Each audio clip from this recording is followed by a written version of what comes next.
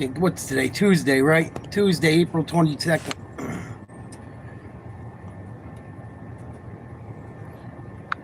Get set up.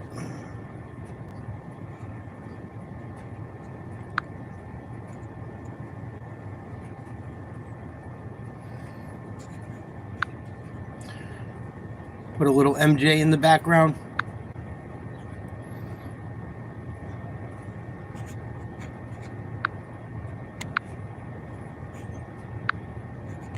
I think I like that one. So we got Bucks Pacers tonight. Who else we got? Grizzlies, Thunder, and Timberwolves Lakers. Late 10 o'clock game.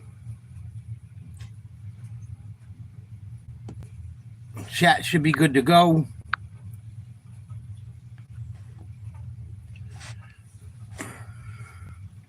Supposedly Dame Lillard's supposed to play tonight. See what happens.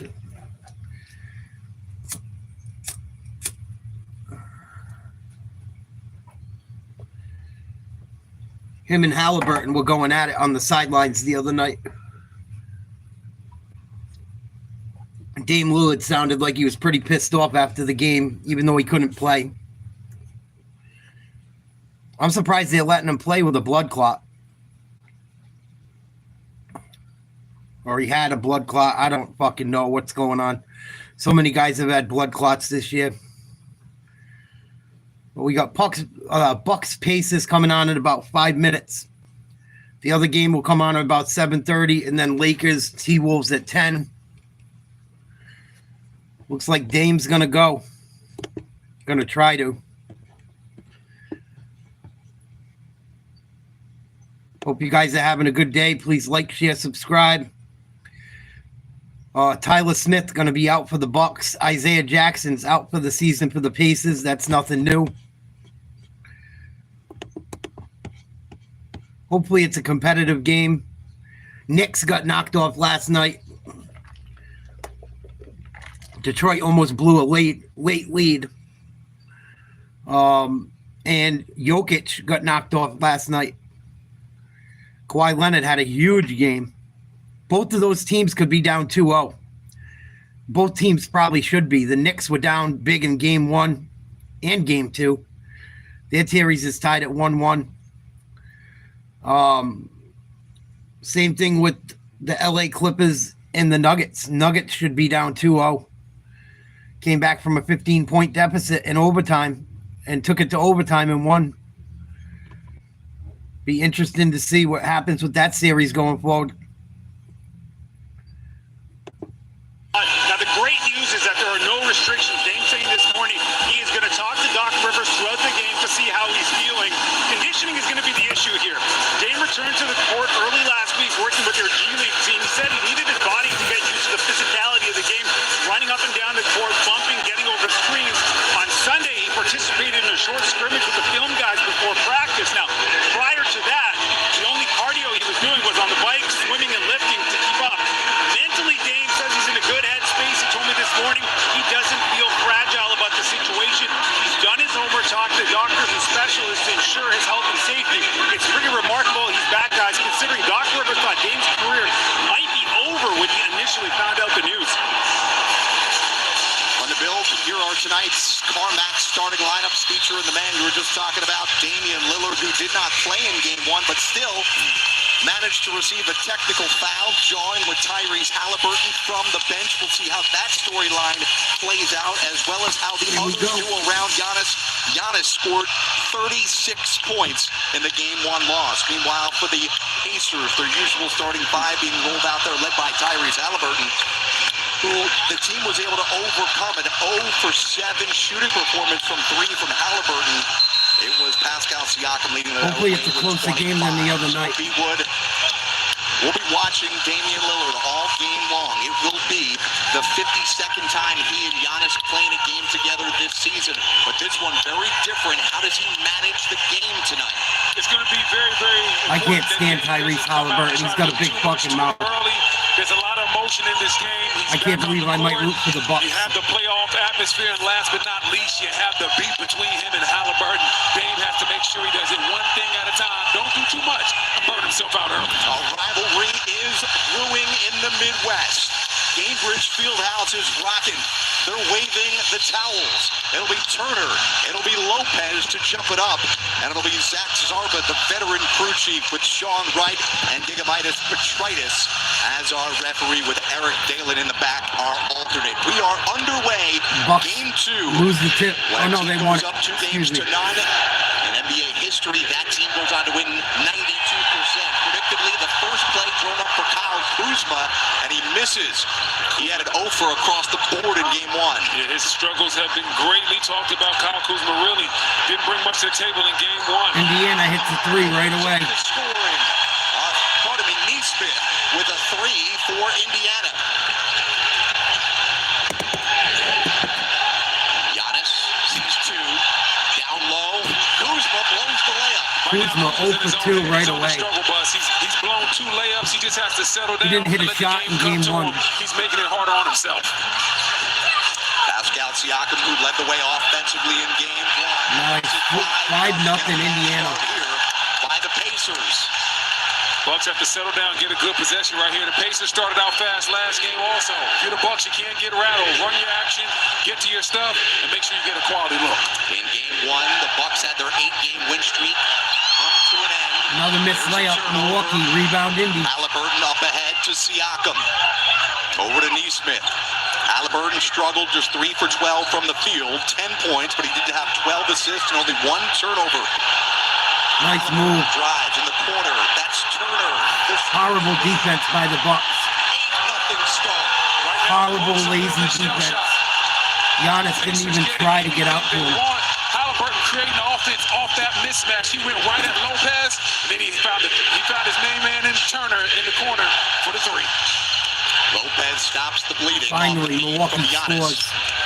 Getting the other starters involved will be a key tonight for the Bucks. Turner looking for more, and he got hacked. Miles Turner will go to the free throw line. First foul on Kyle Kuzma. You see right here, Hallie gets a little hezo, goes right by Nice the move. big fella. Then he finds Turner in the corner for 3. Can't leave Miles wide open from out there. Big fella shooting 40% from behind the great beyond. Miles Turner had 19 with 4 blocks in the Game 1 win. He had more block shots than the entire Bucks team. Bucks don't even look like they want to be out there again. 28, wound up winning by 19 in Game 1. This series spaced out, 2 games between Game 1 and 2. You can tell the Bucks just don't look into it at all. 2 and 3. They'll play Game 3 Friday in Milwaukee. And Indiana's into it. Their coach is into it. Now it's Giannis, guarded by Turner. Another nice defensive better job of hitting that jump play by Pacers. shots right there. Loose ball went off of Halliburton. It'll be Milwaukee basketball. The Bucks have opened up 1 for 5 from the field. Let's see if they can find Dame on the weak side. They've talked about letting Giannis initiate the offense more. Let him hold the ball. Let maybe run a weak side pin down for Dame and get this offense unlocked. Giannis has been initiating the offense with Dame out with the blood clot in his right calf. Lillard Triple to try Brooks. from Deep Lopez. 3, good. Punches it home. He's got both field goals for Milwaukee. 10-5 start in favor of the home team. It looks like the Bucks are trying a little bit of a zone, trying to throw the Pacers off a little bit. That zone shit don't work in the NBA. Somebody messed up their assignment, but Nembhard wasn't ready to capitalize. It's not going to work. At the free throw line. Too easy. These guys know how to shoot, man. Right now, You cannot play zone in the NBA. It might work for a little bit. It's not going to work. It's not going to work. You still got to get hands in people's face and run at people for the zone to work. I don't think that's the answer for the Bucks. We'll see, though. 12-8 Indiana. Milwaukee just answered with a 3 of their own. if you're Halliburton, you got to run Prince off at all costs. A lot of attention to Kuzma going 0 for in Game 1. There's a block by Lopez. Wow. There's a double dribble by Giannis, and Zach Zarba calls. Yeah, Milwaukee looks like they don't even want to be out there. They better wake up quick. Lopez returned to sender. Access denied. I mean, this is a big-time block. Pascal Siakam goes up with bad intentions. I was never sold on Giannis being as great as everyone thinks he is. Brook Lopez, third in the NBA, just under 2 blocks per game. He's a good ball player. He's an all-star. I don't think he's an MVP. Pacers made their first 4 shots from their field. Now have missed their last 2 after the Nembhard miss. But Siakam comes up with it. He gets tangled up with Lopez. Offensive rebound, Indiana. I tell you what, right now this Buck zone looks a little bit leaky. It looks a little uncertain. Yeah, you can't play zone in the NBA, man. Guys open at the top of the key, in the middle of the defense. It's not going to work. Pascal Siakam getting the loose ball and getting fouled by Brook. I don't know why they're going to play zone. They're giving up threes playing man-to-man. Bite to it. Indy got a good look at it the other day and now had 2 days to get ready for it. Yeah. Turner, long 2. Another one, wide open jumper. If you're playing a 2-3. Start for the Pacers, 7 of the 14 from Miles Turner. Good defense by Nembhard. Lillard turns it over. Siakam slams one home on the fast break. Milwaukee's going to take a timeout. Yes, sir. They look like dead men walking. Ran the Bucks in game 1. They're doing it tonight in game 2. The Bucks don't even look like they want to be there. Wow. Here, active hands by the Pacers on defense. Pascal Siakam ahead of the pack for the jam. Timeout, Milwaukee. 16-8. Pacers lead. Couple minutes into the first quarter. Hola. Dímelo. Que lo que?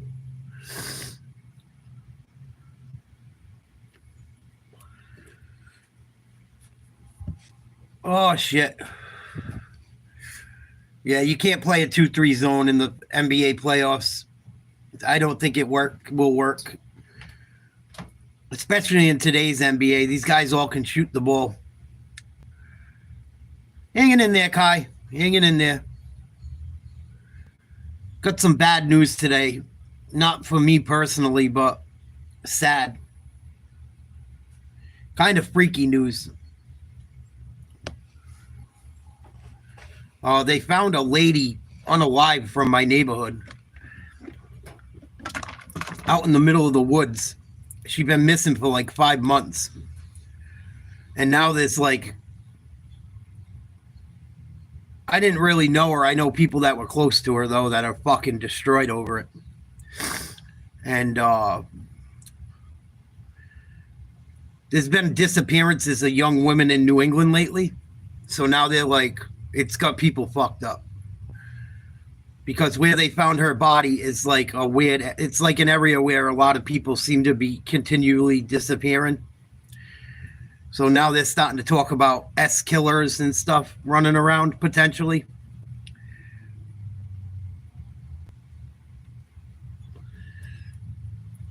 Lakers in 5. They better wake up quick. Bo Nix, iPhone 6, Betty Crocker, Cake Mix, Lakers in 5. That doesn't really rhyme. You did a good job to the Lakers in 5, but I guess I get what you're saying. It's a little bit like Billy Joel's song. A little bit like We Didn't Start the Fire. I give you an A for effort. I thought the Bucks would come out with a little bit of fire. Speaking about We Didn't Start the Fire, I thought the Bucks would come out with some intensity tonight. Doesn't look like it at all. They look terrible. They look like an uninspired basketball team. Doc Rivers looks like if he had any hair, he'd be ripping it out. Bucks already down by 8. Couple minutes into the first quarter. I think the Lakers got the worst matchup they could have got. Pretty much, Ash. And I don't know. The thing about the Lakers, I don't know where they're going to get scoring from. Luka scored 37. LeBron had 20. Reeves had 16, and they still lost by 22. I don't know where they get the scoring from, and I don't know how they change things defensively.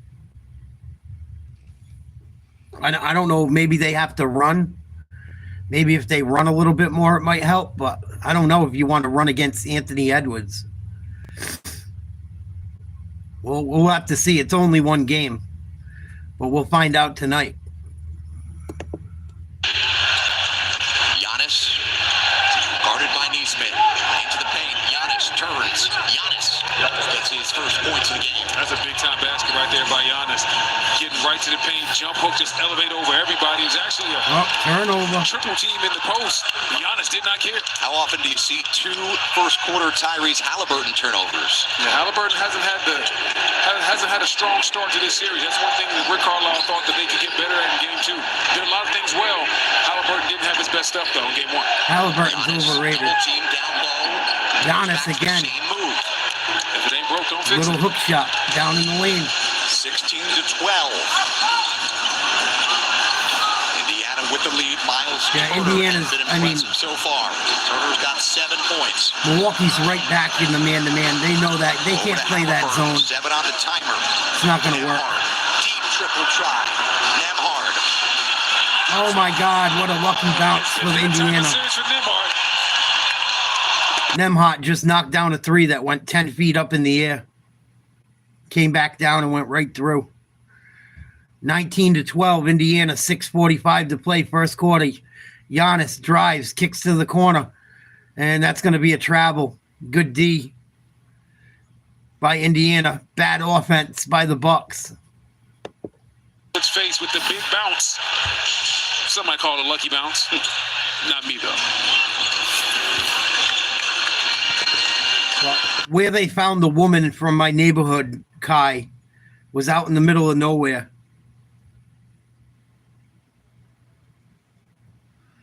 So, and there's been a lot of women they've found lately that have been unalived. In Connecticut, Rhode Island, and Massachusetts, kind of in that area. They all are in the same area, out in kind of nowhere on the edge of each state. And where I live, this woman I don't live on the edge of the state. So I don't they're talking about serial killers potentially. And people are really getting worried about it. See what they find anything out. Yeah, it sounds like it totally. She was missing for 6 months. Then they find her out in the middle of nowhere, not even close to her home. They found her out by the Conjuring house, actually. That's about a good almost hour from where she lived. Good 30 minutes. Who do I got facing the Casey in the finals? Do you mean the Celtics?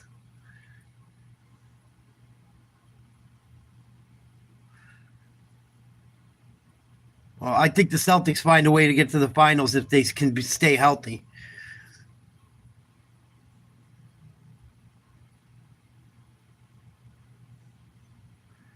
Probably the Thunder. Probably the Thunder if they stay healthy. Probably the Thunder. Maybe Jokic. Maybe the Lakers, maybe the T-Wolves.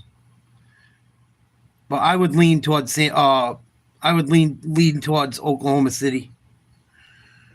Only had 1 assist. Didn't get a lot of help, especially from the starting lineup. You look at 2 guys in the starting lineup that had 0. Nobody else in the starting lineup had double figures except for Giannis, so wasn't a lot of assists to be had, I'll tell you that. Giannis has scored the last 6 Buck points. Giannis waking up. Oh, yeah, it's been all over the news. It's been on the news. Now it's 21-14 lead. Oh, nice alley-oop. Obi flying. Obi topping. Here's Kuzma rushing it down the court, kicks it in the corner. Bobby Portis had to adjust. Now into Giannis. Giannis spins. Travel. And he travels. Giannis doesn't like the call. Oh, he traveled. It don't matter if he Right likes here, it. excellent pass by Nemhard, reading the defense on the weak side. Nobody home as Obi topping goes up top. On the weak side, Bobby Portis has to take the roller. and Toppin is all alone for the lob. Fourth first quarter turnover by the Bucks. Ben Mathurin tried to check in, got to the scorer's table late. Zach Zarba didn't let him in. Mathurin was a spark off the bench in game one. The next dead ball, Mathurin and But yeah, the news is definitely covering it. People are pissed off about it. People want to know why the fucking what's going on. And all of them are women. There's a lot of similarities with the disappearances. It's freaky. Very freaky. What up, Mark? Bucks gonna need a lot more of that. Halliburton with Lillard in his face. Oh, tough shot in Lillard's face. These guys had words last game. Halliburton hit that jumper. Lillard and Halliburton were going at it with Lillard on the bench the last game. Halliburton draws first blood, knocks down a three in his face, talking shit. And Indiana with a steal. Here comes Halliburton again. Gets the ball, drives to the lane, gets fouled. And I think there was a late foul call. He's flipping out. These guys got to stop crying about fouls. The Celtics included. I've never seen so many teams cry about fouls constantly. It's the fucking playoffs.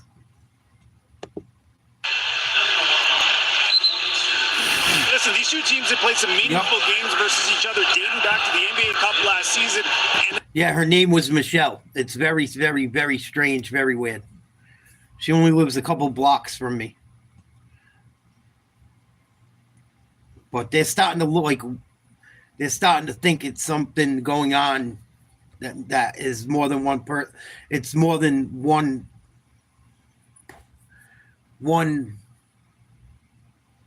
you know the word I'm trying to say. I don't really want to know if I'm allowed to say it. But they're thinking there might be a S killer running around New England. Wouldn't fucking surprise me. Getting blown out, he was embarrassed, and he didn't like the way that Halliburton was disrespecting his guys. And as a leader on the team, he felt it was his job to step up and do something about it. Giannis coming down the track, missed the layup. Prior to that miss, the Bucks had made 6 of their last 8 shots from the field. Indiana up by 15. Halliburton can't increase the lead. Here comes Lillard up ahead. Gary Trent Jr. No good. We got a foul underneath the basket as Halliburton pushed off on Bobby. 31-16 Indiana. 4:18 to go in the first quarter. They lead the series 1-0. Yeah, and you know what it is, Kai? Like, summer's coming. It's going to be a big deal. It's going to scare people this summer. Especially if it continues. Rightfully so.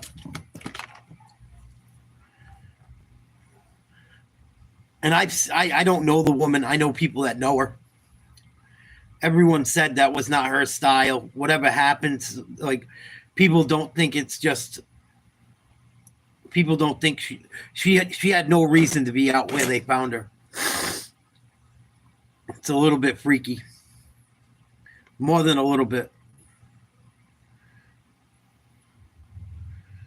Very remote area. And she wasn't like, she just had no reason to be.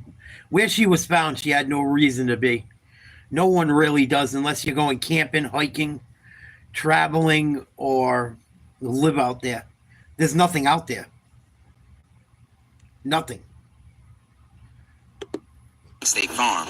It's like getting Bateman when you need the protection of Batman. Easy, Batemobile, not too fast, baby. Never play with poison ivy. Someone's a flirt. Bateman, please.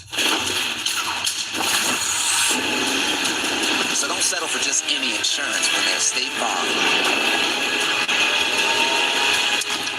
Oh, I get it now. Poison ivy. Welcome to Visible, the ultimate wire. I hope the Lakers get knocked off again tonight. I would laugh my ass off if the Lakers get swept by Minnesota. Probably, I'm probably wishfully thinking, but I would like to see the Lakers get knocked off tonight again at home. If they play like they did the other night, they're going to struggle again.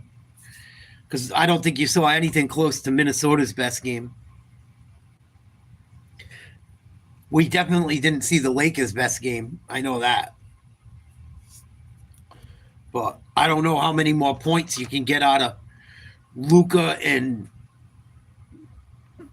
especially Luka. He scored 37. What the fuck? I mean, can you expect him to score 40 every night? He scored 37. They lost by 22.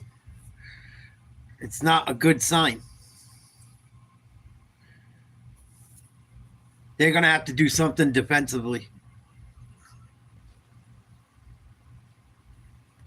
Try to.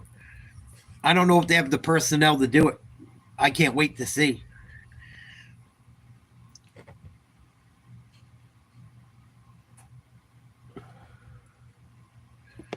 Grizzlies game's going to get started in a minute versus Oklahoma City. Oklahoma City beat them by 51 the other night. Complete Donnybrook. I watched some of WrestleMania, the replay of it. I've been trying to get back into wrestling because I loved it as a kid. I was not impressed. There was some really good parts of it. Some really, yeah. I don't see myself getting back into wrestling, unfortunately, no matter how hard I try. That final match with John Cena was terrible. What up, Jocko?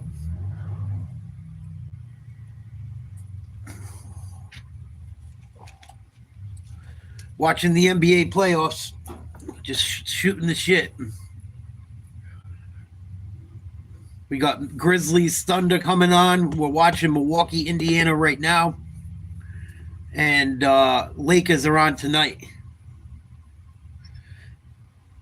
I don't really give too many mods out. Don't take it personal, buddy. I don't give them to many people.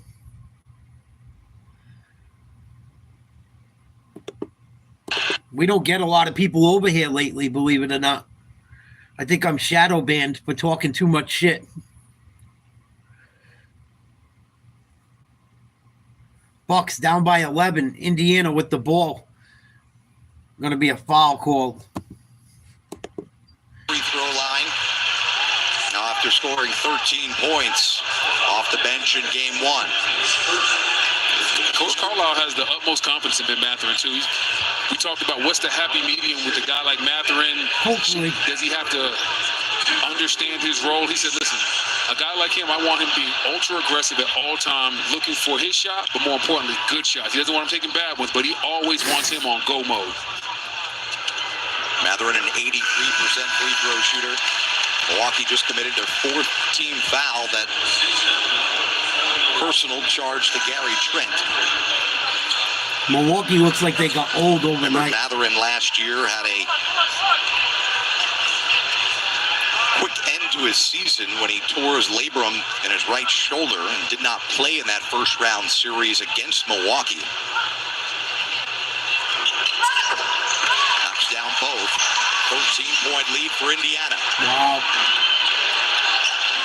What a luxury it is to have a guy like Mathurin coming in off the bench, averaging 16 points a game. That's what the Pacers do. They Turnover. try to wear you down and beat you with their Another depth. Milwaukee So this turnover. is going to be a key moment here with Giannis off the court now. Porter on the court with Dame. And Dr. O'Connell is the spot plug. The Bucks have to find a way to win these Giannis-less minutes. They can't just go into the tank. As we see Dame stepping Lillard up. finally knocks Giannis one first down. three. He's now 2 for 3 from the field. Lillard's got 5 points. Mathurin looking for the answer. Oh, man, right back the other way. Mathurin knocking down a big 3. Back out to a 13-point advantage for the home team. Got a foul on Milwaukee's in Toppin. trouble. He disagrees. Not sure about that one. I thought that was an illegal screen by Sims, but they're saying that Obi Toppin pushed him into it.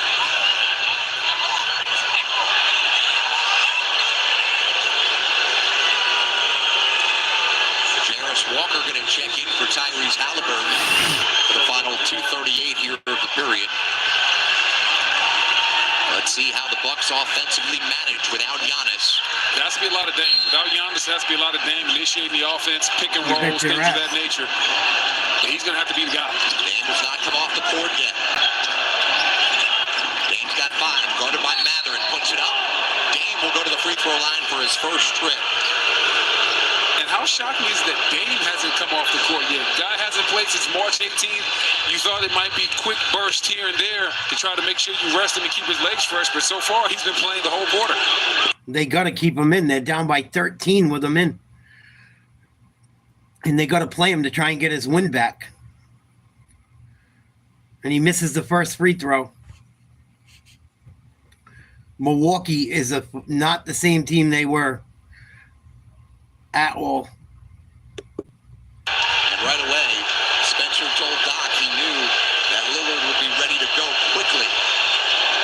Lillard knocks down the free throw. He's now got 6 points. I thought they put up a fight tonight, Spencer told Doc, listen, the guy's clearly out of shape, but he's not missing any shots. That just tells you what type of elite shooter Dame is.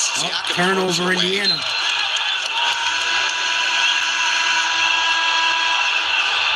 We're going to go deep into the bench here in game 2. Ben Shepherd was sent to the scorer's table, now waved back.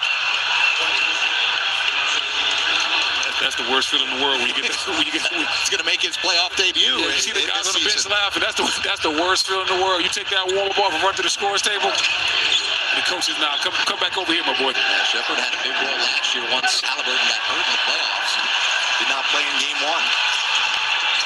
Here's Matherin, just hit a 3 a couple of moments ago. Rick Carlisle said he knew Milwaukee would play better. They got a mismatch. Siakam. Too easy. Oh, he missed the layup. Offensive rebound. Who got hit hard. Now the teams come together. Here we go. Could be a brawl. That bench. Oh, pushing and shoving. There is clearly a dislike between the Bucks and Pacers, and it's rearing its head here in game 2. We had a couple of individual battles going on right there. Matthew and Trent Jr. at the end of that thing got a little tangled up also. In game 1, there was techs handed out. There was a flagrant foul penalty, 2 handed out in game 1. Let's take a look at what just happened. Siakam going for the loose ball, falls to the ground, and then he goes at Gary Trent. Zach Zarba doing a great job of pulling. I thought he took a dive in between Portis and Siakam. And right there, Siakam has a right to be upset. Gary Trent put a little bit of extra oomph on that foul. Foul on Trent. The play is reviewed for altercation. These guys could never play in the 80s. They could never play in the 80s. They'd be crying too much. That shouldn't even have been a fucking... I didn't even really see a foul. Let's watch it again. He grabbed the ball off him. Siakam fell down.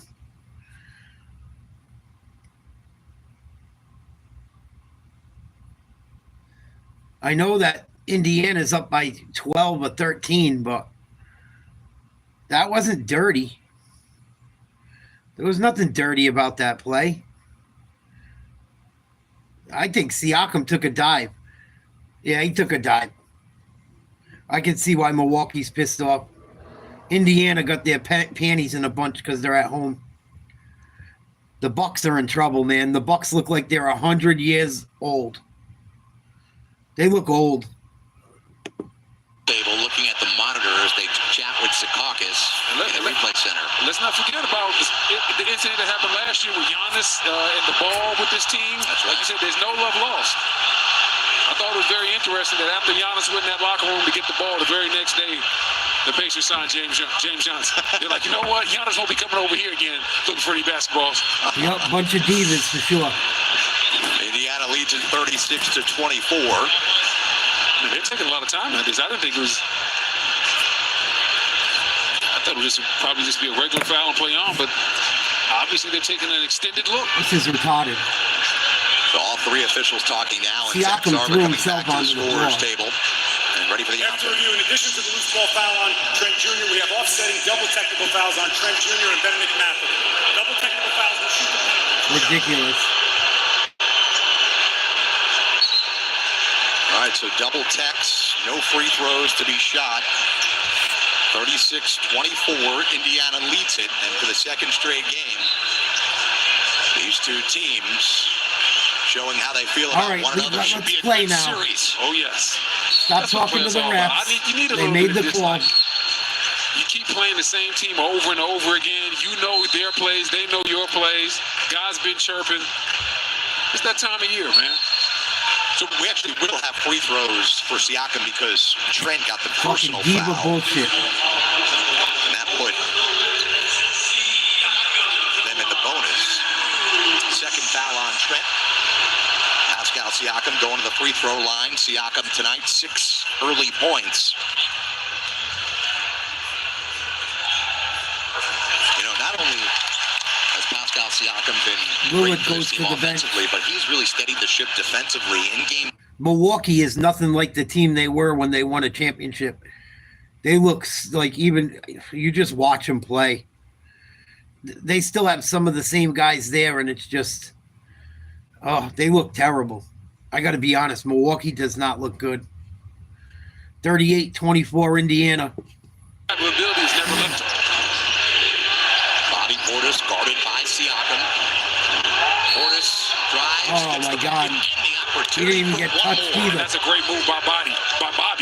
No wasted motion. Quick swipe through and got right down to business. First foul on Siakam. Right there. There's a swipe through. Goes right through Siakam's chest. Siakam with the light push right there. Bobby and one. Crazy foul call.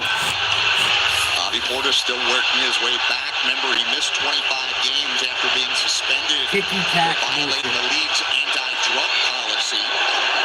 This is his Missed the free throw. tipped around. Saved by Indiana. Who's going to run with it?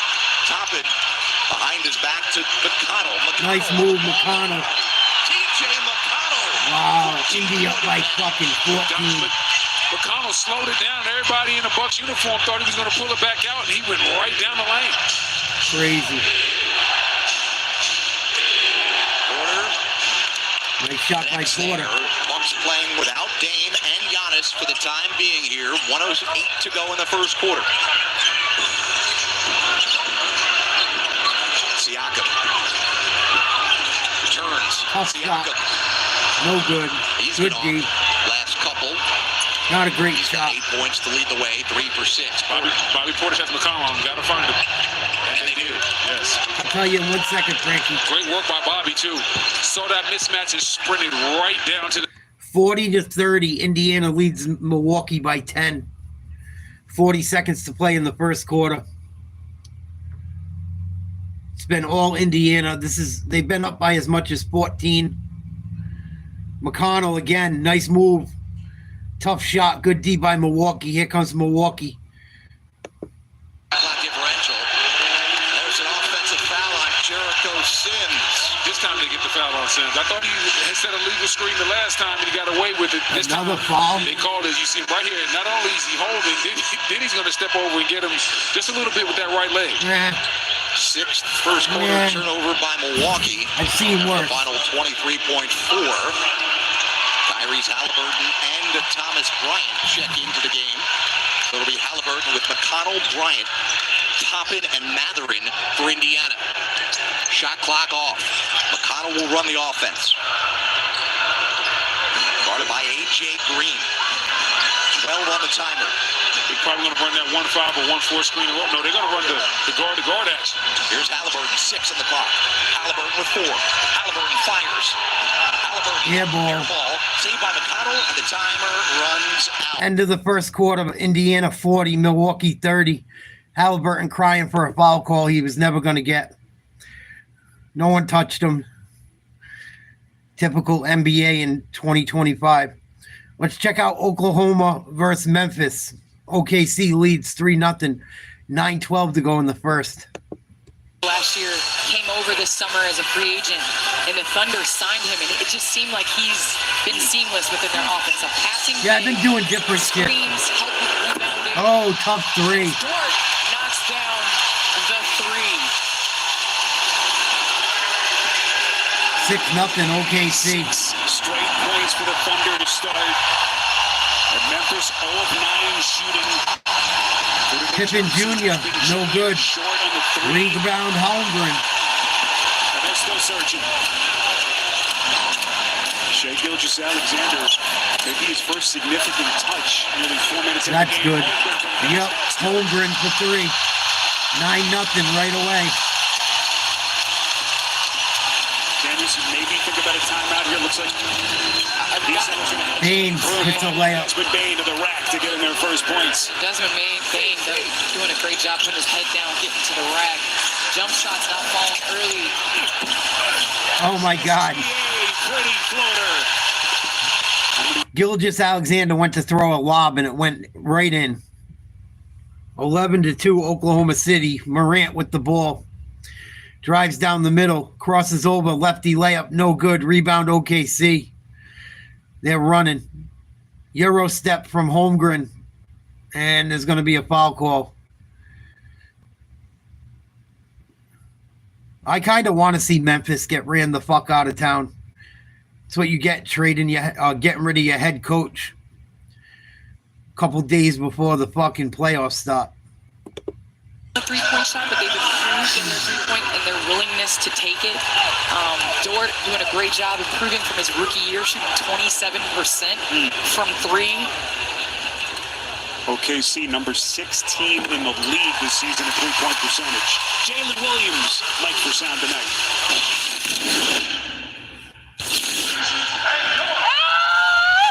Holmgren knocks down the first free throw. The big game tonight is the Lakers game.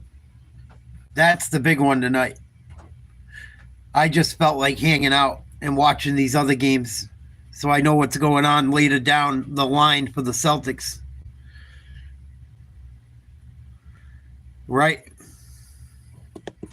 Or the height that we list ourselves at, unlike, the NBA. Maybe to add a couple of digits. J-Dub very impressed. John Morant finally, Kansas gets one to drop. All the pressure on his shoulders after he missed his first 4 shots. 13-4 OKC. Open jump shot, good. The other end, and now the Thunder's starting to cook.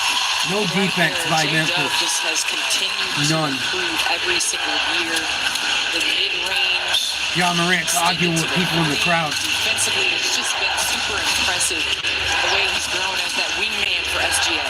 Santi Aldama for substitution by Isalo. Okay, look at this. This is a big defending. Good D by Holmgren on Pippen Jr. Too much. Another missed 3 by Memphis.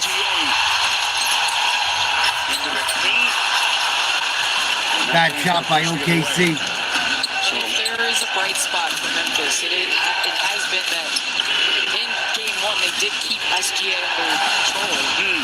Santi Aldama, but boy, he's grimacing in pain. That right ankle. Grit his way through. As he gets Memphis only their 3rd field goal. Bernstein extra factor. Aldama's still grimacing a little bit as he labors up the floor. Pippen Jr. going to reset as we come up on the midway point of this first quarter. Pippen Jr. misses a 3. Another rebound, Holmgren. Against this OKC defense, SGA going all the way under that huge screen. Williams misses a layup. Rebound, Memphis. Pippen kicks it out. Open 3. No good. That's no good. And Memphis is now 0 for 5 from deep. Another rebound, OKC. That possession, you got a layup. Looked like Pippen had a lot of space, but you saw Chet Holmgren lurking in the shadows. J-Dub into the paint, Hartenstein. Nice little teardrop. And Memphis. baby floater from Hartenstein. 17-6 Oklahoma City over Memphis. Not even halfway through the first quarter. Let's go back to Milwaukee, Indiana. It's a closer game, a little bit closer. 42-33 Indiana with the ball. Siakam misses a floater. It's going to be out of bounds, Indiana ball. this Thomas Bryant block. This is a great block. Doesn't foul. Slides over. Sometimes you see big men right there get a little bit anxious and swat down. Bryant kept his hands up high, ended up with an excellent block. Here's Matherin. Using his frame at 6'6", 210 pounds. 44-33. Indiana up by 11. Oh, what a creative move, but Porter couldn't finish it. And Thomas Bryant looks at the crowd and gives the cutthroat sign like, nah, not in my house. Matherin on a 5-on-4 power play, no good. Back to Porter. Porter fouled in transition. Are they going to take a look? Indeed, that'll be a transition take foul on Indiana. Clearly, as Walker tried to stop the fast break attempt, that'll be free throws and the ball here for Kevin Porter. Yeah, this is clearly a take foul. This is one that won't take long if you go into the monitor. Well, the only thing they could look at here as if it's a clear path. Looks like a clear path to me. They have to, at minimum, keep it a transition take foul if that is what was ruled on the court. Ruling on the floor is a transition take foul. The play is also under review to see if it meets the criteria for a clear path foul. You see the coaching staff talking to Walker, telling him this type of situation, you just have to be a little bit smarter right there.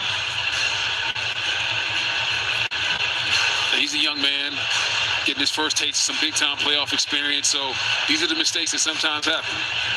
And Jarris Walker just playing on his 11th playoff game. Take a look. Clearly a transition take foul.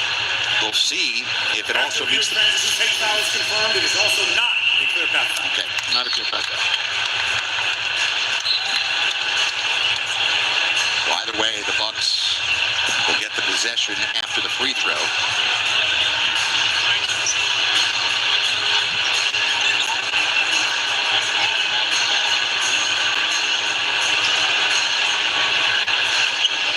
Damian Lillard in that first quarter played 10 minutes, 6 points, 2 of 3. Took him a while to get a shot. We'll see when he returns. Like I said, I was surprised he played that long. I mean, being out that long and playing 10 minutes straight, I thought he might play maybe the first 3 to 4 minutes of the game to get him out, and then maybe they put it back in at the end of the first quarter. But by the way, on the transition take foul, it was committed on Porter, but anybody can shoot. Trent shot it. It'll be Milwaukee basketball side out here. 9:40 to go. 44-34. Indiana leads it. Giannis Antetokounmpo back in there. He's got 8 points. Guarded against Bryant. Missed the shot. Little hook shot. Couldn't get it to go. I tell you what, it's not going to show up a lot on the stat sheet, but I really like the minutes that Bryant has given the Pacers so far early in this second quarter. Kick ball. Bottle loses it. Kick ball by Giannis. It'll remain with Indiana. 14 on the shot clock.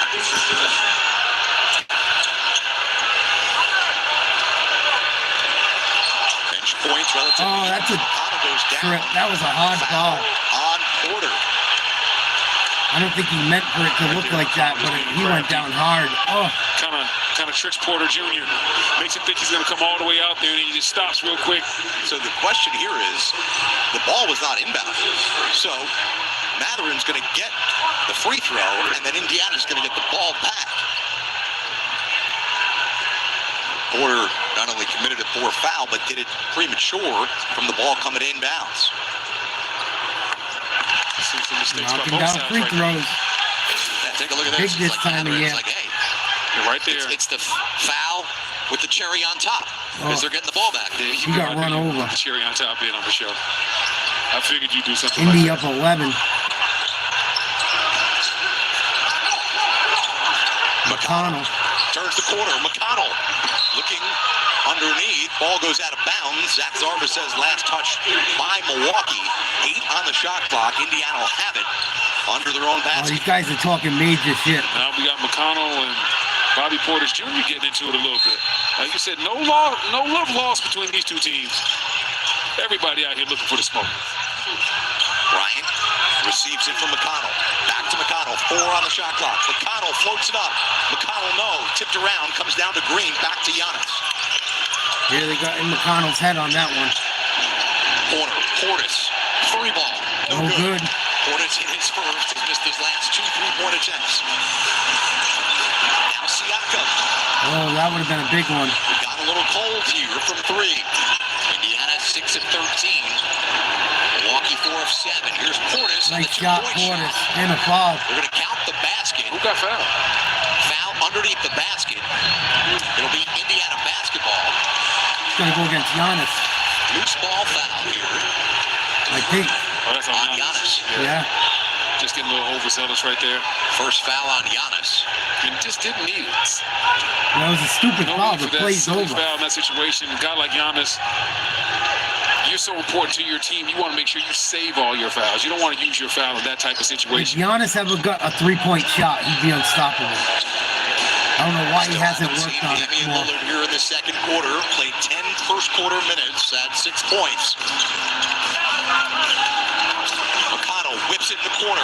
Walker, 3. Walker. Oh, big shot. That's great defense right there by McConnell. Indiana, Bucks tilted 48, the defense. Milwaukee, They tried to 36. pre-rotate to the pick and roll. He spotted it, found Walker in the corner for the 3-ball. Oh, turnover. Shot hits the rim, comes out to Siakam. Siakam running with Matherin. Matherin off the Oh, Indiana's running all over him. Wow. This is the worst team I've seen Milwaukee put on the basketball court in a long time. Timeout, Milwaukee. 14-point lead, Indiana. And there's no effort there. I don't know if they're... I know Giannis has been a little bit beat up. And...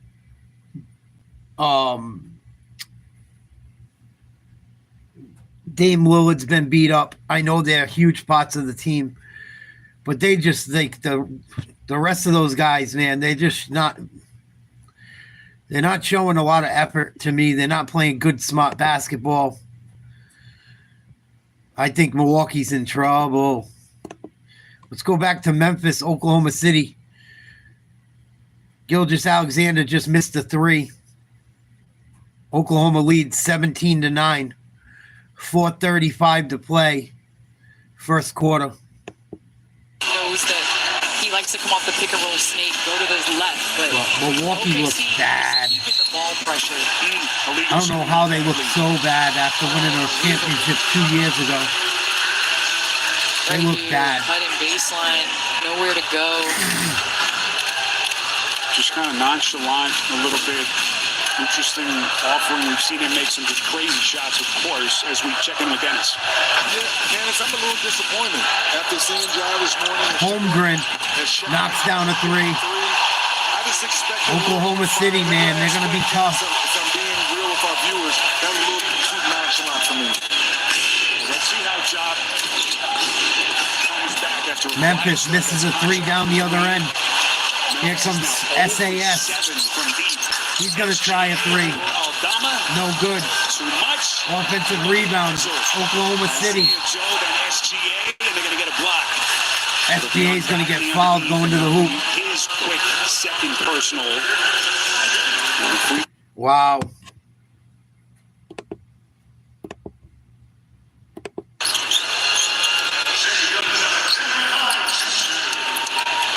Here now, Kenny and Chuck with the word from FanDuel.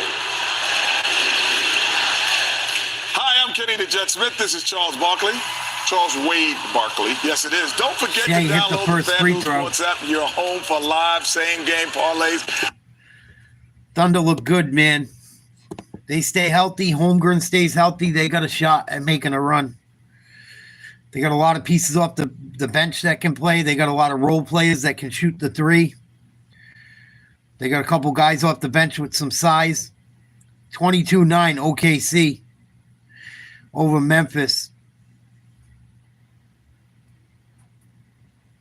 Milwaukee was forced to take a timeout. Down by 14 against Indiana. Not looking good at all. Not looking good for the Bucks. I've never seen the Bucks look this discombobulated. Depth of the Thunder. Morant misfires deep 3. So John Morant just hopped on with us. Another three, Holmgren. Oh, just missed. And you got to push it right here. You got to push it with pace before OKC sets their defense. A little bit of a low pass. Jackson poked away. There's Luke Kennard, who hasn't played much, hasn't really been in the mix, interestingly, for a team that has been desperately looking. Big three by Jackson Jr. Three from Memphis. And just like that, despite shooting 4 for 22, Memphis is within 10. The NBA playoffs presented by Google. 10-point lead, OKC, 3:05 to go in the first. They took a timeout. Let's go back to Milwaukee, Indiana. Indiana leads 50-38 with the ball.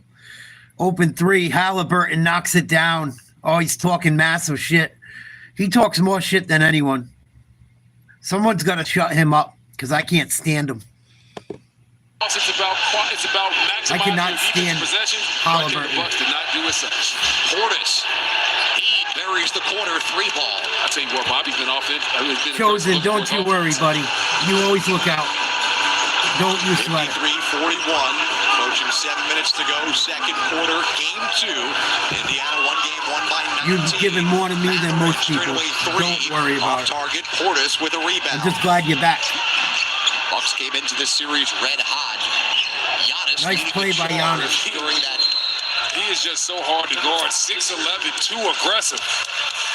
Timeout by Rick Carlisle, who has seen his 15-point lead down to 10. Giannis Antetokounmpo, he's got a dozen as you watch game 2 on NBA. Timeout. Milwaukee trails by 11. Would you finally have it out with that idiot that was giving you a hard time? One of the last times I talked to you, I remember you saying some guy at work was giving you shit. What up, Ace? Salute.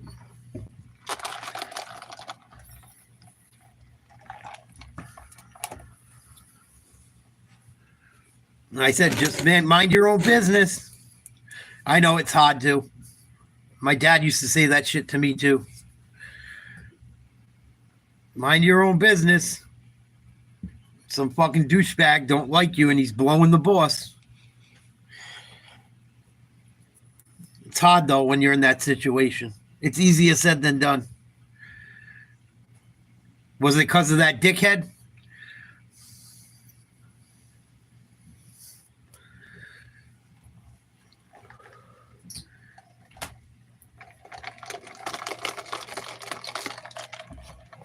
I assume you got a new job.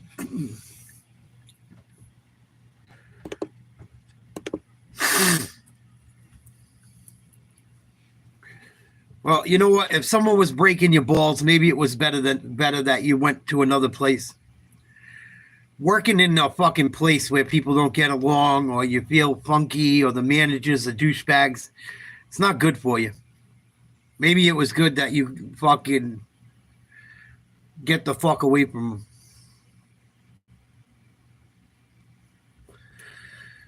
They didn't tell you that before you went and got fucking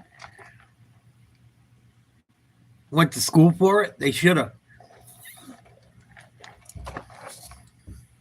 Why didn't they tell you you might not get the job if you fucking went through all that shit?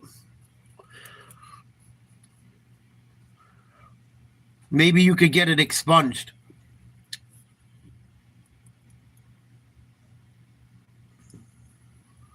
I don't know how it works where you live.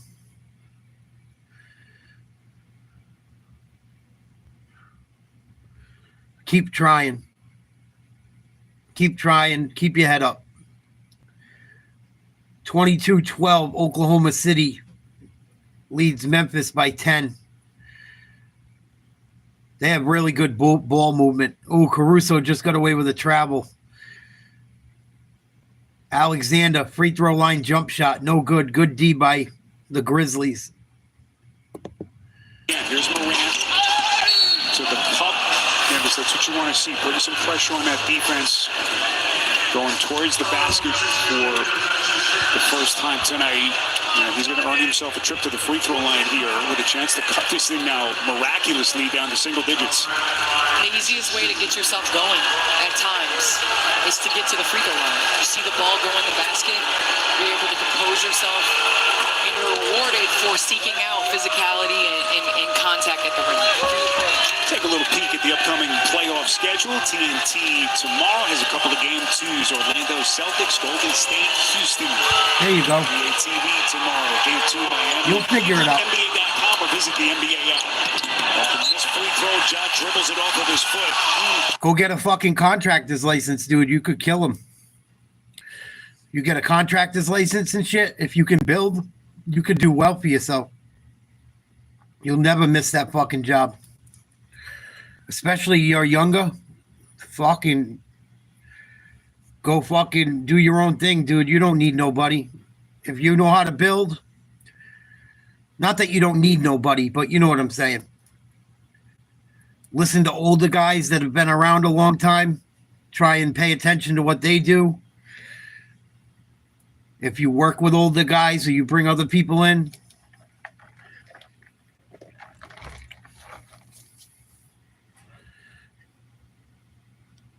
right, God willing. Memphis hanging around 22-13, putting up a better fight than the other night so far.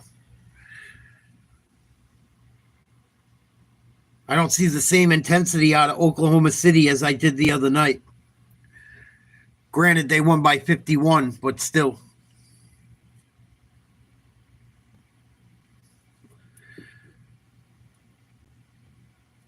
Caruso, big three. Lead back to 10.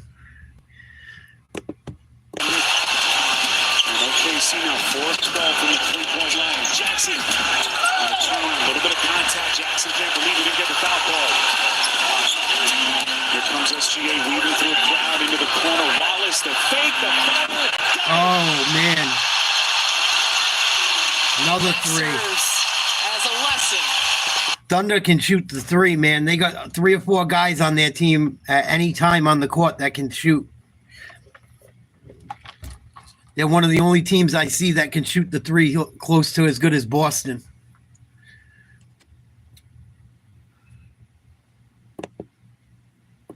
End of the first quarter coming up. 50 seconds to play. 11-point lead, OKC.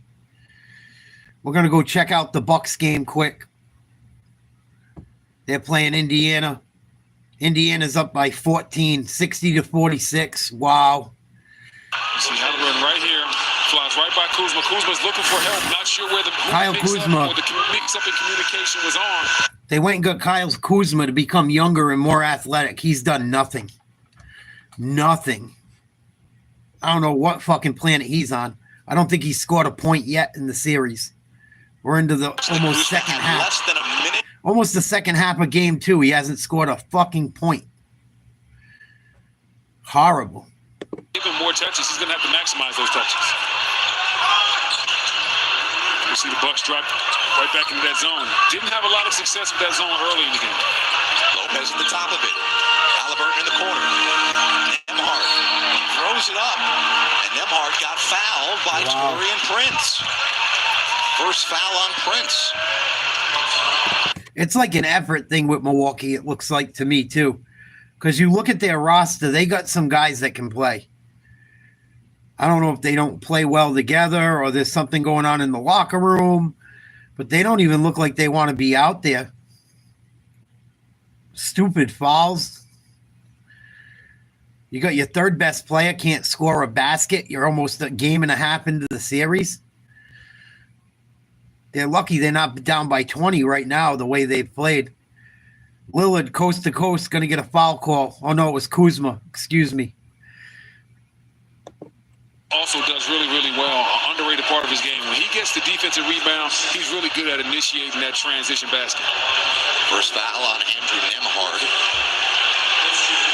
Kuzma played 33 games with the Bucks after being traded for Chris Middleton before the trade deadline. Bucks should have kept Middleton. One of the most beloved Bucks ever. Middleton shipped out for the more athletic Kuzma. Let's check in with the Bill. Yeah, guys, just wanted to add to the conversation about Kyle Kuzma. You know, he took full accountability after game 1 for posting all those zeros. He said he's got to be more proactive. He can't wait for the ball. He's got to go get it. He's got to initiate that offense, getting into actions on his own and getting involved in the glass. It was a good example right there of being proactive. So he gets his first 2 points of the 2025 NBA postseason.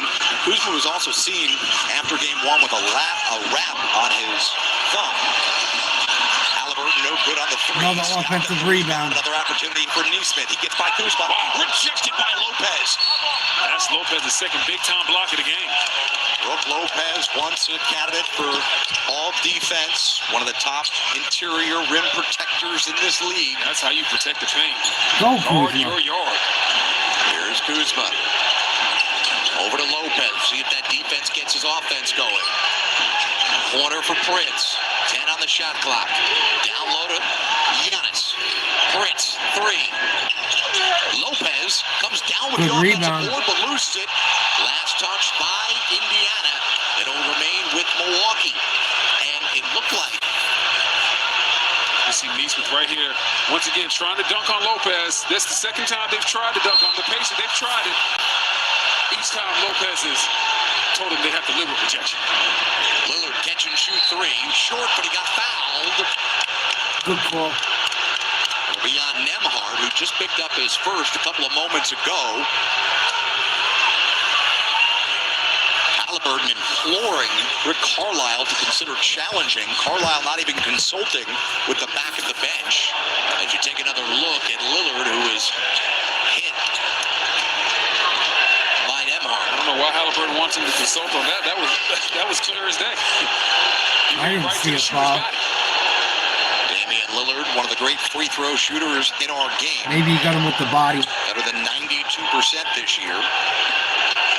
Lillard 4th all-time in 3-pointers made. He's now 37th in NBA history in scoring. Had what the Bucks have called an unprecedented recovery from that blood clot, which, as the Bill reported earlier, Doc Rivers thought may cost Damian Lillard his career. And yet here he is, 5 weeks later, playing basketball in the NBA playoffs. And Doc knew about the blood clot 2 days before everybody else did, so it was really sitting heavy with him.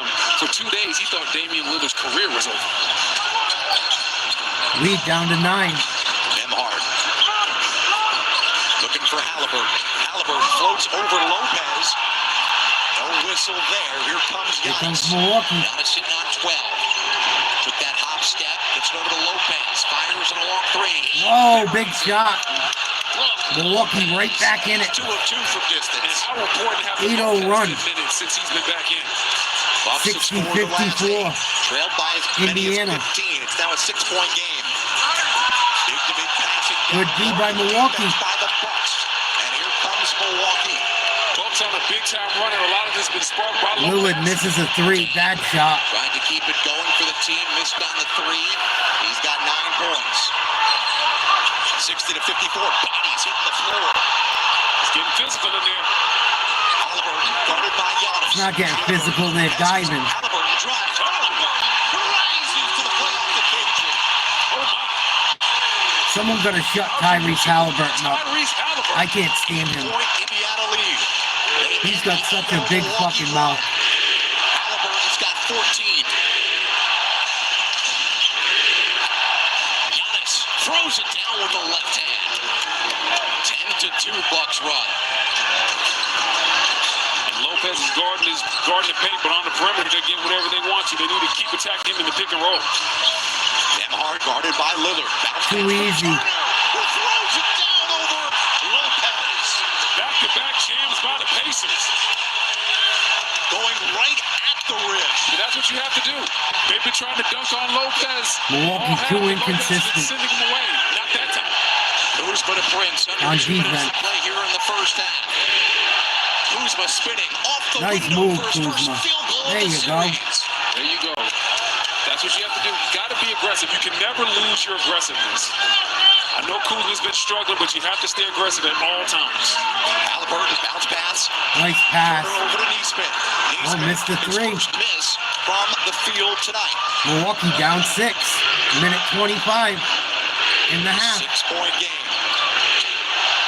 Lillard driving out. Nice over the play bench. by Lillard. And Lillard gets the best of him. Damian Lillard up to double double figures. He's got 11, and it's now a 4-point Indiana lead. How amazing is showing it a pulse this well after being out that long? And playing more than 17 first half minutes as well. I mean, he's just playing on pure adrenaline right now. Nembhard stops from the mid-post and scores. Nice shot, Nembhard. Under a minute to play in the first half. Giannis takes a breath, walks it across the timeline. Over to Lopez, another try to three. No good, bad shot. Rebound Indiana could go 2 for 1. Halliburton quickly See if they across do. the timeline. They're gonna. Halliburton turns the corner. Halliburton looks one way. Nice floater. Great deceptive move by Halliburton. Just that Still quick move to talking the top shit. of the key froze Lopez and allowed him to get the floater over the big fella. He talks so much shit. Lillard puts up a shot, but no, they're going to call it on the floor. Lillard tried to bait Nembhard, and that'll be the third foul on Andrew Nembhard. And that's big time. He's obviously one of their better perimeter defenders. Right here, you see Dame getting downhill. Little Euro step, gets Nembhard off balance and finishes tough inside. Nembhard will have to check out for the final 30 seconds of the first half.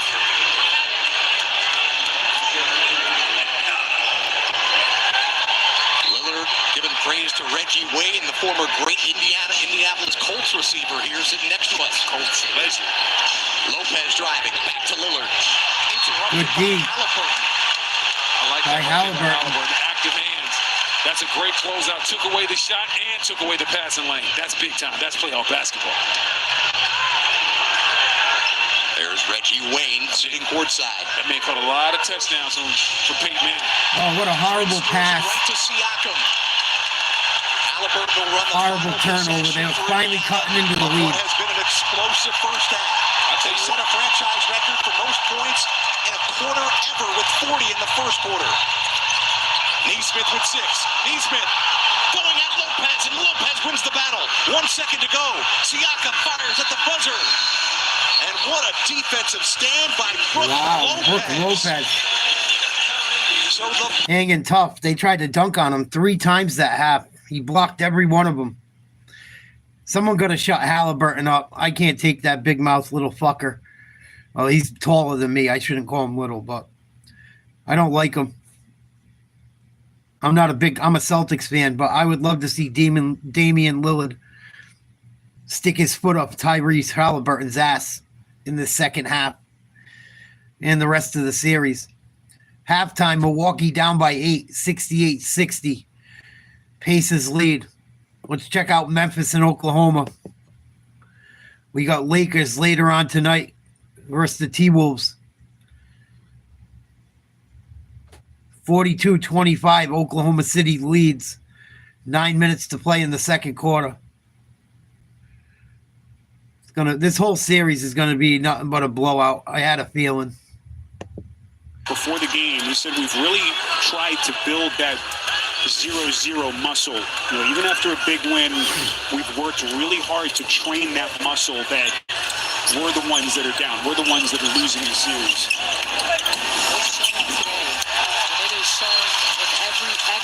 Wow.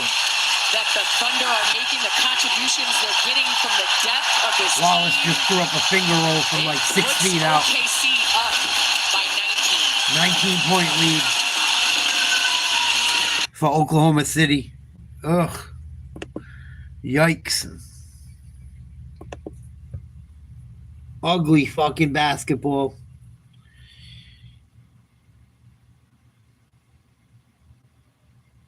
Man, Oklahoma City looks amazing.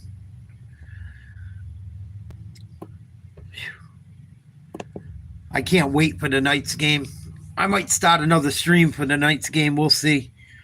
See how these games go. If these games both turn out to be blow-offs in the second half, I'm going to take a little break before the Lakers. We'll see if Milwaukee and Indiana can stay close.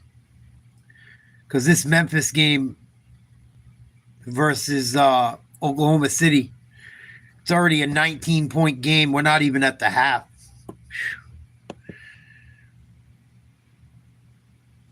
Wow. Lakers are a 5.5 point favorite tonight at home. Jokic lost yesterday. The Knicks lost yesterday. The Knicks and the Nuggets should both be down 2-0. They are so lucky right now. Both of them are in a 1-1 series.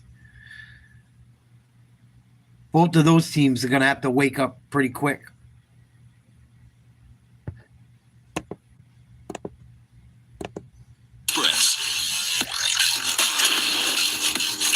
Overrated?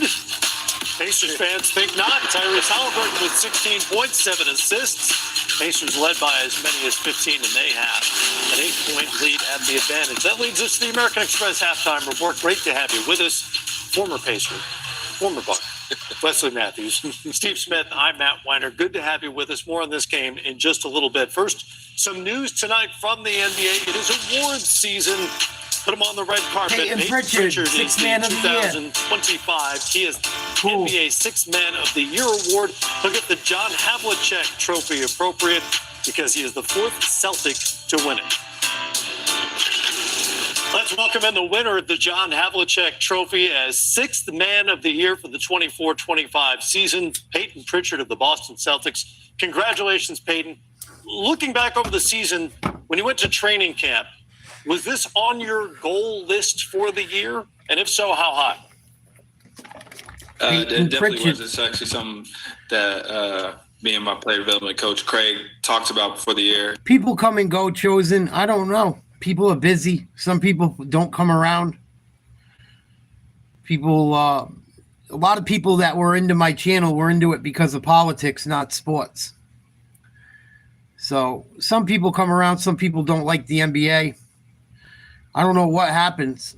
I think YouTube's played some games with my channel too, to be totally honest. I don't blame YouTube for everything, but I think YouTube has messed with me a little bit as well, in all honesty. Because I used to get so many people that just got a fucking...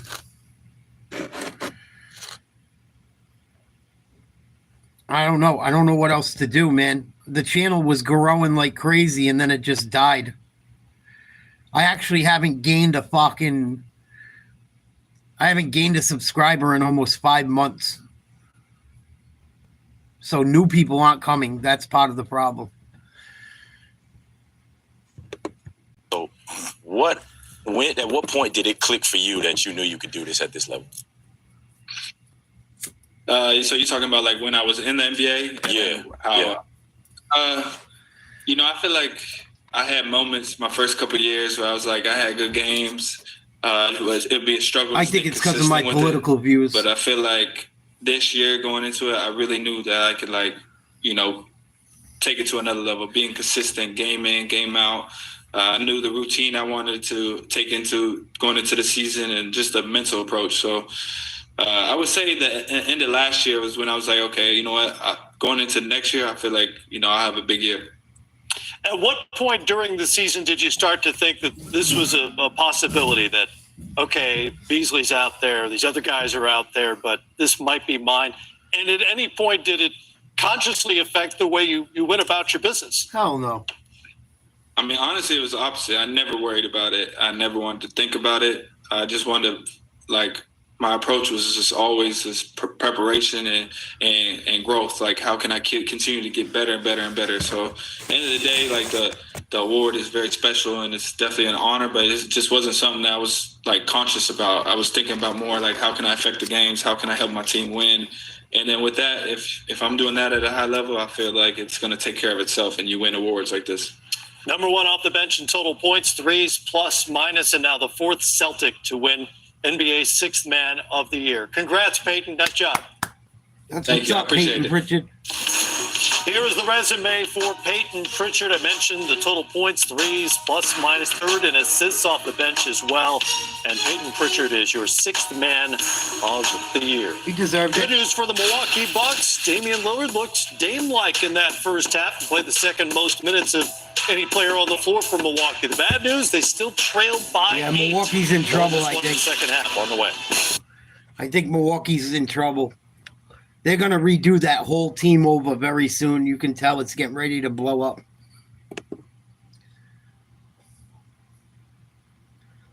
(46-34) Oklahoma City up by 12. 6:41 to go in the second quarter. Morant trying to take over, but can't do it all by himself. Just knocked down a 3 to cut the lead to 12. Oklahoma City's starting to look a little scary. Especially with the Celtics beat up. If Jaylen Brown ain't 100% and Tatum isn't, the Celtics could struggle against a team like the Thunder.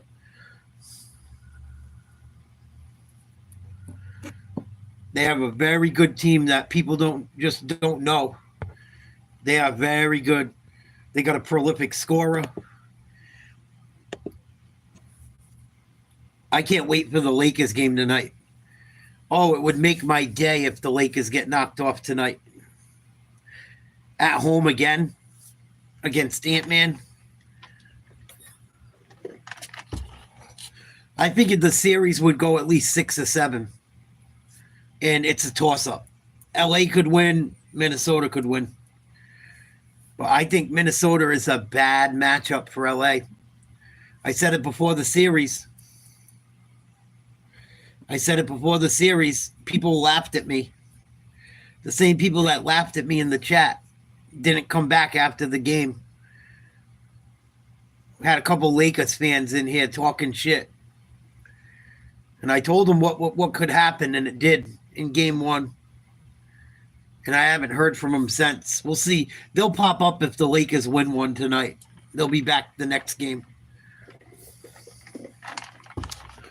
Well, Luka scored 37 points in a loss.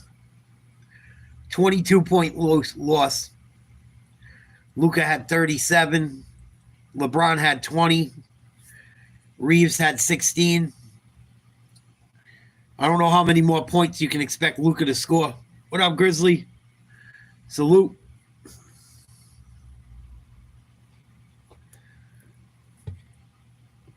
So my Celtics loving ass will be waiting for a loss tonight.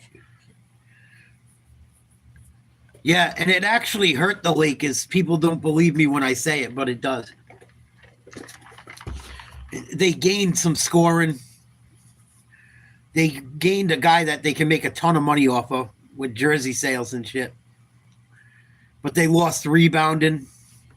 They lost defense.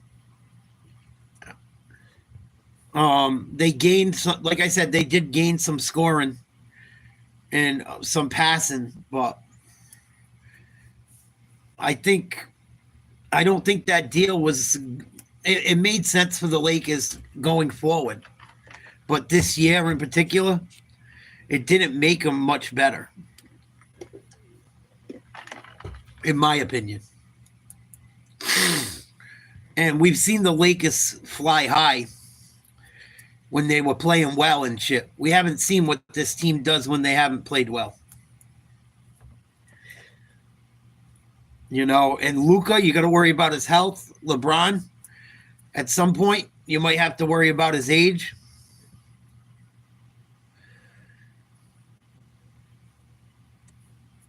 Oh, it certainly is, yeah. Look at LeBron when he played with Bosh and Wade. Them guys should have won every championship when they were teammates together. They only won one. I think they won one, maybe two. They should have won every year they were together. One year they had Ray Allen. He saved them.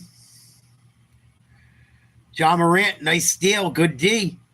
Takes it coast to coast. Contact, no foul call. Rebound, and they call it travel. That's a pretty shitty call.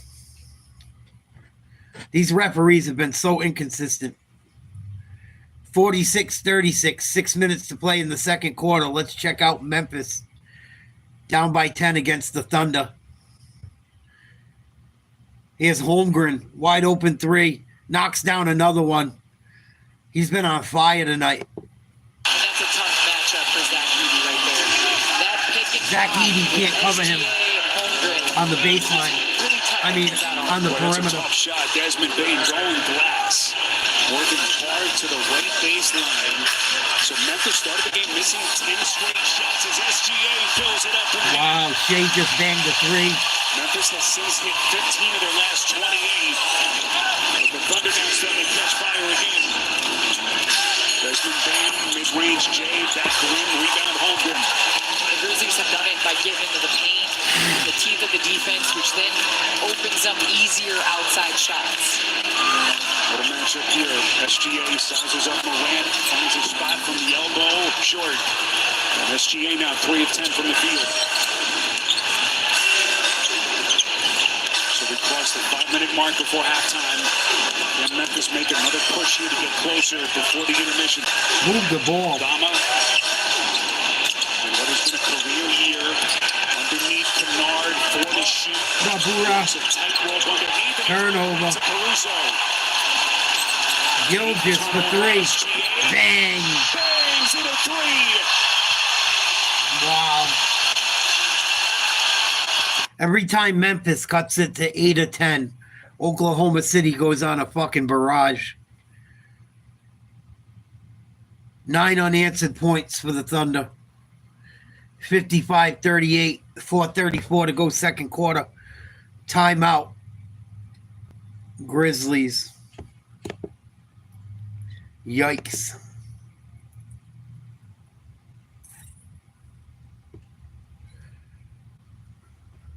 I thought the Grizzlies would put up more of a fight with Jackson and Edey.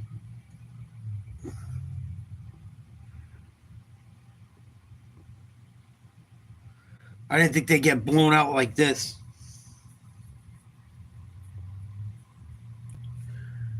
It's not as bad as the other night, but they've trailed most of this game by close to 20. I think they've only got it down to single digits once. Either half? Of course. We're going to check out the Bucks. Pacers, third quarter getting ready to start. Bucks trail by 8. 68-60. Started to wake up at the end of the half. See if they can get something going. Looking like himself, even though he hasn't played since March 18th. Not to be outdone on the other side, Tyrese Halliburton had himself a ball game. 16 points in the first half, 6 of 10 from the field. We see him dancing on Dame right here. Those two guys had words in the first game. And now we see Tyrese going down the lane. And this was the play right here, the first half. The big-time jam. And a little something to say to the basketball afterwards. I don't know why you're so upset with the basketball. Pacers shot 50% in the first half, led by as many as 15. Just like they started the Another three to start the half. Starts the Indiana with a 3, 71-60. And Neesmith has been cooking from behind the three-point lane. That's his 4th triple. Just a couple of moments ago, Nabil Karim got an update from the Bucks. What do you got, Nabil? Yeah, I talked to assistant coach Darvin Ham, and he said 2 things really stood out and need to improve here in the third quarter. They got to take care of the basketball. The Pacers got 13 points off of turnovers in that first half. And then he said we got to be better at keeping Giannis blocked, 24-second violation. 17 points on drives down the middle. So they got to be better there. He said it's paramount here in the third. Darvin Ham and Doc Rivers can't be pleased with that first possession. Hell no, they can't. In that first half, 12 turnovers by the Bucks. That was the 12th turnover, pardon me, by the Bucks. Here's Halliburton, down low to Siakam. Great pass.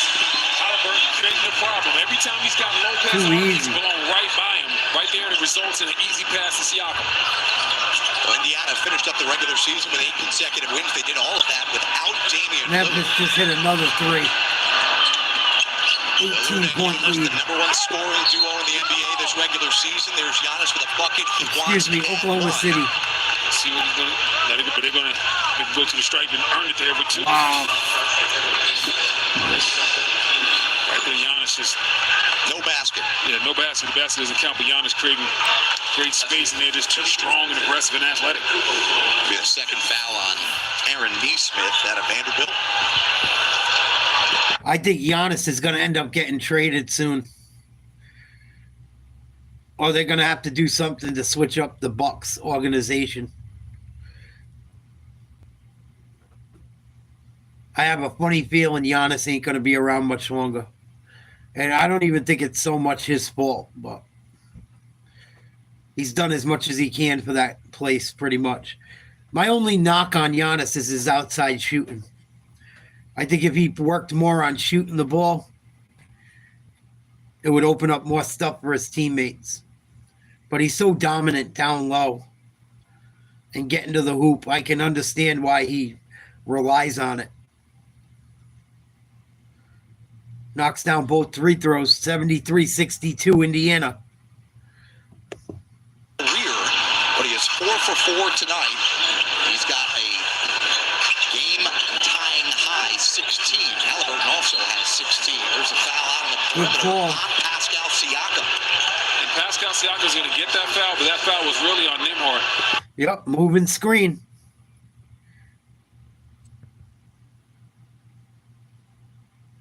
You got to be set up. Point guard's got to wait. These guards don't wait long enough for their guy to set up for a screen. They're lucky they don't call more offensive fouls and illegal picks. Lillard misses a fadeaway jump shot from 18 feet out. Early in the shot clock, horrible shot. Indiana turns it over. Bucks back the other way.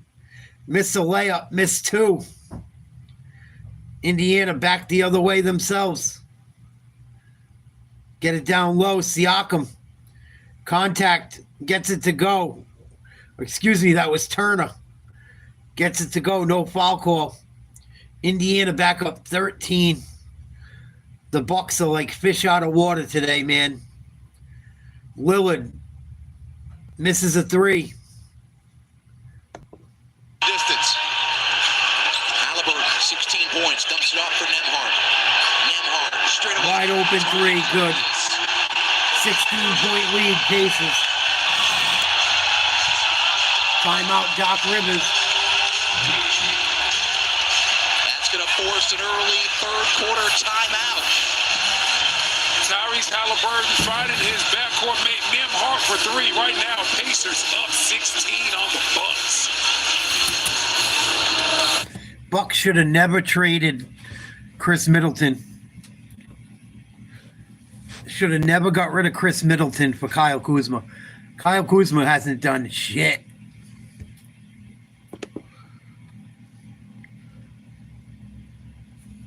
Three seconds to play.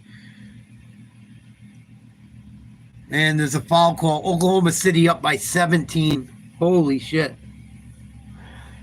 Two blowouts. I was worried about this doing this early stream tonight. I had a feeling both of these games could be turned into blowouts. Oh, it's so frustrating.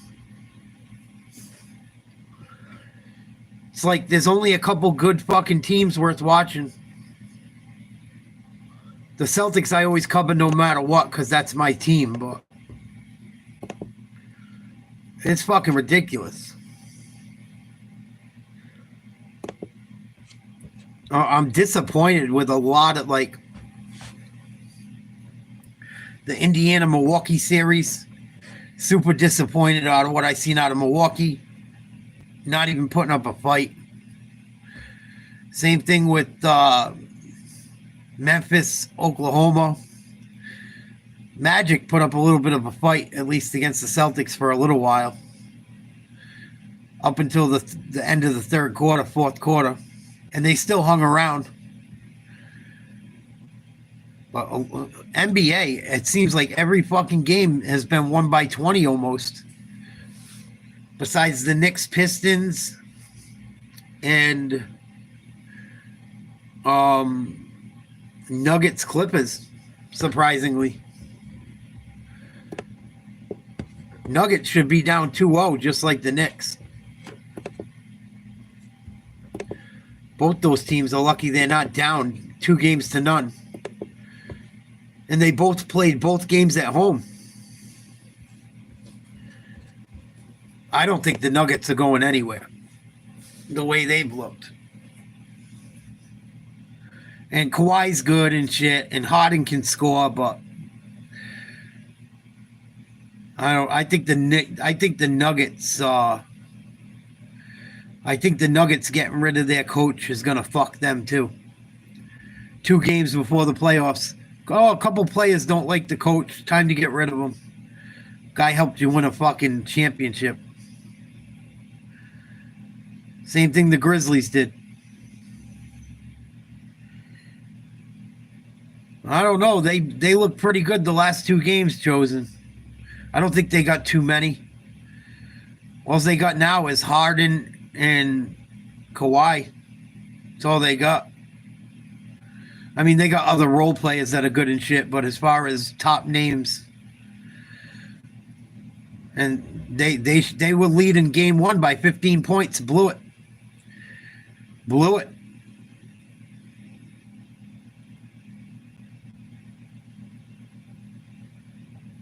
Same thing with the Knicks. Lucky they came back in game 1. They should be down 2-0. Nope, Paul George has been on the bench all year, and he plays for Philadelphia now. He signed with Philadelphia in the at the beginning of this season. Getting right into his chest. And Westbrook plays for the Nuggets now.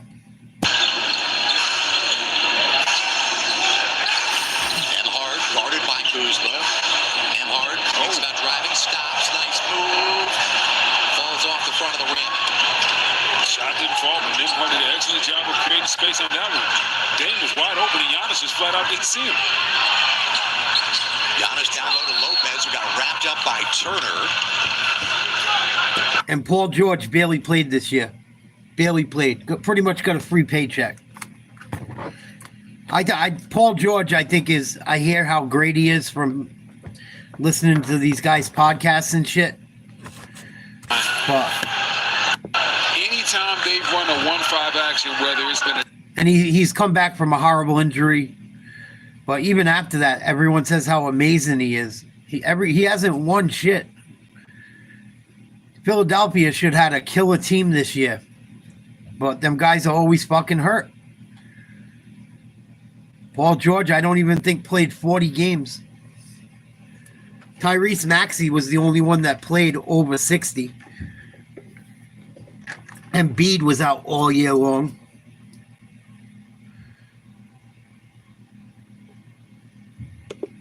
We can get in the layup or not, that extra hustle. Lillard inbound to Giannis. Giannis gets wrapped up by Nesmith. And Giannis wants him to look at it. He might have a point. That the foul was above. It was in that neck and shoulder area. Nesmith fouled him hard to make sure he didn't get him up, but he wrapped him up kind of high. And Zach Zarba and Sean Wright come together and determine that's exactly what they're going to do. Right there. Anything above the shoulders. A defensive foul on Nesmith that plays under review to see if it meets the criteria for a flagrant foul. That's going to be the 3rd foul either way on Nesmith. Now they're going to see if they upgrade it. Clearly a foul, but Nesmith has that left arm around the shoulders of Giannis. Doesn't look malicious. It's a regular foul. By the letter of the law, intent doesn't always matter.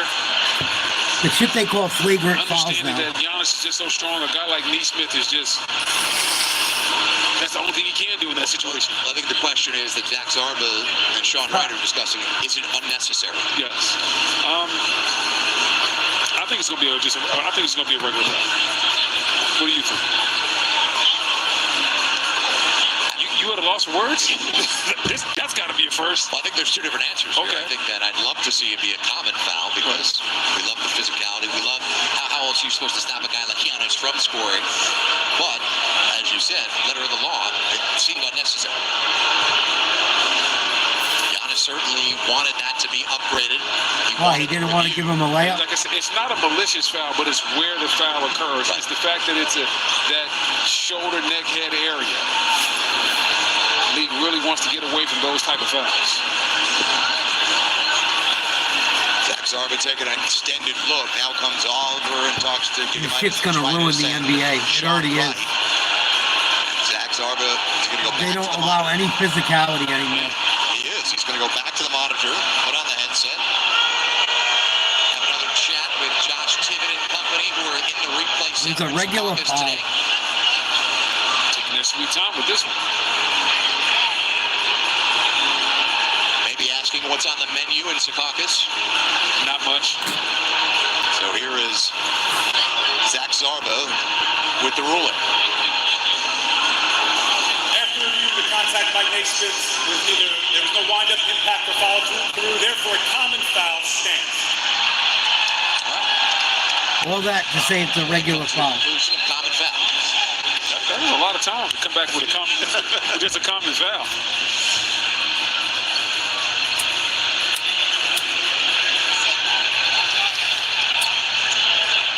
And they're going to call it on the ground. On the ground. So all that just to get the ball out of bounds. Bro, I can't wait. My buddy got tickets for us to go. I got to pay him for the ticket, but Chosen got ticket. Ura got tickets for me and I think me and him and maybe a few other his friends to go to fucking midget wrestling later. Micro midget wrestling during the summer. I cannot wait. I am so psyched, dude. I'm going to get so fucked up for that. Not like drinking fucked up, but I think I'm going to get pretty stoned for that. I'm definitely going to take some video if they allow it. That situation, that time he moved his feet well and forced Halliburton to put up an incredibly tough shot. I can't wait, Kuzma Josh. being aggressive. I cannot wait. Field goal of the game. There you go. Kyle Kuzma. We've seen it multiple times. Getting downhill, creating an absolute problem. Eastman going at Dame. And there's going to be a whistle on Damian Lillard. Probably. Right here, Cruz. Yeah, I couldn't sleep with a midget. No way. I'd feel too much like a pedo.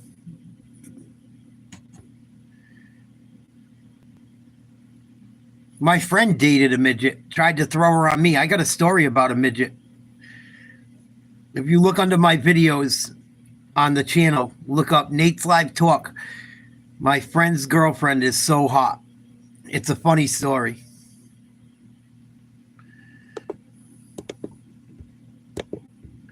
I don't know if I could do it. I would feel like it was a child.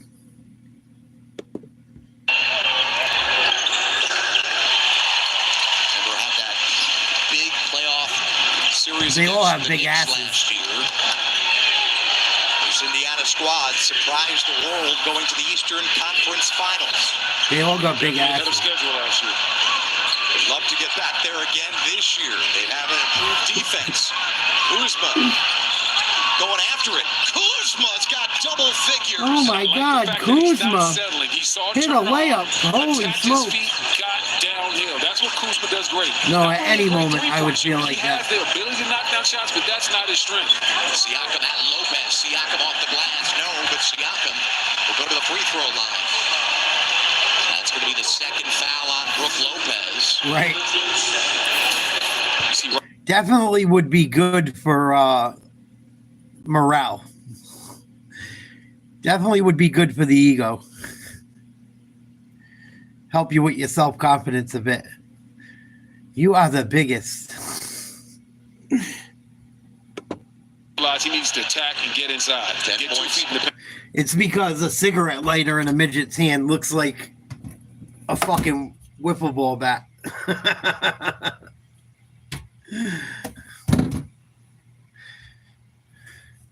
Like in your eyes, right? Oh my God, you're the biggest ever. This is what you image. This is reality. Oh, funny shit. That would be a good meme.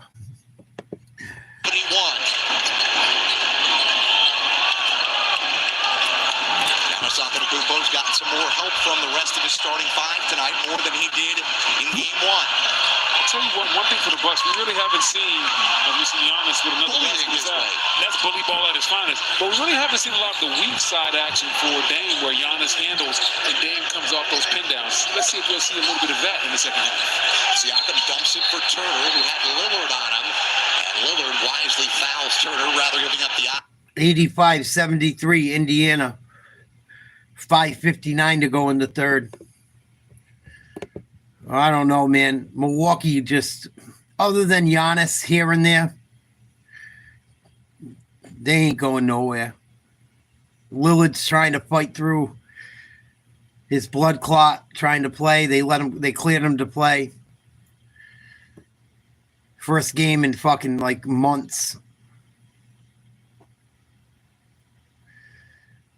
Indiana's a tough team too. They're scrappy. They're at home. They knocked down another jump shot. 87-73 Indiana. Getting heated in here. It's getting spicy. Naptown is alive. Portis from downtown. 87-73. Here's Halliburton. Step back three. In and out, no good. We thought that one was in, too.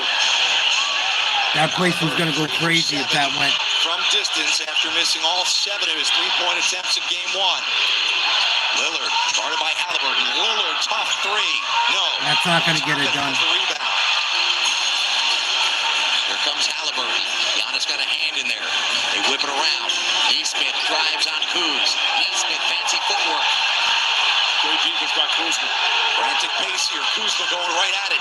Kuzma's coming on. Nice play by Kuzma. They need more of that out of him. 87-75 Indiana. 4:40 to go. Third quarter. Lyle standing at half court saying, I've been calling a timeout the whole time. Give it to me. Led by Kyle Kuzma. The Bucks back in it, trailing by 12. Back in it, trailing by 12. They trailed by 12 the entire game. 12's like the closest they've cut it. They've been down almost 20. I'm just not sold on the Bucks anymore. Everyone got so high on fucking Giannis being all that. He was good. He's good, but he's kind of limited.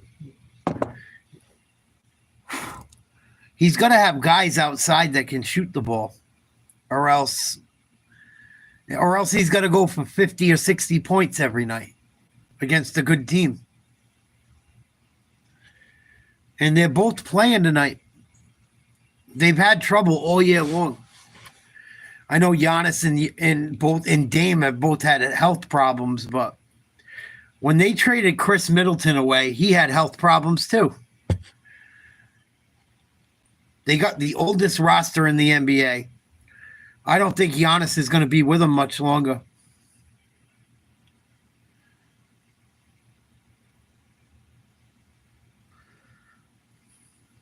No, they're playing.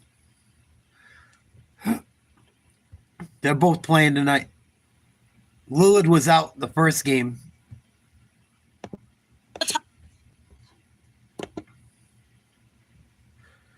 Luka making his way into the Staples Center. Looks like he's got a bag full of food. He's got a bag of something. I would love to see the T-Wolves fucking knock LA off tonight. I think it's going to happen too. I got a feeling LA is going to shit the bed again. I think Anthony Davis is going to go off tonight. I got a funny feeling. Especially after the game 1, he only scored 22 and they won by 22. I got a funny feeling Anthony Davis is going to have a fucking big night.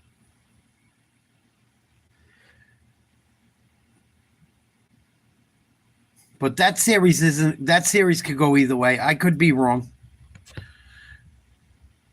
Yeah, Anthony Edwards, excuse me. I always fuck them two up. Especially because I'm talking about the Lakers. I apologize. Yeah, I think Ant-Man's going to have a big night tonight. I don't know what else the Lakers can do to. I don't know. I think the Timberwolves are a horrible matchup for LA. Horrible. Out of all the teams they could have drew, the Timberwolves might be the worst one.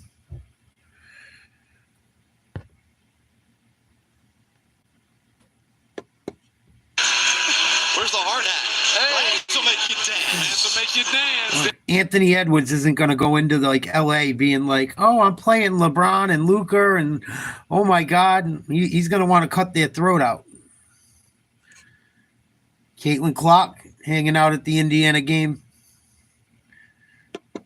Get Caitlin in the unrivaled league too, man. And I'm a company man, so. Oh, nice move by Halliburton. I'm a company man, though. I'm gonna send somebody up there to hook it up. I'm gonna get Caitlin in the unrivaled league next year. Going with an armored truck as well. Oh yeah, you know you got to back the bridge truck up. When you talking about Caitlin now, come on now, don't play with it. Bobby Portis answers with big three from Milwaukee. Bobby Portis either. Better find him when he's behind the three-point line. Indiana's led by as many as 16. Pacers had a 28-point lead in game one. Here's Nembhard with Portis guarding him. Nembhard playing with it. Nembhard 5 on the timer. Turner hoists a long three. Great defense by Portis. They wanted to attack him. We talked about the Bucks 11-point lead, Indiana. Exploiting the pick and roll as we see Giannis dunking inside. Giannis easy too. But before that dunk on the previous possession, Bobby Portis' footwork defensively was absolutely fantastic, and it forced Nembhard to give it up to Turner, who ended up with a bad shot. Both teams still shooting above 50% from the field. Neesmith fakes on a three. They whip it to Toppin. Toppin fakes on a three. Nice fake. Toppin switches hands. Nice layup. Finished by Obi Toppin.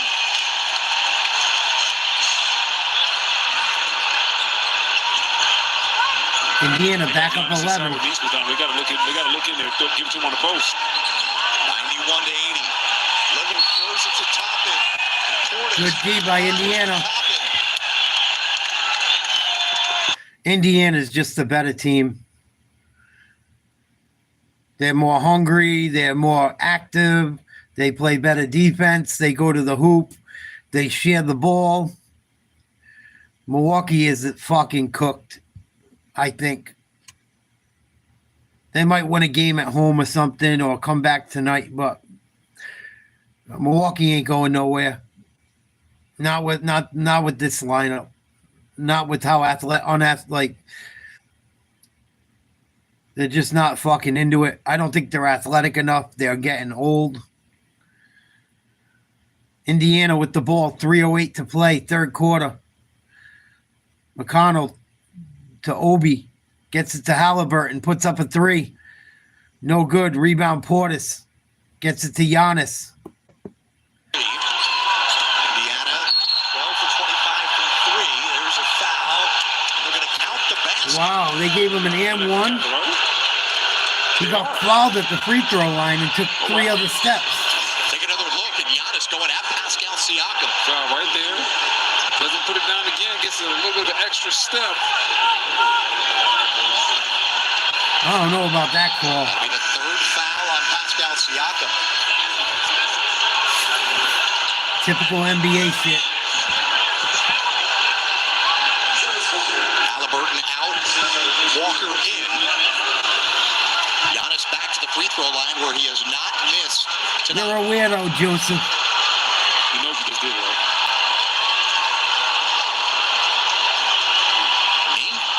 Probably should pray for you. Giannis named the finalist for MVP along with Shai Gilgeous-Alexander and Nikola Jokic. Second in the league in scoring, 13th in assists. Mr. Free Throw. Have Mr. Free Throw all night. The announcer's jinx. Thank you very much, Jerry Greenberg. 4 for 5. I love the amount of power you think I have. Come on, man. You know how powerful you are. But speaking of Giannis, man, you talk about him in the MVP race.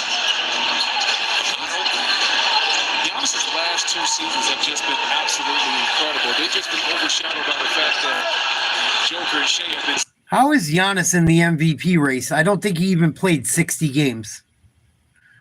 It's fucking ridiculous. He was out a bunch of the season. How can you be the most valuable player and you don't fucking play? Unfucking real. The NBA is nuts. Siakam turnaround jumper. Indiana back up 11. Quick spin, but you love the fact that he got it up on the glass really quickly before the weak side could get over there. Big time play by Pascal. Here's Giannis coming down the track. Ooh. Nobody home on the weak side. Nope. And that's why he's so tough to guard. It takes if he doesn't see 3 to 4 bodies in front of him in the paint, he's going to attack the front of that rim. And 9 out of 10 times, he's going to get there and finish with bad intentions. Giannis has 24. Under 90 seconds to play in the quarter. Siakam driving on Giannis. Fun battle. Siakam with bodies in the paint. Siakam down low. Nice pass. Look by Siakam. Back up to a double-digit lead. 1:15 to play in the third. Porter quickly on Mathurin. Porter with the left hand. Porter no good. Bodies are everywhere. McConnell, Porter, Walker. Walker rips it to Siakam, who has to gather another body, hits the floor. Mathurin is on the deck. He's getting physical down there. Bodies are falling all over the court. Siakam puts it up. Siakam got fouled. Yeah, and it actually was a bad trade for everyone. It was a pretty bad trade for everyone. I mean, Portland got a draft pick. Portland gave up Dame. They ended up getting Drew Holiday. They didn't want to pay Drew Holiday's salary. So the Celtics traded him Robert Griffin III. And the Celtics ended up with Drew Holiday, who had a huge fucking part of Milwaukee's championship. He comes to Boston, helps Boston win one. Sometimes it's like you said, there's too many fucking superstars. There's not enough shots to go around. It changes the offense. It changes the way the team plays. You can't play the same style of basketball if you don't have the same players or guys that can do the same things. And Milwaukee got rid of a lot of guys. They got rid of Chris Middleton. They got old very quickly too. Like Lillard's been beat up. Giannis has been beat up. I don't think Giannis should have been in for MVP of the league this year. I think that's fucking nuts. I mean, he could hardly stay on the court. And he was second in scoring points per game, but he didn't play very many games compared to guys that played almost the whole season.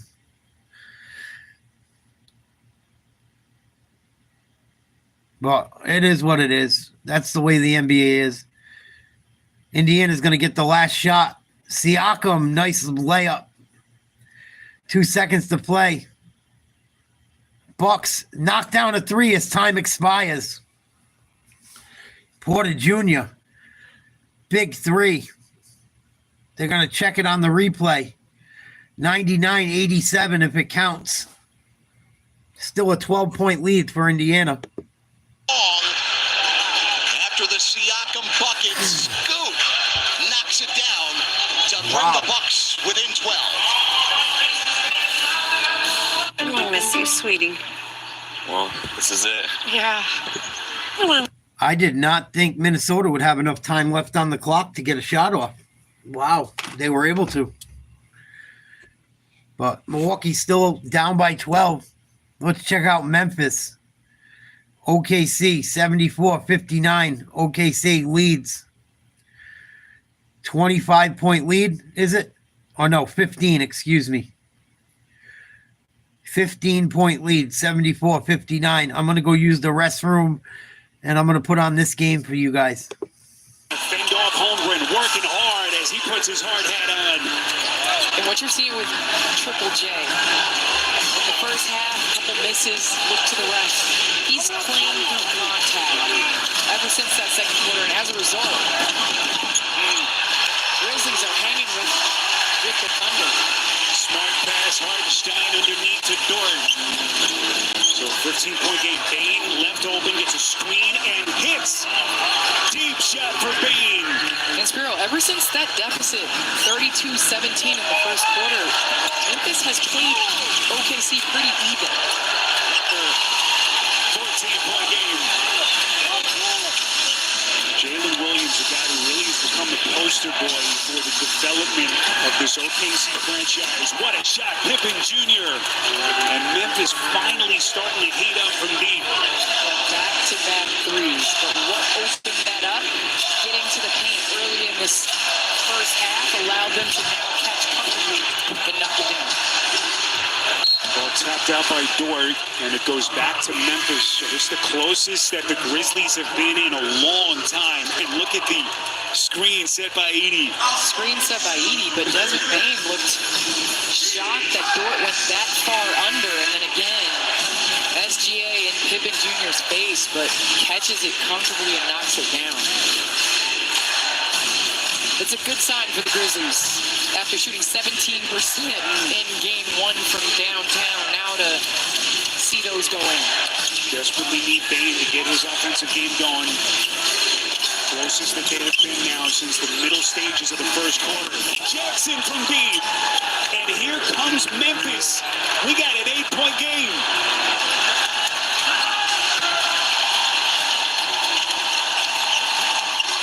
Starts to come alive. They try to rally the troops. 15-4 Grizzlies run. SGA elevates and hits. He is too skilled. You talk about skills and drills. Just getting to the elbow. SGA doesn't even have to put it on the floor. Here comes Jackson turning the corner. Goes right over the top of Holmgren. Where he is dealing with all that length. Coming up. So Jaren Jackson, after a quiet start, is now 9 for 14, and he's got 20.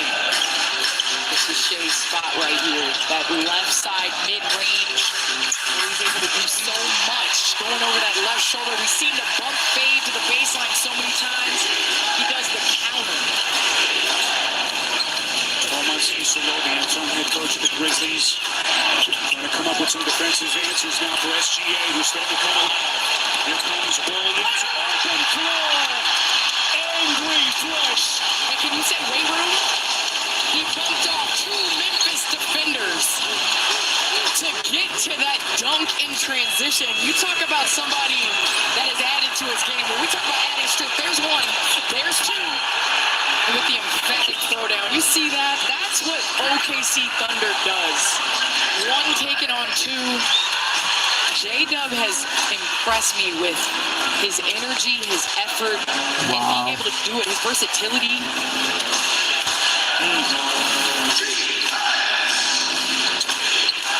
Young man in his 3rd NBA season, he has put it all together. Remember, he missed that 7-game chunk, that right hip injury that he sustained early March. This is his 10th game since returning from that injury. Marvin Bagley on the box, and it's taken away by SGA. Good J by SGA. 5 in the league this season in steals. Here he comes to the racket. Oh, what a play. He can play, man. That was filthy. And all of a sudden, Gilgis Alexander looks like Morant. Scoring his 20th point. Back-to-back buckets. From the ramp, thought that there was contact down low. Get out the way. Williams, a kick. Three-pointer from Wallace won't go. A little bit too much. Rebound Aldama. This place was ready to erupt. 8 straight points for the Thunder. How does Memphis respond? Officials are going to get SGA here on a reaching foul as John Goble makes the call. See right here, SGA doing a great job hanging in the air, absorbing the contact. Talk about trying to stop somebody with SGA's skill set going downhill with his head to the rim. You can't. As we take a look at our FanDuel Live point spread for tonight's game, look at where it started. And where it is currently as Alex Caruso checks into the game. Sure, our friends Chuck and Adam Lefko are watching that closely. The Lefko's all over the lines. Shot clock down to 7. This is Aldama on the perimeter with Caruso, the Swiss Army knife defender. Aldama, tough turnaround, and the rebound rip. You say tough turnaround. That's Caruso giving up inches in the block, but their guards are so physical that they're able to push the size of Memphis outside of the paint. SGA double team. Good movement. This is Wallace baseline underneath Caruso. 3 to shoot. Dort. No good. A little bit short. Dort now 2 of 6 from Memphis trails by 14, 3:30 to go. Third quarter. Morant. Turnaround jumper. Gets it to go. Tough shot. Lead back to 12. Let's check out Milwaukee, Indiana. Only 9 minutes, 10 seconds left to play. Indiana up by 11.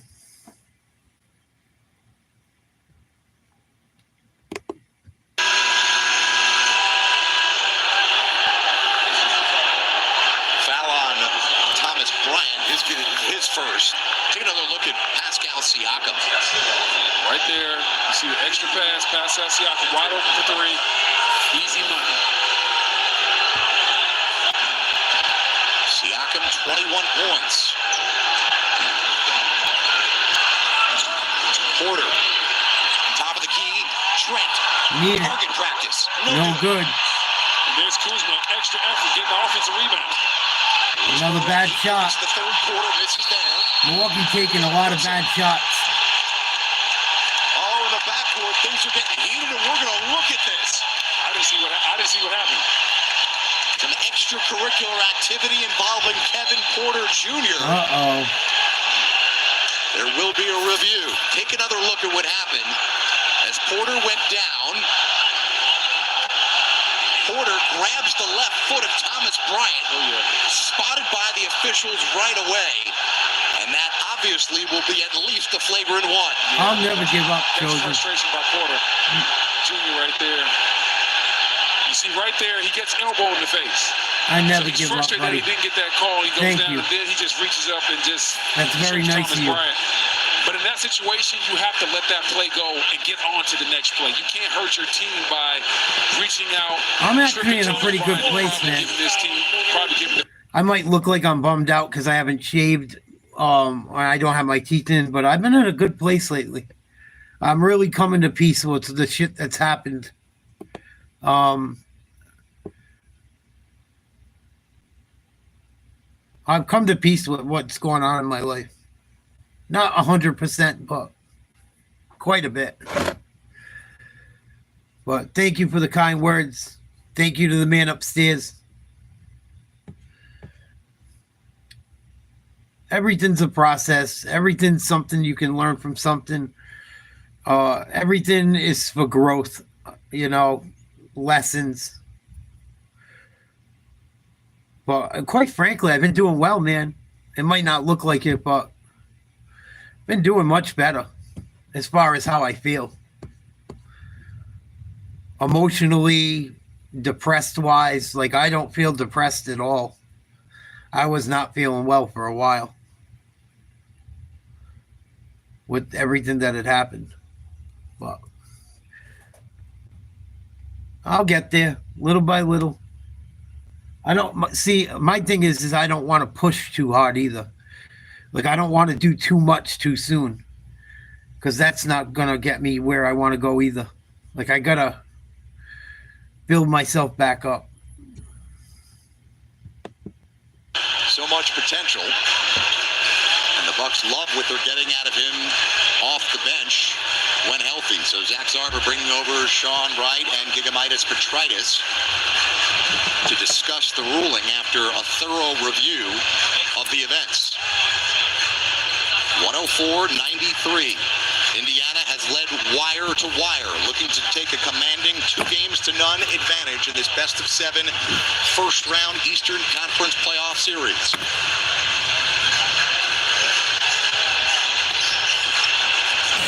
Looks like we're getting closer to a decision. Zach Zarba taking one more look. Well, I've been shooting baskets every couple days. Every day, every 2 days I've been playing ball. because I'm so out of shape. If I I'm just shooting around and shit, but I'm so out of shape and was so sick that my body is fucking. My body's got a long way to come back. So I shot baskets again today. I'm going to try like a motherfucker to tomorrow. But just that little bit has been helping a little bit. I got to go get some x-rays. I got a wicked problem with my nerves where my leg just like feels like it's getting electrocuted all the time. I've been fucking praying constantly for God to get rid of it. It goes away sometimes when I do it. Sometimes it doesn't. It's not his fault. Whatever you go through in life is just because it's a learning experience. You know, I think a lot of people that are Christians or you know, people lose faith because they think life's supposed to be easy and you're not going to go through stuff, you know. When in reality, the most Christian thing is to go through your own suffering. So I kind of try to take it as it comes now and find ways to live through it and stay positive. 5 to go in the fourth quarter. Teams that take a 2 games to none advantage in a best of 7 go on to win the series 92% of the time. Game 3 Friday in Milwaukee. Be able to watch that one here on NBA TV. Bucks jumping right back into the zone. So far, every time the Pacers have seen this zone today, they've handled it quite well. Let's see what happens on this possession. TJ McConnell whipping it around to Nembhard. I think so too, Josie. Nembhard, fancy handle, back to Turner. Turner, he sent 2 at him. 4 on the shot clock. Turner steps back. Tough shot. Long 2. Yeah, I think so too, buddy. No doubt about it. Why would the devil attack people that don't believe in God? He's already got them, you know? And I don't go to Catholic church anymore because of all the molestation and stuff. And then the woke Pope. And then the Catholic church in my area has pretty much become Unitarian, which allows all the trans stuff and this and that. And I don't agree with it. And, you know, I don't think it's okay to be trans. I don't think it's okay to be gay. I was raised that way. And then my family gets mad that I'm of my views. Like, not all my family, but some of my family gets mad because I'm tough on trans people and gay people. But it's like, you raised me to, in the book. The book I read tells you that shit's not right. And then you expect me to fucking accept it. So I have my own relationship with God now. But I think if you don't sell out to evil and you don't sell your soul for money and you're mostly a good person, I think you'll probably go to heaven.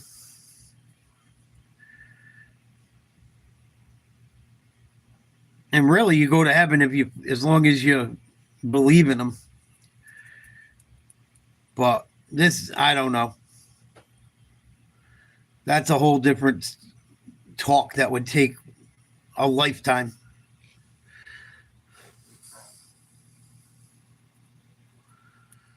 But I wasn't a fan of the new Pope. Well, the last Pope. He's not new anymore.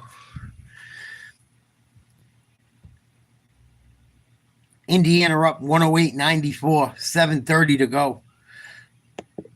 Been screened.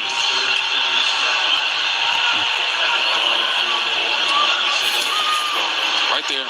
Man, look at these. You see how Neesmith's his whole upper body went back when Bobby Porter's hit him. And then Giannis right there, once he saw Neesmith was off of him, got right downhill and attacked Turner.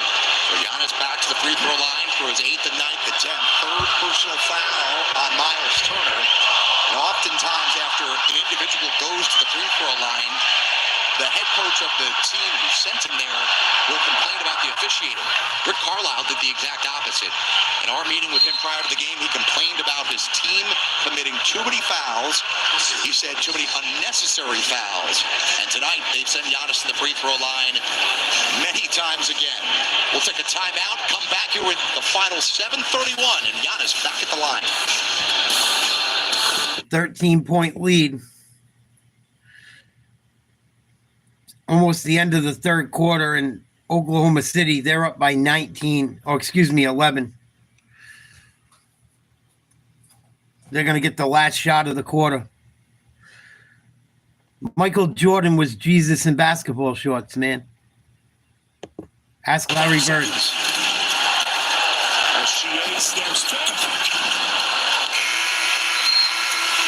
And that's going to get us to the end of the quarter here in Oklahoma City.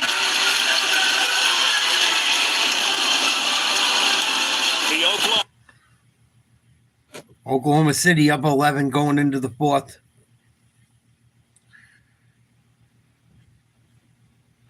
I'm going to plug this phone back in so we can get ready for the Lakers game. I don't want to die during that game. The phone anyway.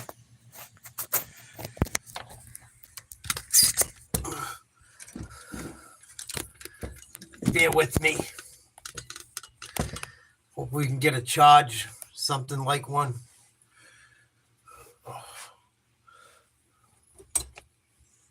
And then you can't see me. All right, I guess that's the best I can do right now.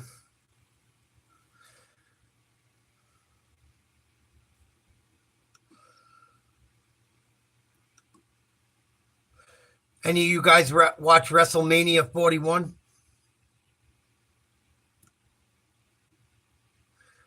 Yay, nay? I watched the highlights from WrestleMania. I wasn't too impressed. There was some really good matches. The last match sucked. I was so pissed. The last couple matches too. The match with AJ Styles and Logan Paul sucked. Yeah, me either, Chosen. I've been trying to get back into it because I've been watching a lot of the old matches lately and being like, man, maybe I should try and get back into wrestling. I used to enjoy it so much. I mean, I know it's like soap operas, but still, it was fun. Dude, the girls' matches were better than the dudes. I give the women more credit than the fucking guys. Between the outfits they wear that are like cool. Not all of them are skanky either, but, you know, a lot of them are. But they have some cool fucking, like, one girl had wings and shit. It was badass. They had another little Asian girl that fucking whooped two chicks' asses. That was really cool. And she had a badass, like, outfit or gimmick. But the Logan Paul fight was fucking trash. It was like the same fight for 18 minutes. Like, big move. Kick out of a pin. Outside interference. They dragged the referee out of the ring like 5 times during the last 2 matches. Like, the guys weren't even wrestling half the time. And then the final match with John Cena was pathetic. There was like no fucking wrestling in that one, whatsoever. And then they have, what's his name there? The rapper, music producer, come down to the ring and mess up the entire fight. It was just corny. It was whack, in my opinion. I didn't think it was entertaining whatsoever. Maybe I'm getting old. Maybe I'm getting old and cynical. It very well could be. But it just like, I don't know. I don't know how to explain it. It wasn't like wrestling. There was no wrestling. It was more like bullshit and outside interference. And the last fight, the way it ended, with Cena. Like, neither of the guys hit their finishing move. One guy gets hit by a belt after the fucking rapper interferes in the match, and it's over. After like the fucking sixth time the referee got knocked out. Come on. Like, come on. Fucking at least put on a little bit of a show.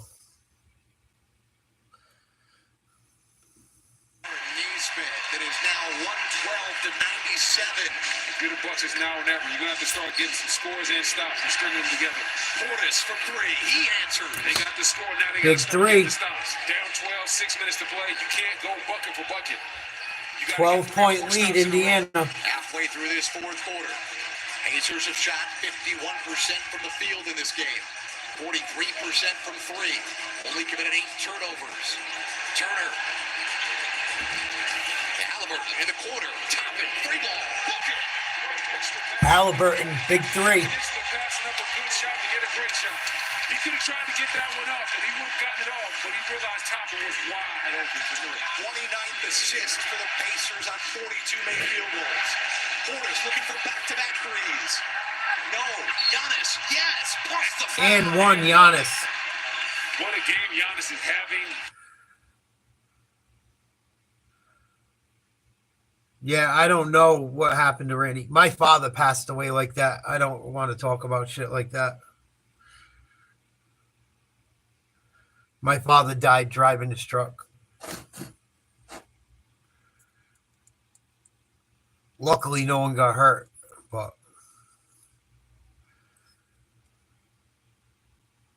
Randy Savage was a good fucking baseball player, too. He was drafted. He played I don't think he ever played in the majors, but he was on his way. If you look it up.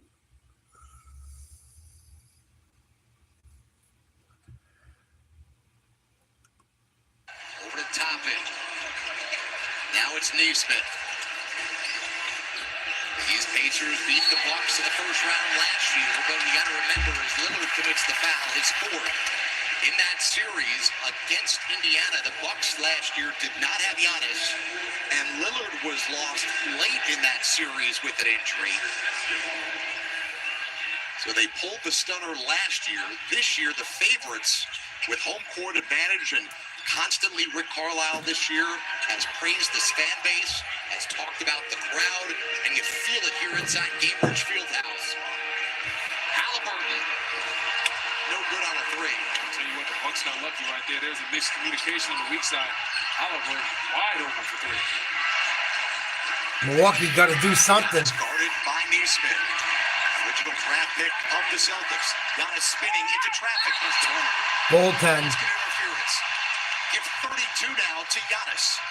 And Halliburton went down hard, but quickly gets back up with the aid of Obi Toppin. Take another look here. Watch the right side of your screen as Halliburton. That was a good call. Caught up with Kyle Kuzma. Halliburton appears okay. But give the bucket to Giannis. We've not heard from Kyle Kuzma in this fourth quarter after he had 8 points in the third quarter. Kyle hasn't had many opportunities in this fourth quarter, but man, Kuzma was huge for the Bucks getting back in this game in the third. 115 to 102.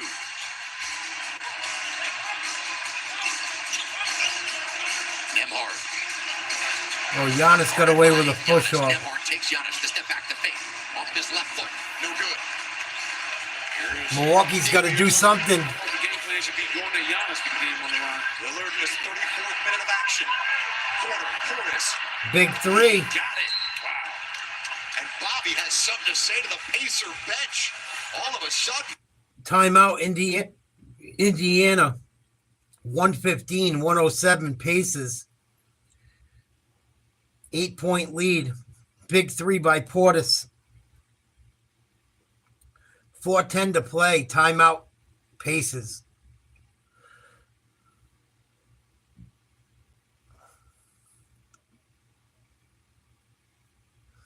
I got a lot of jokes. I can't tell them online. I'll get in trouble.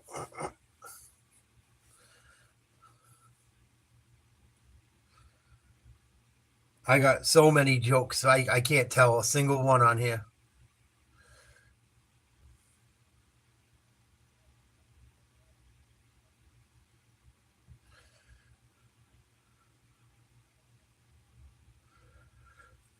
Fuck.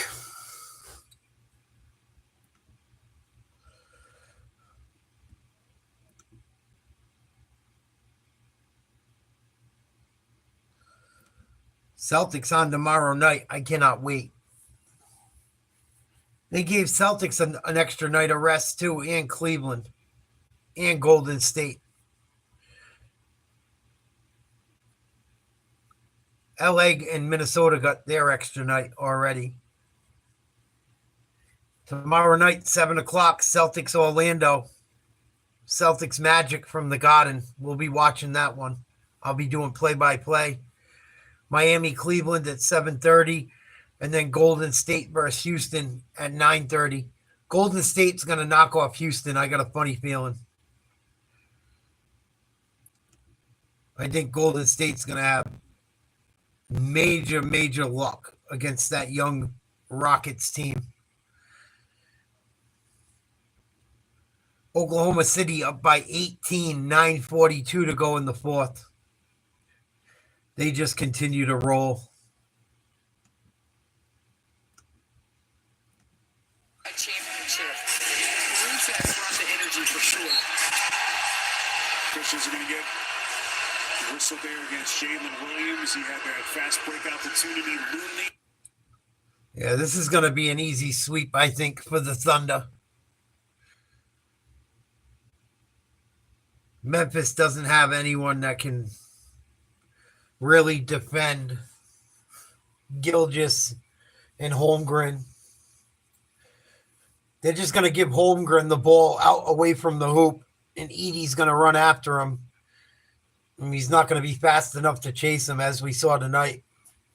And even if Holmgren misses, it leaves Memphis open to offensive rebounds.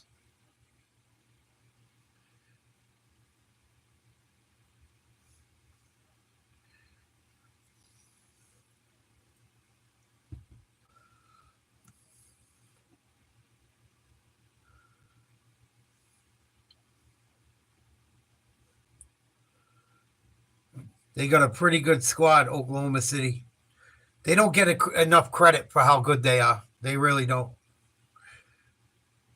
Their role players are solid. With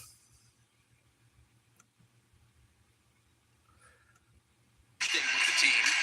He scored 11 in the first half, has not registered a point since halftime. But the Bucks have scored the last 7 to cut what was a 15-point See if Milwaukee can come back. Down to 8. More importantly, Dame came into the fourth quarter with 10 minutes to play. And it looks like they're going to let him play this whole fourth quarter out. That's going to put him around like 37 minutes. Here's Pascal Siakam. Over to Turner, wide open. Turner missed badly on the 3, and it goes off Neesmith. Wow, nice stop by Milwaukee. 37 minutes. Their first game back. 8-point game. This is not over. I tell you what, he's going to wake up tomorrow being extremely sore. The 2 days between games 1 and 2, as well as games 2 and 3, a blessing for the Bucks. Doc didn't know if Dame would have been able to play game 2 if there was only 1 day in between. Here's Lillard to Trent. Back to Lillard, looking for his first points. Bad shot. Can't get it here in the second half. Nice hustle by Giannis. Out to Portis, who's been on fire. Portis. Wow, big 3, Portis. 11 points in the quarter. 5-point lead, Indiana. His playoff career high is 29. He's close to that right now. 10-0 Bucks run. 5-point game. Siakam. Short. Batted around. Last touch by the Bucks. It'll be Indiana ball with 14 on the shot clock. And a timeout by Doc Rivers with 3:08 to play in the quarter. Wow. Bucks have scored the last 10. They were once down by 16. Now it's a 5-point game in game 2. Bucks got to take better shots. They took a bad 3-pointer right there and then couldn't handle the rebound, trying to do too much. The Bucks don't need threes. You're down by 5 with just over 3 minutes to go. You can go to the hoop a few times.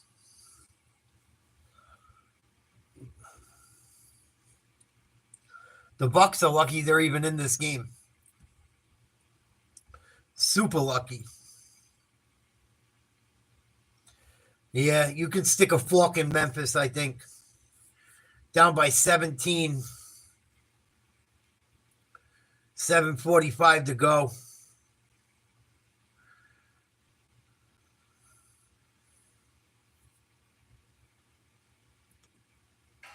So here comes Santi Aldama.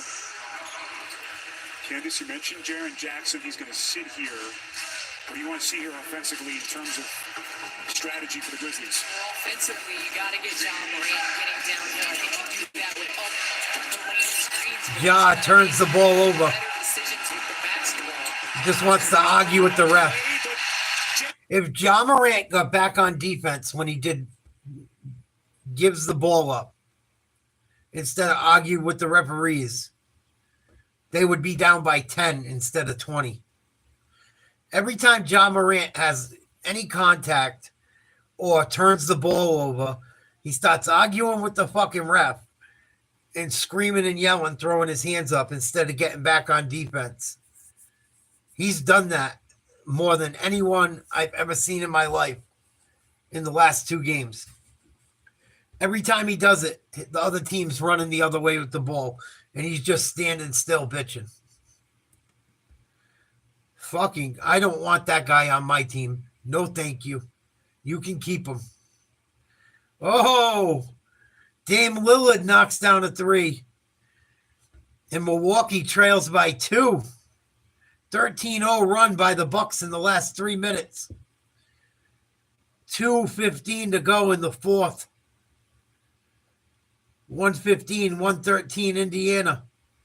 Got to shoot the ball. 5 seconds on the clock. Siakam, open 3. Nothing but net. Big shot by the big man. Indiana goes back up 5. Exactly 2 minutes to go in the fourth. Wow. Both teams have 2 timeouts in their challenge. Giannis, 32 points, 18 rebounds, 7 assists. Lillard just got his first bucket of the second half. Lillard to Giannis. Giannis, guarded by Siakam, spinning. Giannis, left hand, no. Nice move by Giannis. Couldn't put it in. He left the finger roll short. Seconds to go. 5-point Pacer lead. Siakam just hit that big shot. Over to Nembhard. He's wide open. Thinks about it. Over to Halliburton. Halliburton pushes off. No whistle. Halliburton drives. Swatted away by Giannis. And it'll be Pacer basketball. Wow. Halliburton may have gotten away with one, and now Halliburton got away with one for sure. Lillard and Halliburton going at it. This is what the players all about. And there's nothing dirty going on. I can't stand Halliburton. I don't like you. You don't like me. Halliburton talks more shit than any player in the league. Go look it up. No one likes him. He talks massive amounts of shit. I cannot stand Halliburton. Cannot stand him. But he's been running his mouth and doing his thing. But I cannot stand Tyrese Halliburton. And there's going to be a foul trying to inbound the ball. Might be a technical. That's what happens when you're trying to be too gangster playing basketball.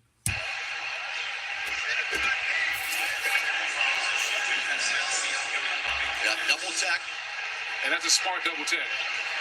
That's the officials basically taking control of the game. Listen, man, we told you guys. They ain't taking control of shit.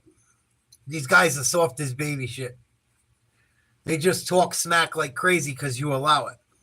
Dame time. Here's Siakam. He's won 5 straight postseason matchups against Giannis. Nembhard, 5 on the shot clock. Nembhard hoists it. Nembhard. Wow, Nembhard just knocked one down from deep in Giannis's face. Wow. And he's talking shit. Indiana talks a lot of shit. for a team that I don't think is that great. They're tough. They're decent, but I cannot stand the Indiana Pacers team at all. I fucking hate them. I shouldn't say hate. Hate's a horrible word, but I really fucking dislike the Indiana Pacers. Someone needs to put fucking belt to ass to Tyrese Halliburton and them. They out here acting fucking crazy. Giannis letting a fucking god 6'2" put up threes in his grill without putting a hand up playing defense is unacceptable. That's what I'm saying. How is he the MVP candidate? How is he one of the 3 MVP candidates? He was injured half the fucking season. He's got guys 6 foot pulling up on threes on him in the clutch. Give me a fucking break. Jokic wouldn't allow that. Not without putting a hand up. Jokic is another one. He's great. Don't get me wrong. Look at Jokic's turnover numbers. No one talks about how much he turns the ball over. Last night he had 7 turnovers. He's averaging like 4 or 5 turnovers a game on the season. He averages like 4 turnovers a game for his career. 4 or 5.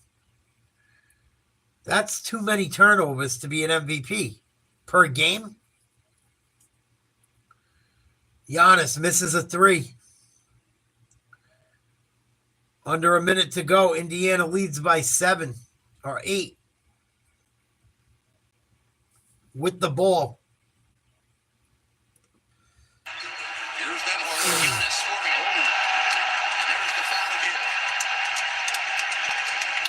Giannis had to foul.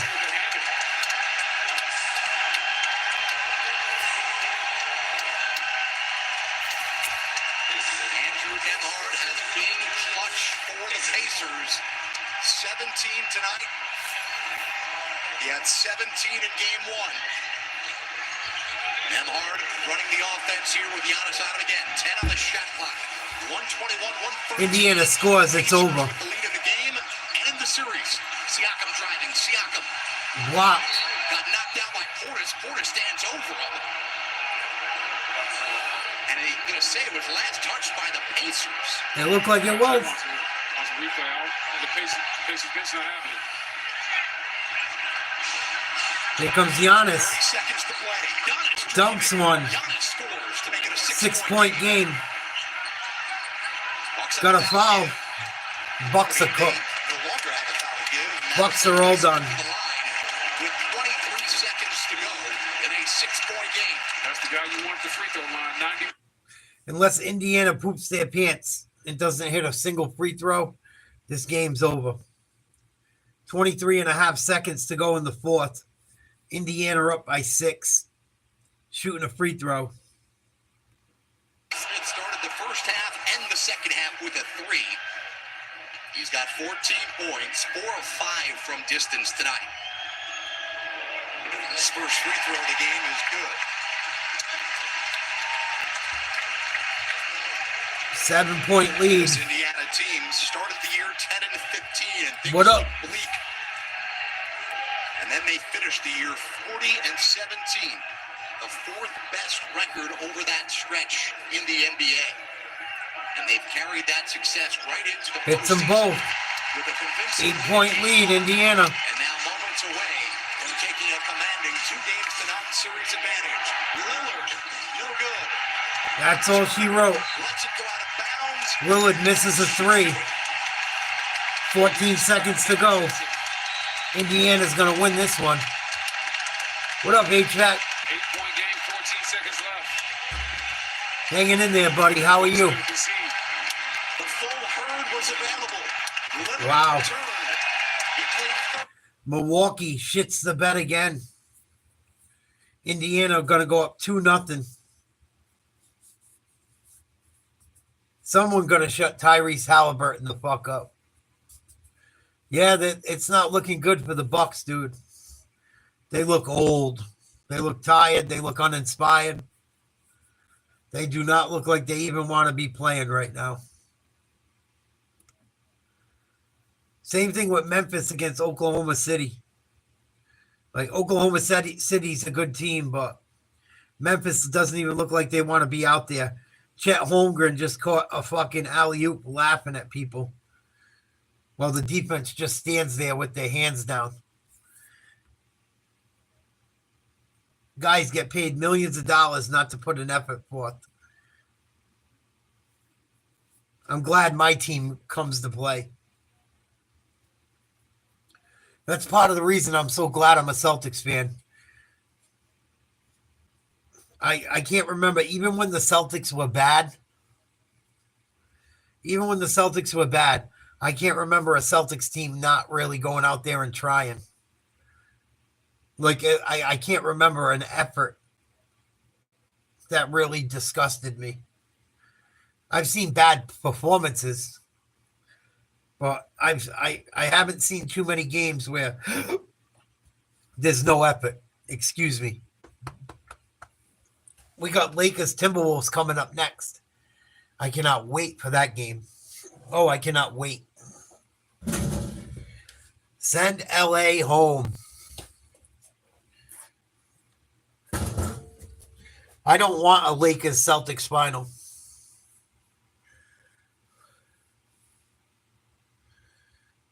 Yeah, they didn't want to build this. Seattle didn't want to build them a stadium. That's why they moved.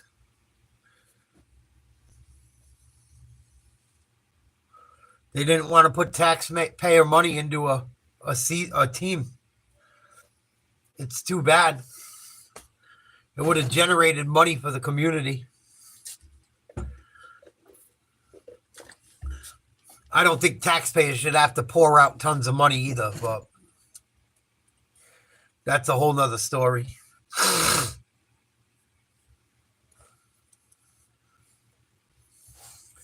Supersonics had some great teams too. They won a couple championships in like the 70s. They rebuilt the stadium for the Kraken. Yeah, see, they could have done that for the Supersonics. They could have kept fucking the Sonics up there if they wanted to. They didn't want to. Ownership might not want to either. Look at what's going on in Dallas. You'll be lucky if the Mavericks stay in Dallas for another 5 years. That team's going to end up in in Las Vegas. Unless they start allowing gambling in Texas like Las Vegas. That's why they got rid of Luka. They're trying to force the fans' hands and the community's hands. The family that bought the Dallas Mavericks wants a fucking casino. They're a huge conglomerate in Las Vegas with casinos. Oh, you don't want it. And when they bought the team of Mark Cuban right before the elections in 2024, there was a bill to accept gambling in Texas, and everyone voted against it. And that family is pissed off about it. That bought the Mavericks. That they're going to rip that team apart on purpose to move them to Las Vegas. Or they're going to rip the team apart until the people crumble and say, okay, we'll allow you to build a huge casino. Dirty, dirty, dirty business.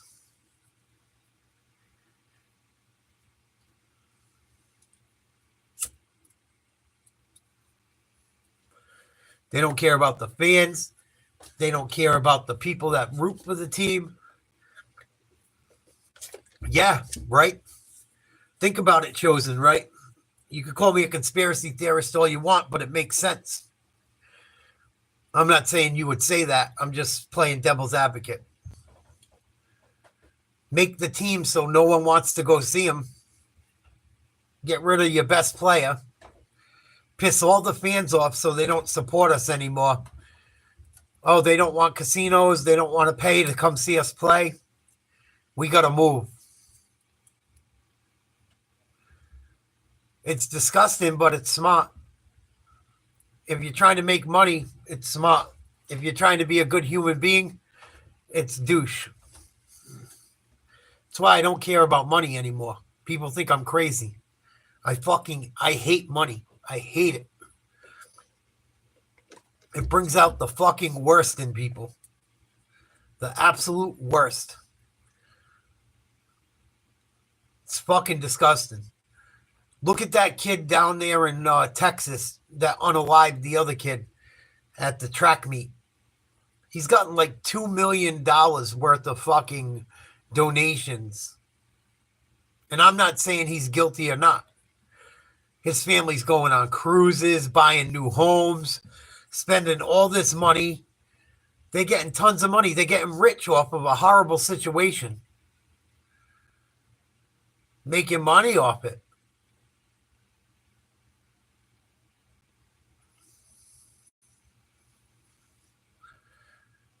It's so bad. The guy who lost his son went there to pray with that family, and they threw him the fuck out. He's like, it's horrible. I'm so sorry your son thought he had to stab my son. Both of our families are hurting. Can I pray with you guys? Trying to bring black and white communities together. They kicked them the fuck out. They don't want the powers that be and the people that are like super BLM and super woke. They don't want to bring people together. They act like they do to grab money, but no. They play the victim role where you're innocent when you're guilty. The fucking kid's father, who was unalive, went to go pray with those people at a press conference and say it's horrible what happened to both of our sons. And they throw him the fuck out of there.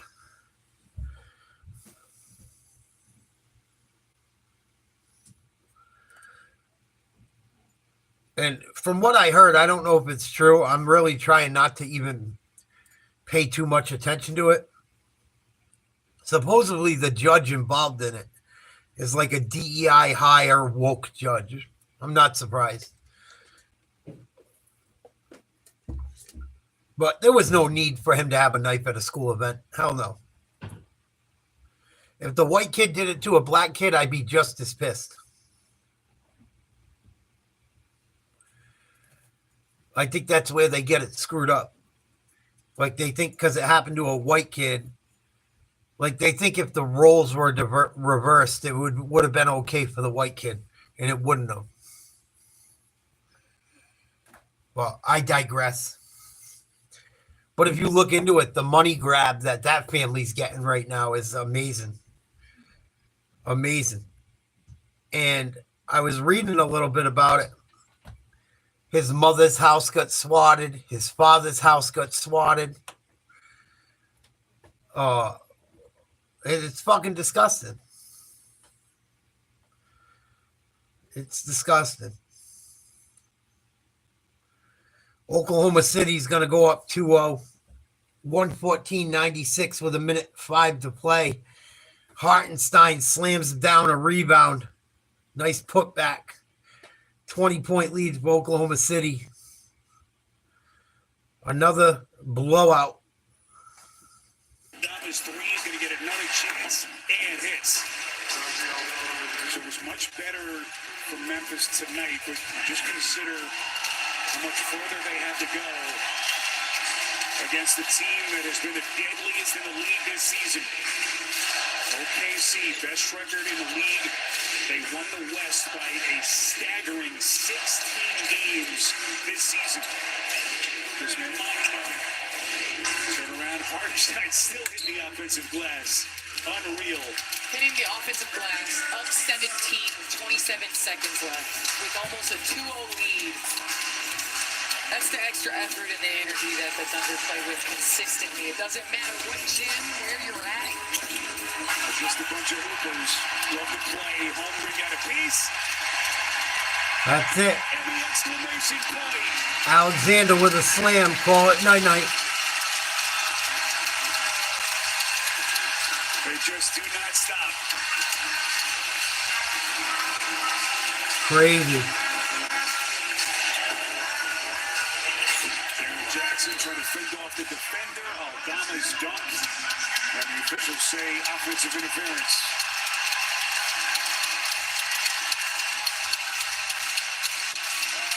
So,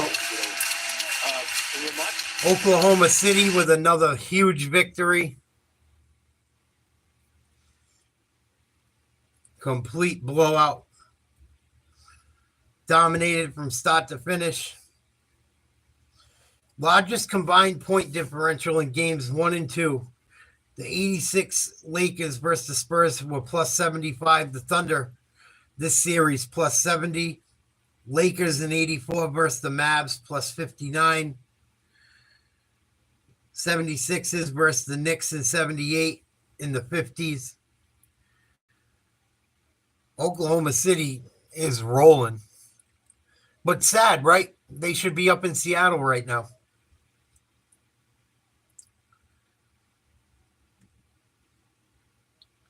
Let's check out the post game for the Bucks Pacers. I don't know where the Bucks are going to go next either. I could see the Bucks getting rid of everyone in the next year or two. They got to rebuild. They're the oldest team in the league on paper. See, the thing with the Bucks, they sold their soul for one championship. I kind of worry about it with the Celtics a little bit. Only the Celtics' key pieces are younger. Tatum's still young. Brown's still young. White's kind of young. Holiday and Horford are getting old. But the rest of the Celtics teams are pretty young. The Bucks gave up a lot to win that one championship. Yeah, they took everything. They took the money and run, like Steve Miller said. But, like, you got to be careful constructing these championship teams. Just like the Lakers, right? They won one championship with LeBron. They found Luka recently, which is good for them. But if they don't win one with Luka and LeBron, they're in a major rebuild. Granted, everyone's always going to want to go play for LA. So many people are on the Lakers nuts. But I find it weird, too, because you think people would want to go play for the Celtics. They don't want to. I don't know if they pushed that Boston is racist agenda so far that's why. But it makes me wonder. Like, well, you talk about playing for nostalgic teams. It don't get more nostalgic than the Celtics. I think it's a narrative the NBA pushes, and young people that are woke love. Because most of the NBA fans nowadays are woke. There's not too many conservative people that are enjoy the NBA anymore, or pay attention to it for that matter. Giannis had 34, 18 rebounds, and 7 assists, and they still lost by 8. Lillard had 14, 3, and 7. Kuzma had 12 and 3. Siakam, 24. Halliburton, 21. Siakam had 3 steals. Halliburton, 12 assists, 5 rebounds. Nembhard, 17 points, 6 assists. Miles Turner, 15 points. Milwaukee don't have the dogs. They don't have the dogs. And Lillard's all been beat up. Giannis has been beat up. Same thing for Memphis. Besides like Jackson and Morant and Baines, they really don't have the dogs.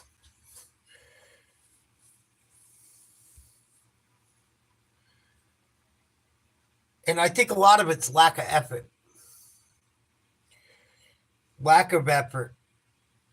These guys get paid ever since they hit a college basketball floor now.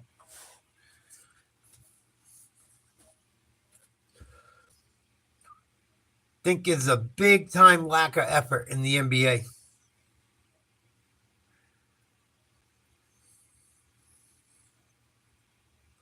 Peyton Pritchard named the sixth man of the year, rightfully so.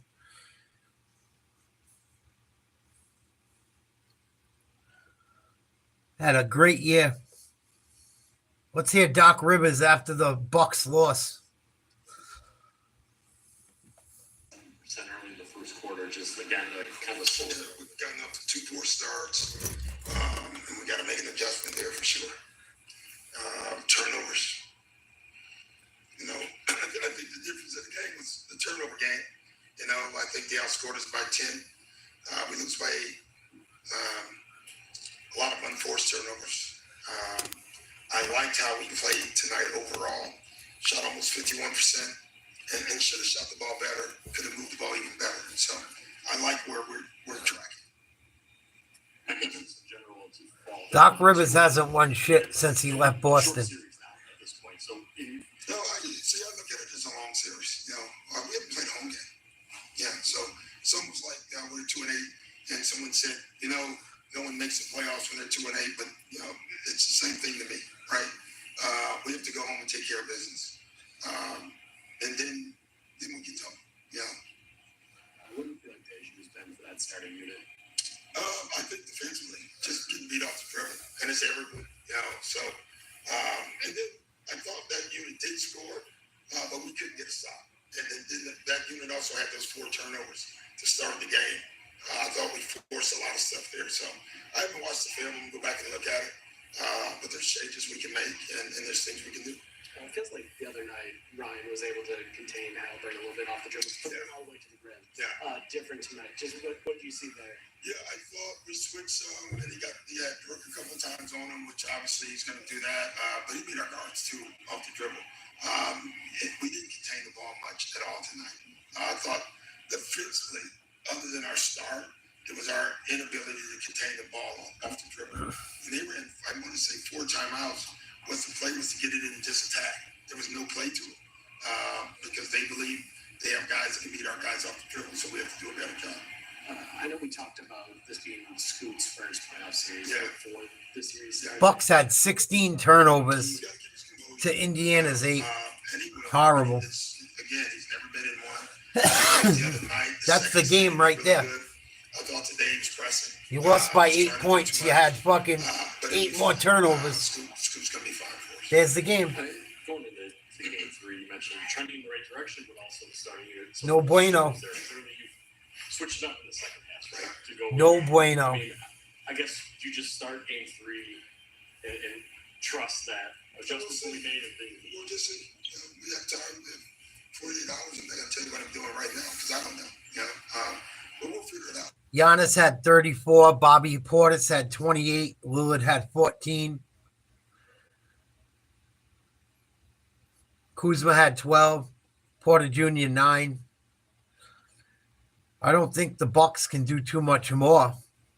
No matter how you distribute those points, I don't think they're going to get much more than that out of that 5-player rotation throughout this series. I mean, Giannis could have scored 45. They would have won by 1.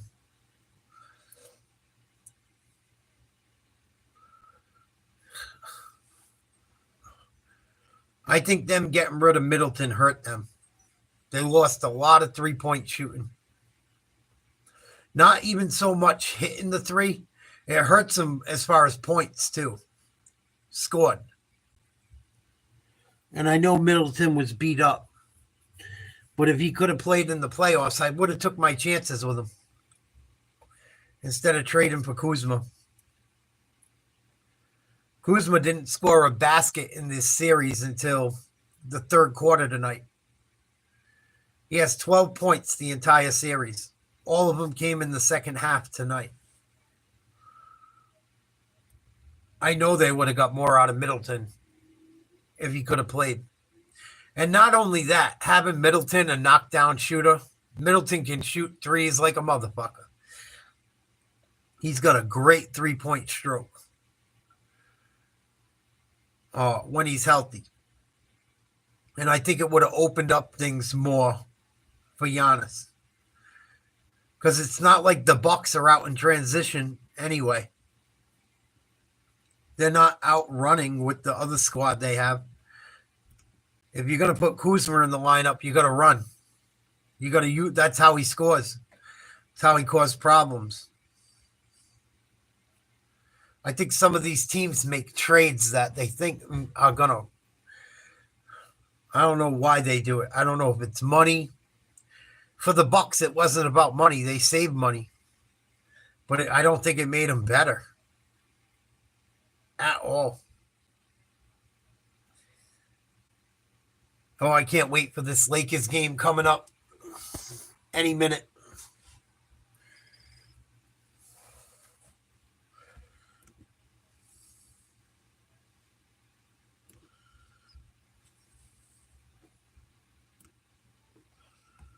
Might even be starting right now.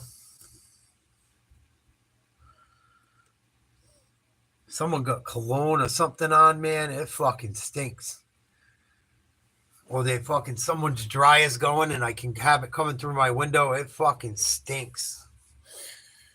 Not good either. Smells like a French whore. Ugh.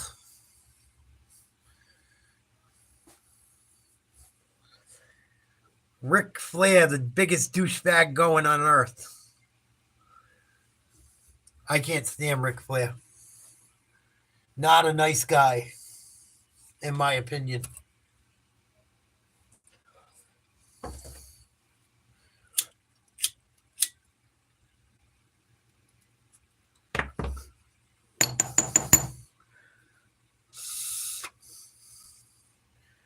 It's crazy how some people get thrown under the bus in society. And so many people did disgusting sexual things in the entertainment industry. And it's funny that some people get away with it and some people don't.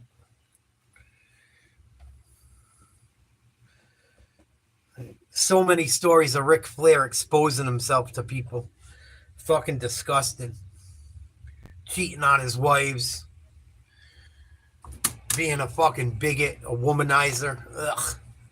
I can't stand Ric Flair. I'm sorry. I can't fucking stand that guy. I've done my research on him. That is your game break, sponsored by PayPal. But he's at the Lakers game in Hollywood.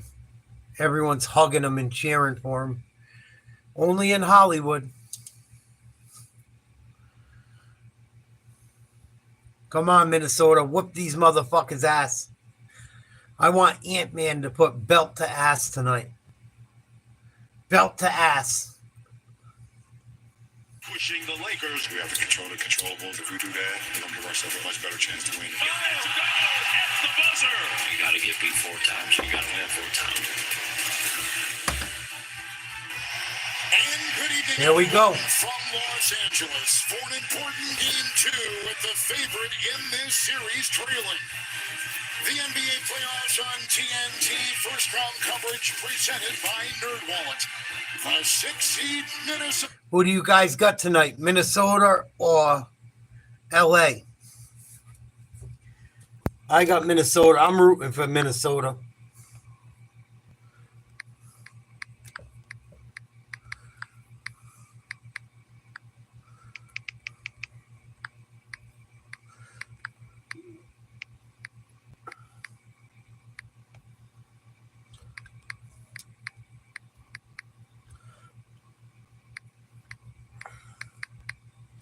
Let's take a little poll.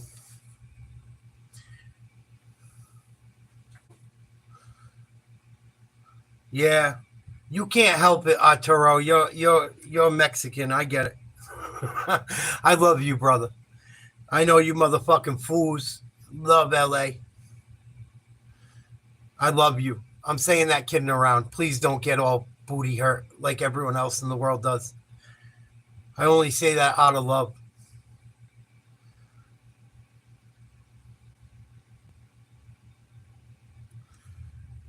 You ain't a real fucking Mexican. You don't like the Lakers.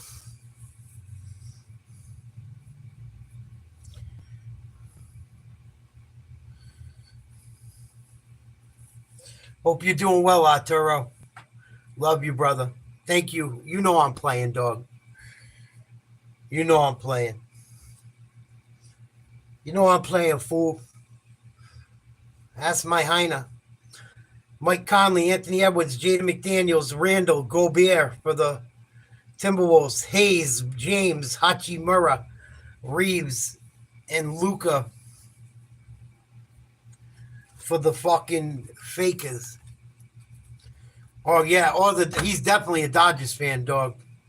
No ifs, ands, or buts about it. And if it ain't the Dodgers, it's the Padres. But Arturo keeps it real. I fuck with Arturo. 91st playoff game. Referee Ben Taylor. Plus, Arturo's a hell of a name. Justin Van Dyne. Alternate Kevin Cutler. Replay center. Ray Acosta, Josh Tibbett. And here we go. Lakers control. LeBron inside. Randall, a former Laker, will defend. LeBron misses. I love it. 37-year-old Mike Conley, who serves in so many capacities for this team. Runs it well, trying to get healthy. LeBron Beat LA. Beat LA. There's Randall dancing. Gobert, nice play. Offensive rebound. Daniels, tough shot. Tied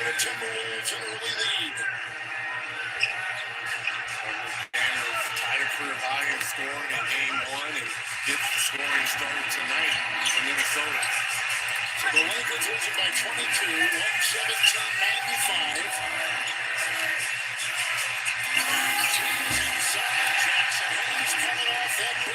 2-2. Fuck LA. Action when Gobert is on the floor here. Minnesota in that opening game led by as many as 27. Come on, Ant-Man. Filled virtually every category the other night. Randall with the ball gets it to Gobert. Down low, pump fake, contact. He's going to shoot a free throw. I don't want to play LA because I got to deal with the fucking referees if we do. That's why I want LA out.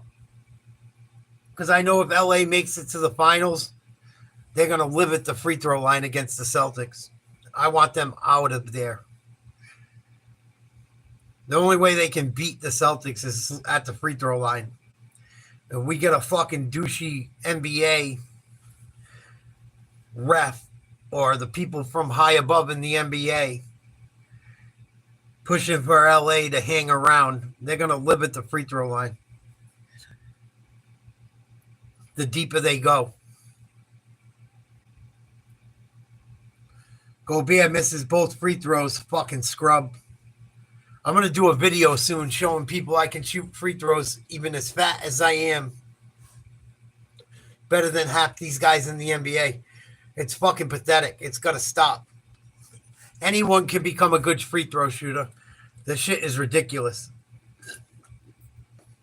It's like one of the things you can definitely get better at. You can get better at everything, but especially free throw shooting. There's no excuse for the level of free throw shooting in the NBA. Fucking 6'11", you can't hit 2 free throws from fucking 15 feet out, 12 feet out, and you're as tall as the basket. It's mind-boggling. Luka turns it over. Minnesota up 4-2. Randall working on Reeves. Almost loses it. Comes back up with it. McDaniel. Spin move. Picks up his dribble. Forces a shot. No good. Rebound Luka. Luka's going to try a 3. Off the backboard in. How lucky can you get? LA leads 5-4. McDaniels open for a 3 in the corner. No good. Rebound Hachimura. Gets it to Luka. Throws one deep to LeBron. Basket hanging. Nice layup. Good D by Conley. Better offense by LeBron. Guard. You've got to target him. Nice job there recognizing by Luka. It's a three by Randall. Defense by Hachimura. James gets it out to Reeves. Oh, nice pass. Late call. Already the pace much better here to start for the Lakers trying to run early. All things they felt they had to tweak going out of game one, Reg. They're talked about physicality, but J.J. Redick in his first year as a head coach thought there were other issues, too, his team needed to address. J.J. Redick sucks. Fuck J.J. Redick. It was Lakers-style basketball. It's just that Reeves and LeBron, they barely touched the ball in that first quarter and found no rhythm. That's not how this team was successful down the stretch. When they were sharing the basketball, this is when this Lakers team is most dangerous. Randall picked up his first foul. Hachimura, who did not. Lakers got out early in game one. He is up there right now. They get out early in game two, 9-4. Lakers by 5. They had an early lead in the game. In game one. And like we said, Minnesota turned it around from the end of the first quarter into the third. Complete domination by the Wolves. It's Edwards. Conley is screened. They'll blitz him on the Pull that. And Conley with the There you go. It's all right. It's a good shot. It's batted. There's a foul. A jersey was held, and it's against the Lakers. You can see the jersey being tugged the other way. Nice job there by Gobert. Yep. Working that offensive glass. And now here comes DiVincenzo, the X factor off the bench for Minnesota. That's what I worry about with the Lakers, too, is their bench. They can't keep Luka and LeBron in the entire game. The Timberwolves have guys they can bring off the bench that can play. Good D by the Lakers. Block Anthony Edwards for a 3. Here's Reeves. Gets it to LeBron, over to Luka. Luka trying to operate. Got a mismatch on Gobert. He's going to stutter step. Goes to the middle of the lane. Contact. Misses it. Going to be a foul on Gobert and McDaniels. Line up when he sees Gobert in front of him. It wasn't Gobert who picked up the foul. Actually, Rui did a good job of kind of staying with him. It was Dante who rotated over. Oh, and bodied him. DiVincenzo. Picked up the foul. So Luka Doncic at the free throw line, 78% in the season. The other day he was 8 of 9 for the Lakers from the street. Luka knocks it down. Points. And tonight from LA, the NBA on TNT is brought to you by the Kia Telluride X-Line. Kia, the official automotive partner of the NBA. This is somewhat the start of It's the second. 7-point lead, LA. Just like last game.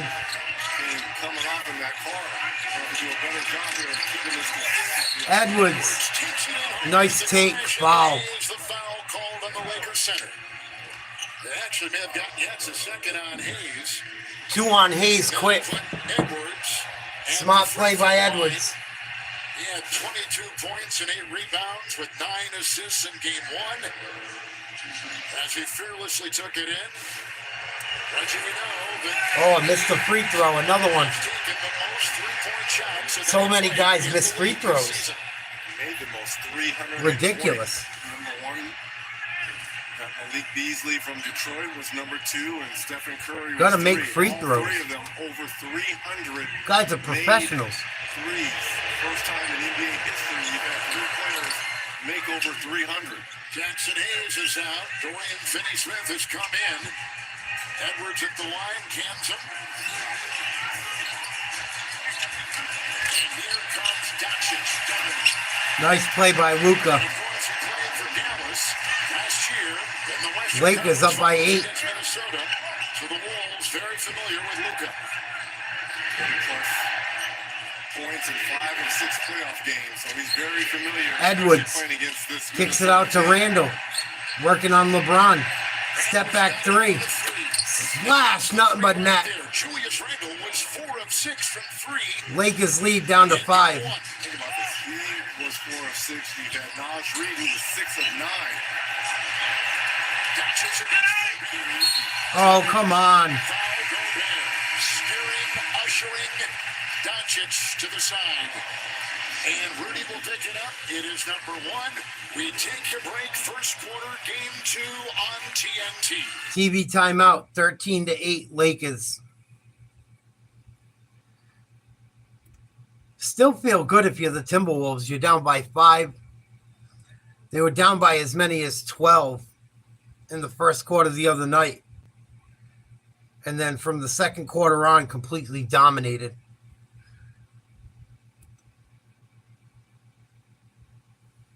But I feel good about Minnesota's chances in this series. I really do. And even if they don't win the series, they're gonna take a little something out of the Lakers, I think. You know, how many minutes can you log in round 1 as you age? I mean, the Lakers aren't the oldest team around, but LeBron's getting older. I don't know how much you can expect him to do over and over and over again. Luka as well. Like I said, he scored 37 the other night in a 22-point loss. How much more can he put out? How much more can he give?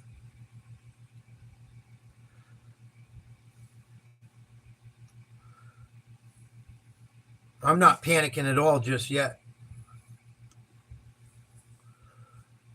Yeah, but I think he's the oldest in the league by far at this point.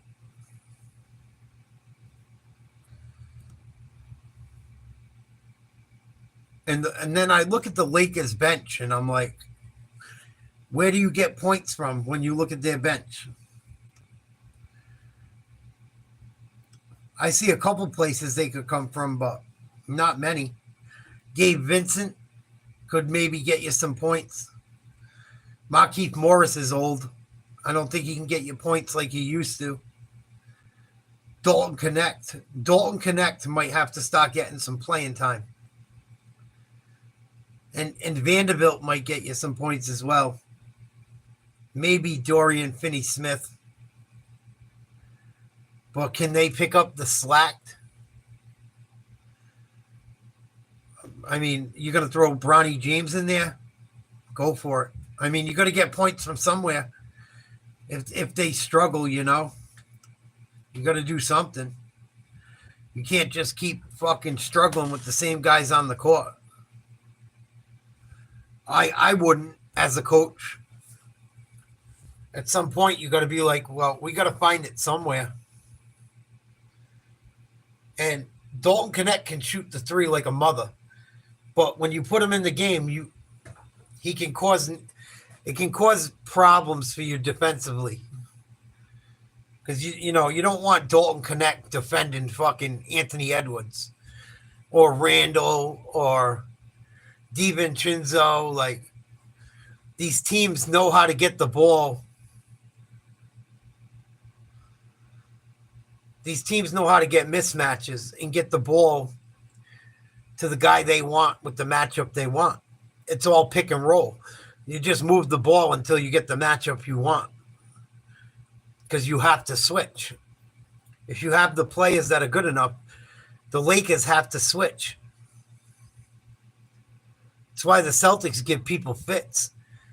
Because you have to switch the way their offense is designed. And when you switch, the Celtics just make you switch until they get a matchup they want. It's death by 1,000 fucking cuts.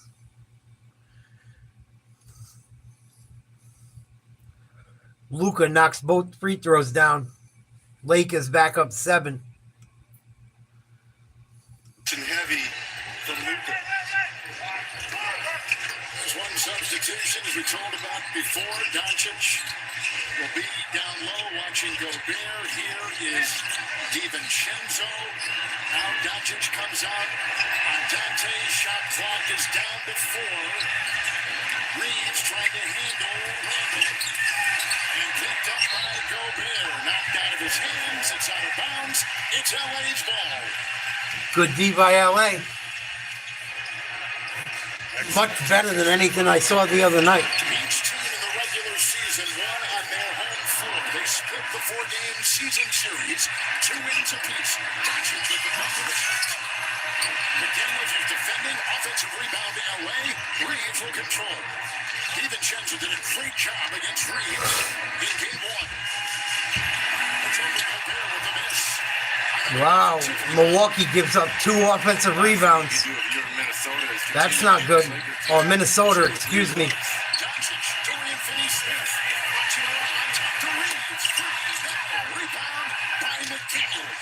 Reeves is cold as ice. DiVincenzo came in a June trade from the New York Knicks. Now LeBron's on. A lot of switching early on. Knocked away. Finney Smith fronting Randall out of bounds. Shot clock at 10. Watch it shows like Up and Adams with Kay Adams. And Run It Back featuring Lou Williams, Chandler Parsons, and Michelle Beadle. All on FanDuel TV. Free on all your favorite devices. Dave Vincent in on the floor now for LeBron James. And here's another guy who's been struggled in game 1, but really dating back the last 4 or 5 ball games for the Lakers. They're going to need his shooting. Now Reeves coming in for the Wolves. A pass thrown away by Edwards. Here's Reeves into a couple defenders. The pitch to Vincent for 3. There you go. Gabe Vincent knocked one down.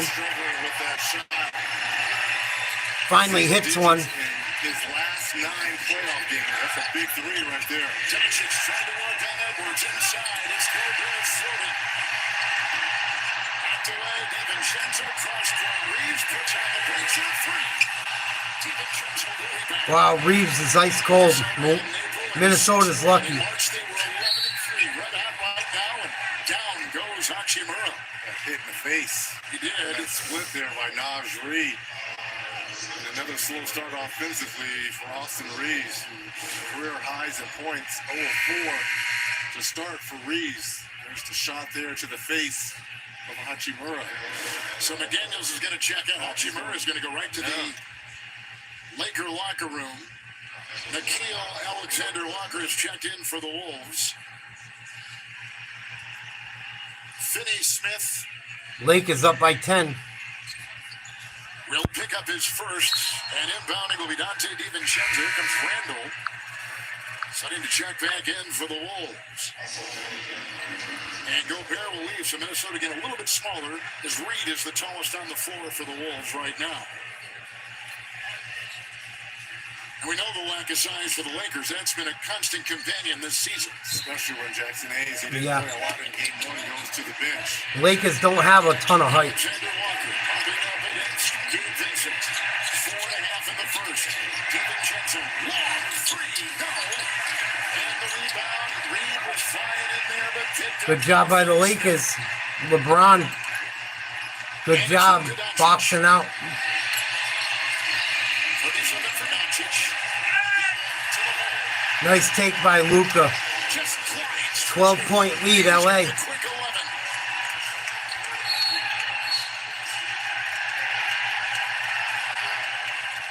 There's a whistle, and there's a foul on LA. Looks like it's going to be Reeves hugging DiVincenzo. Reeves picks up his first. Luka, another hot start. Here's the foul. The game started the same way the other night. And Minnesota hung in there and ended up whooping that ass. Another hot start, 11 of the 20 here in this first quarter. DiVincenzo knocks down a free throw. The same start he had in game 1, but no one else was involved. LeBron, 1 of 2, and we talked about Reeves, 0 of 4. So 1 of 6 between your other 2 big 3 members. Reeves was 5 of 15 in game 1.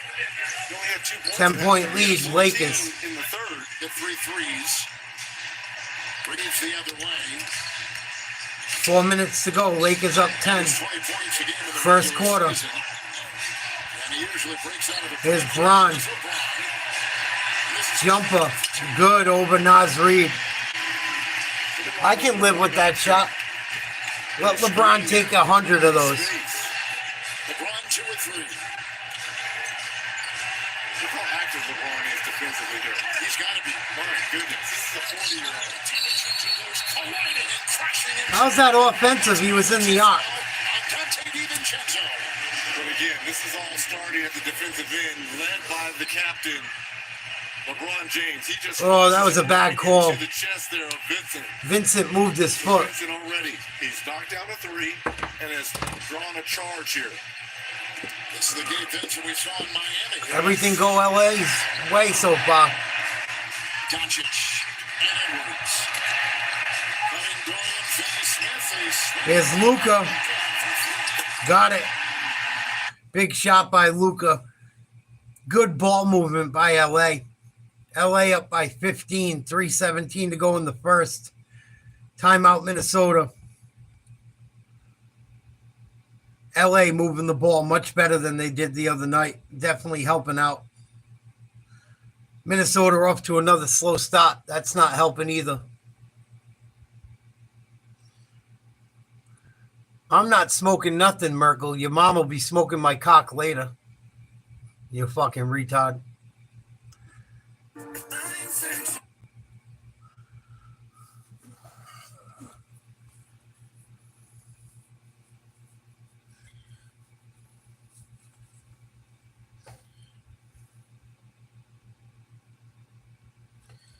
Whatever you say, retread.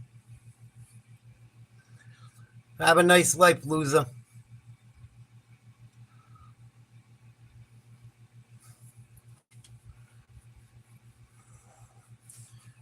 Tell your mom I'll be over later so she can smoke my dick.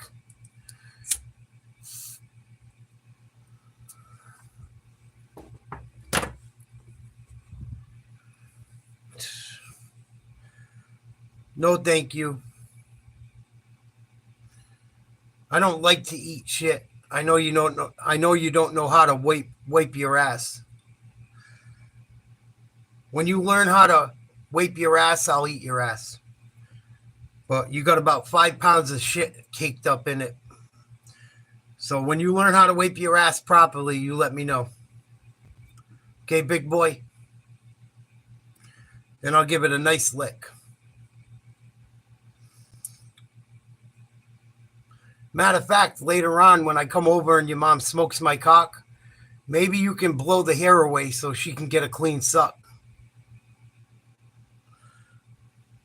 How about that? I heard you're good at blowing pubic hair out of the way so your mom can suck a fat one. She tried to ask me to do it the last time, but I didn't want to spend the money on it.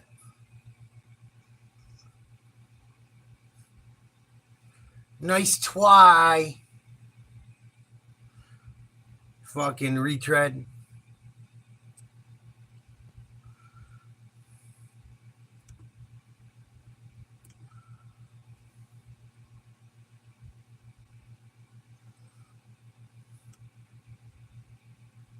No, I mean my cock when your mom smokes it. Let's check out Merkel's channel. He's got 2 subscribers. He's so cool and popular. Let's check out your channel, Merkel. Wow, Merkel's so awesome. Not.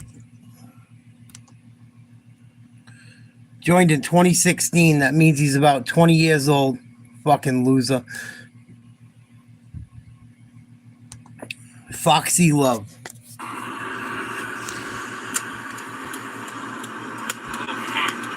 Foxy.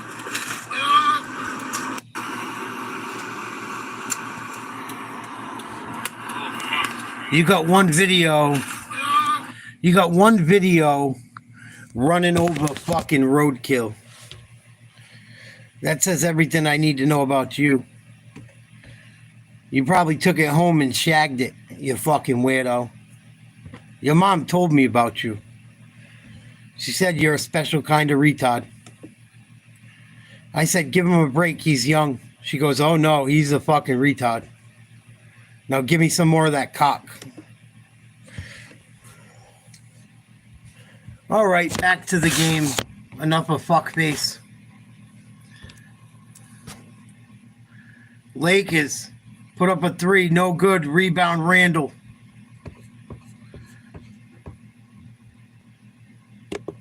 A 23-year-old player with a huge voice on this team. Big-time presence in the locker room. Has it? Catch and fire 3. Edwards, nice 3. Put a 3 right through, just like I drop a load on Merkel's mom's tongue. Big old 3-pointer right on Merkel's mom's fucking throat. Minnesota down by 12. Nice play by Reeves. Gets away with a travel for 2. Reeves. That's how you get involved offensively. First basket, 1 of 5. Edwards in the paint. Wow, no foul call on that one. Explodes down the lane. Nice pass, LeBron. Good feed by LeBron and finished well by Dorian Finney-Smith. 29-13 Lakers. Here's Naz Reid. Takes a 3. No good. Rebound LeBron.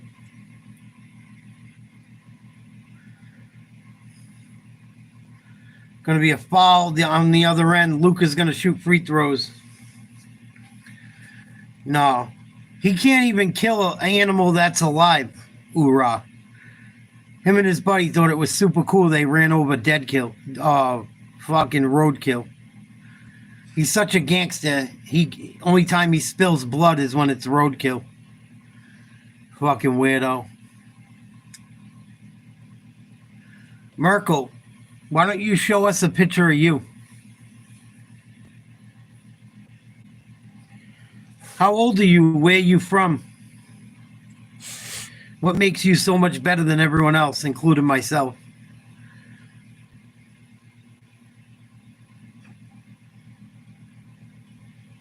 You must have a miserable life. You must have a miserable life. We're trying to watch the NBA playoffs, and you're running around trying to cause problems with people that don't even know or care if you're alive. Well, you didn't say it, but you act like it. Well, I didn't say a single word to you, and you just automatically started to troll because you get no attention in your regular life. So why did you come in here to get attention? Obviously, you're lacking it. Oh, Merkel, you're a fucking retard. You said I was smoking crack. I never said I was smoking nothing. Don't switch the conversation. We can go back and go through it all. I'm not going to give you the time or attention. From the minute you came in here, you started talking bullshit. The first comment you said, your first comment is the big bussy Badgers will win next week. Fucking Sniss is botch. Sniss is my home dog. What you smoking crack? And then you said you reported me for smoking crack. Hope it helps. You said, oh shit, it's a kaju. Eat my ass. And I haven't said a single thing yet. And then when I finally said something, you said, oh, 2012 asked for its jokes back. And it's 800 pounds of Big Macs. You're a piece of dog shit.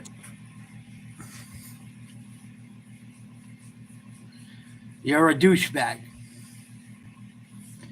I'm not going back to nothing. I am going to pay you no attention the rest of the night. You're a fucking asshole. Go make some Indian street food with your feet. Go grab your grundle. Crawl back inside your mama. And go fuck yourself. Merkel, have a nice life. You're a retard. You need major help, dog.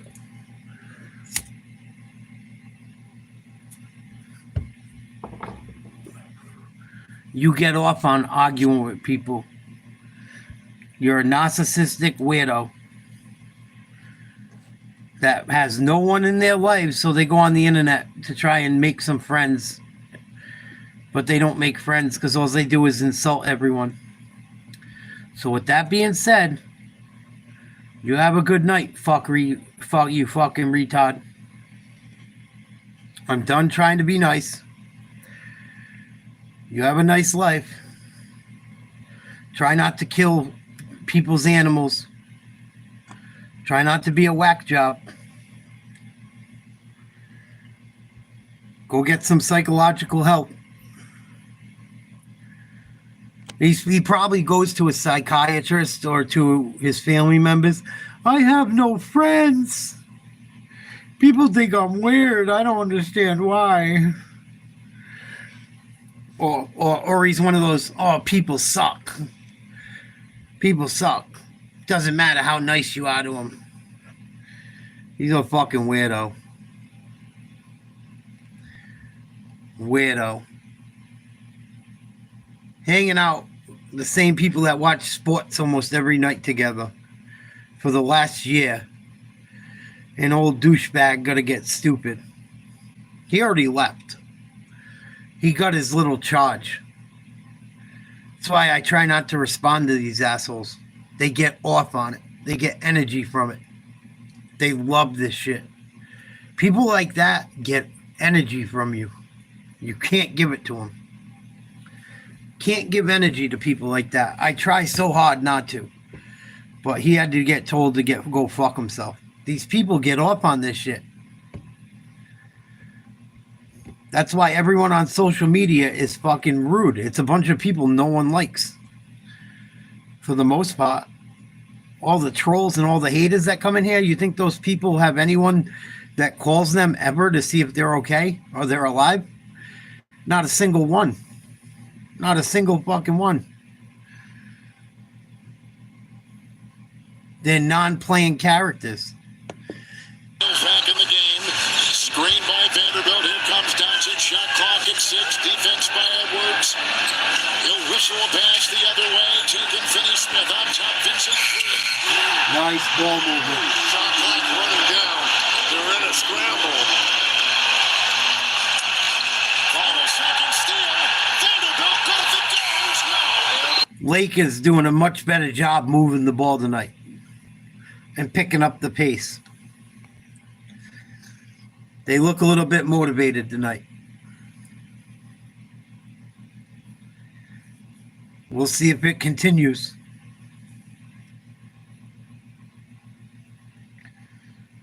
We'll see if it continues. See, the thing is Doncic and LeBron got to come off the floor eventually. That's why the Lakers... That's why I'm not sold on the Lakers. What happens when them guys come off the floor? Luka played the entire first quarter again. He's probably not going to play much of the second. We'll see what happens. I'll be right back.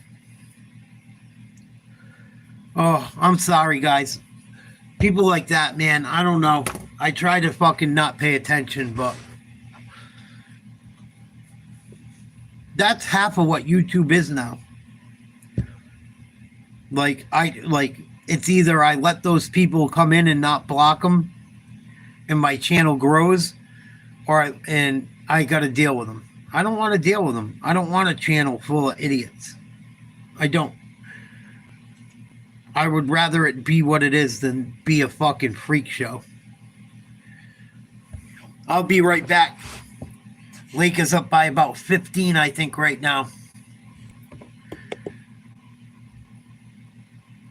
Oh, excuse me. They're up by 19. Much better first half. Oh, first quarter. A little bit. They had a good first quarter the other night. They shit the bed. We'll see what happens. Disney World fun. We're all unreasonable about something. For us, it's creating an uncompromisingly delicious bourbon. Handcrafted, consciously made. Maker's Mark. Perfectly unreasonable. duo at BK. Step up to the plate and have it your way. Get two of your faves, it's up to you. Just figure it out to hit the drive-thru. BK, have it your way. The Kia K4 and K5 represent what comes next.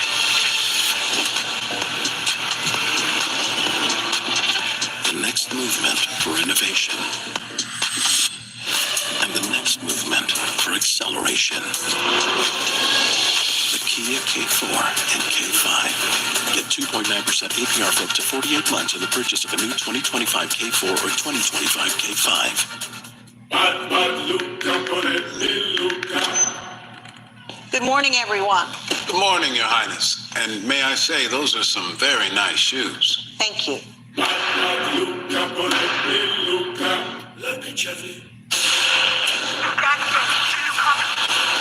Cover 9 to me. Joel, answer the radio. This is Jackson. Come in.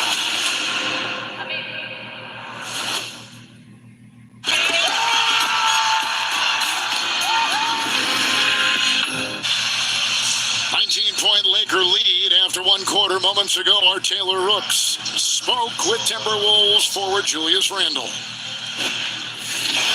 Julius, your head coach showed us that discipline around Luka has to be high. 16 points in the first. What has to change? We just got to take away the easy. I don't know how many free throws he got, but we got to keep him off the line, obviously. He got some open looks from three, and then, he made some tough twos, but I think the main thing is we got to keep him off the free throw line.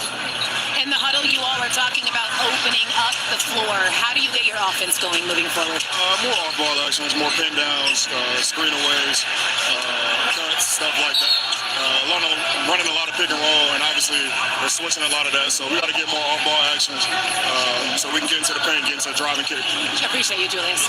Back to you. To Randall's point, 6 of 6. Doncic at the free throw line as the Timberwolves are dealing with their largest deficit ever after one quarter in a playoff game. Randall on top. James has got Julius Randall flying in there for 2. He's got 7 now, 3 of 6 from the field. Able to get around LeBron James, who again continues to be aggressive defensively. Randall had 16 in game 1. James with Reed right there as they grapple. Down low, they had McDaniels watching. Daniels picks up being a little too aggressive with Austin Reeves. And that is a foul, and Reed will pick up his second. You could have called it on Reed or McDaniels. Austin Reeves. No. Tell your mom I'll be over later. She can suck my cock. You can suck my cock too. Out of shots being thrown to the face area here. Let's see what this one, because it looked like Gabe Vincent had Conley in the air with the pump fake right there. Oh, kind of jumps into him. A nice acting job there too by Conley.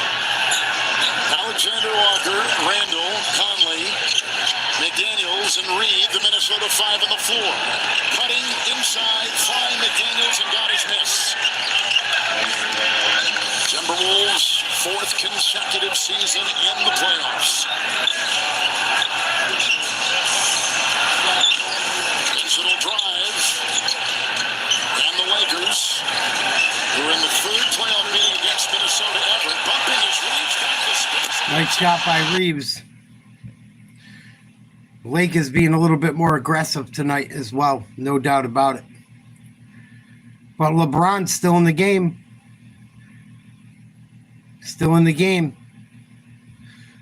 That was an easy call.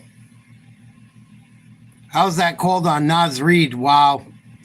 We got some NBA fuckery going on for sure on that one. Naz Reid these guys fake everything. Naz Reid's got to know better, though. He can't extend that arm like that. Oh, LeBron can do it, though. He just did it to fucking Randall. Here's LeBron, pull-up jumper, nothing but net, tough shot. Lakers up by 19. Wow. Wow.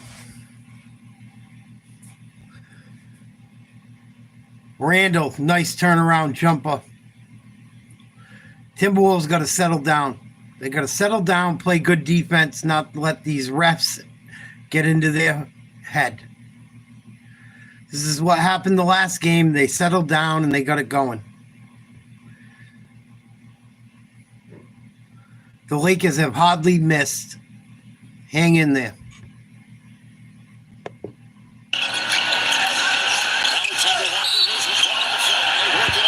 Foul called on Julius Randle defending LeBron.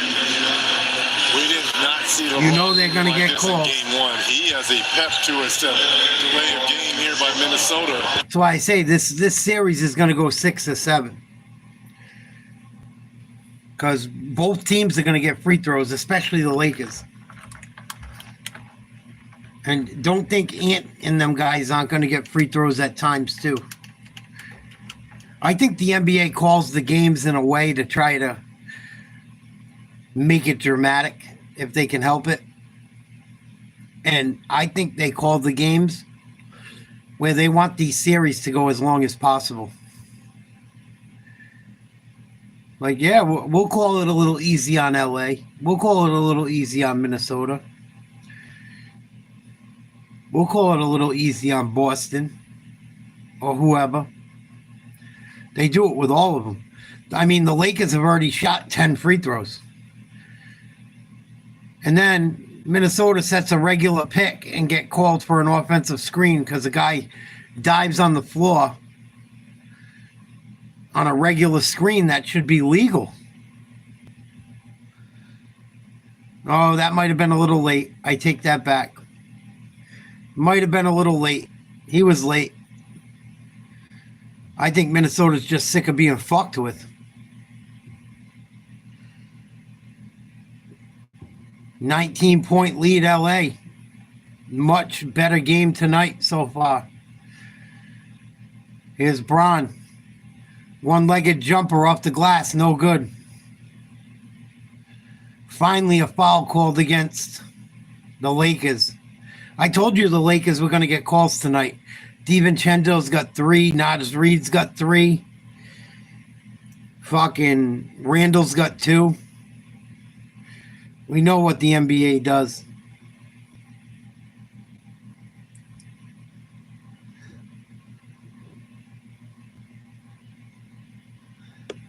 Oh, give it a break. Somebody else's, but give it a break.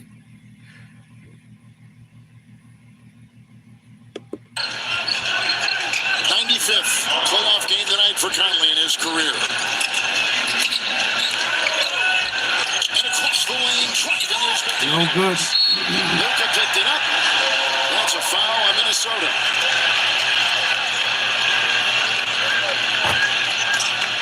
Jaden McDaniels will pick that up for the Timberwolves, and that's number 1 on him.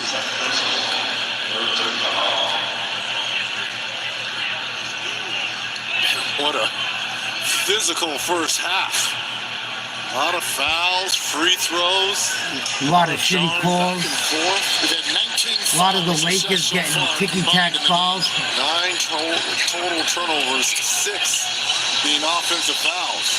LeBron James 3. Oh, knocks one down from dead center.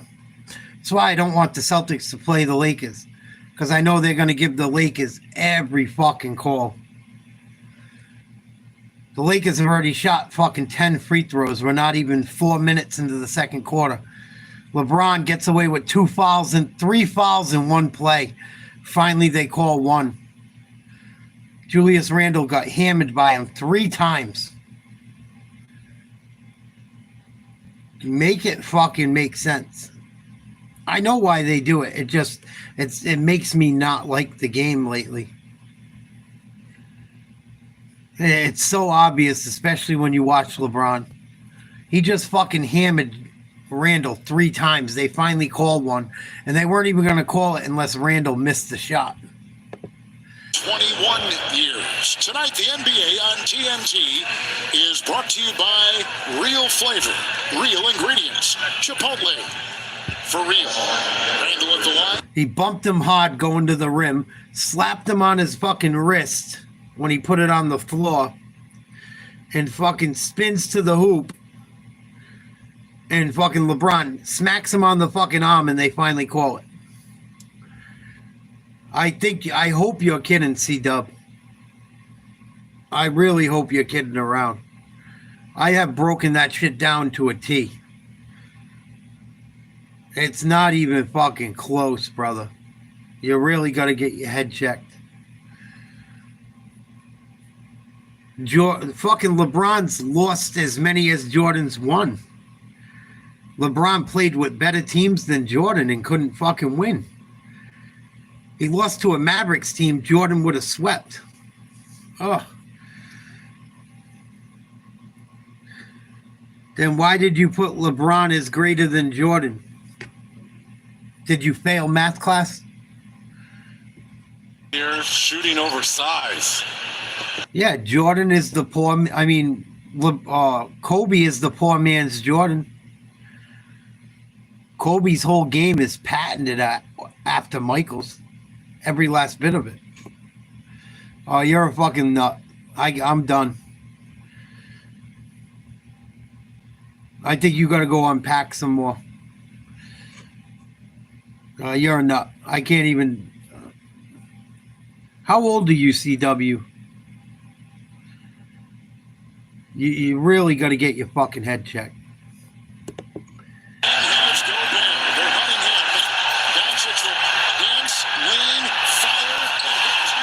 You're so full of shit. Yeah, okay. 20 points for Doncic. Randall a three, no, and fouled as he fired the triple. Of course he is. Yeah, look at this play here by Luka. I ain't been paying attention on the rest of the night. Luka Doncic. He's got the switch that he wants. Doesn't like initially. Kind of give him a little fake. Bottom. Nice play by Luka. 47-25 Lakers. Yeah, I ain't even paying attention to him no more. He must have smoked too much weed again. He says he smokes me underneath the fucking roof, but he says shit like that. I think he's the one fucking smoking himself under a roof.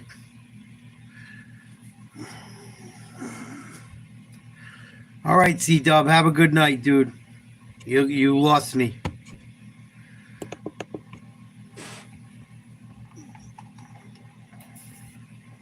You can't be better than the guy you copy. You can't. And he only won 5 rings on top of it. And he had Shaquille O'Neal for fucking 3 of them.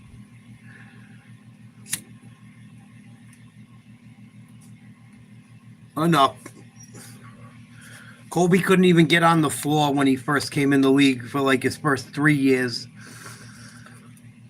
Enough.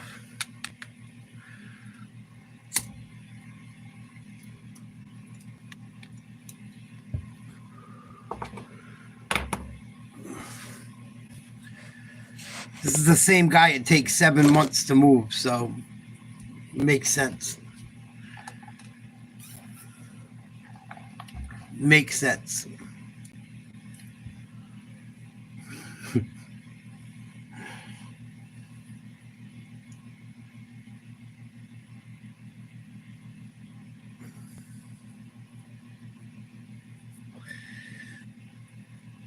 Oh, I haven't seen you since the election.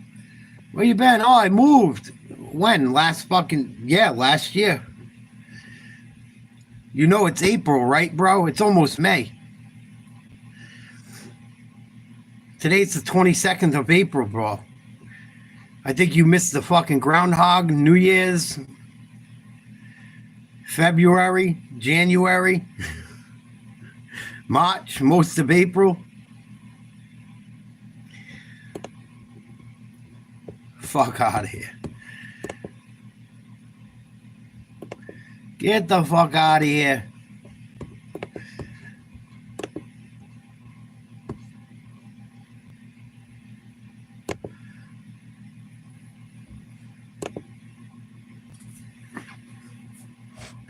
I'm surprised. I thought the Lakers were going to shit the bed tonight.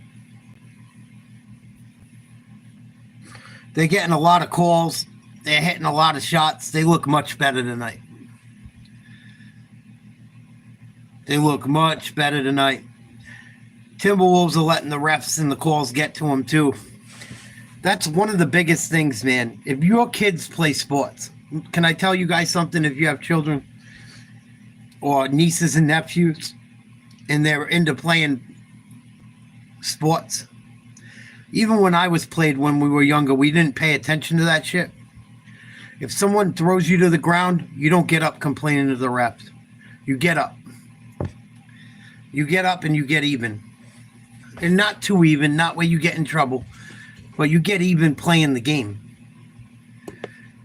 These fucking dudes nowadays let the other team get in their heads and fucking... Don't let your kids let their fucking bad calls get in their heads.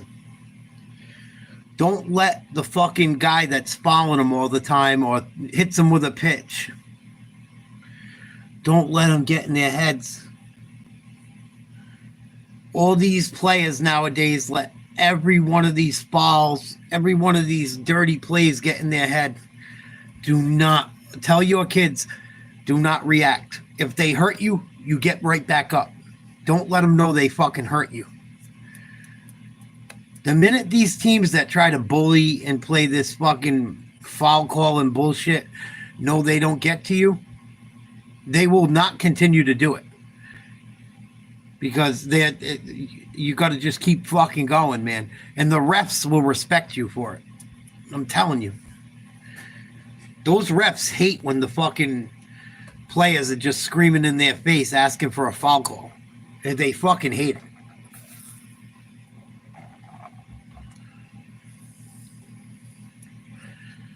Don't fucking let them get in their fucking head.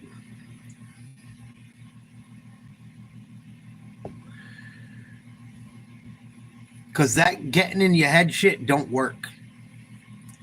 He's going to run into someone that doesn't let him get into his head, dude.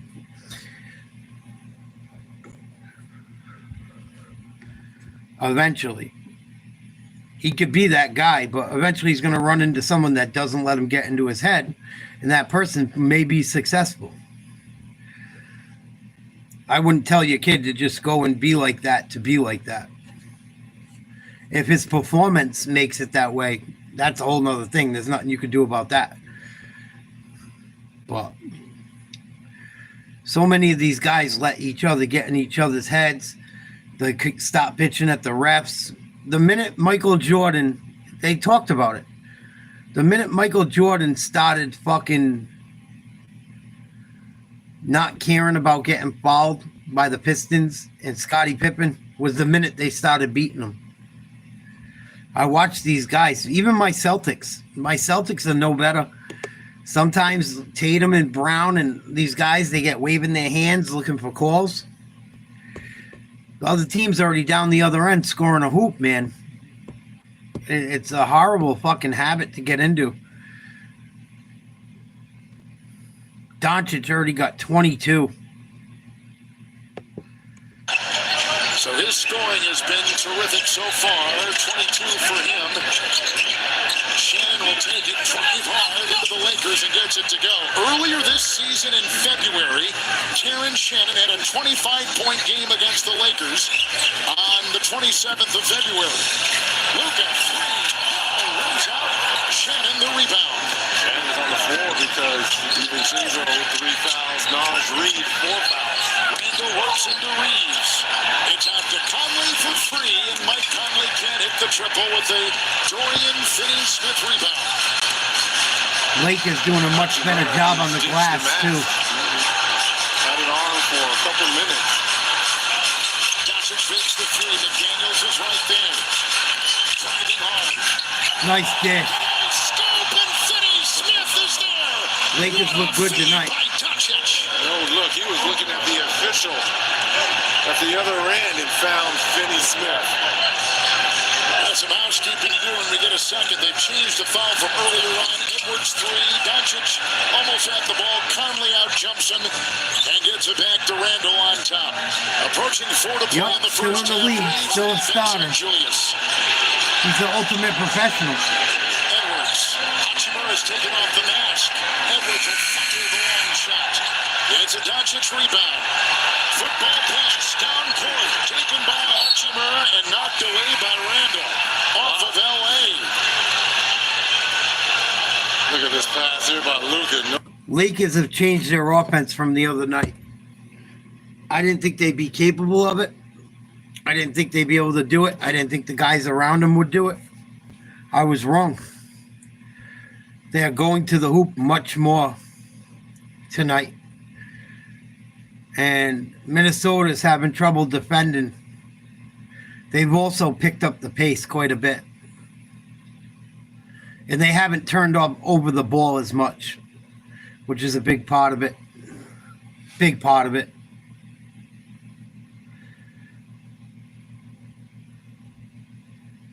But I don't know how long Luka and LeBron can play fucking.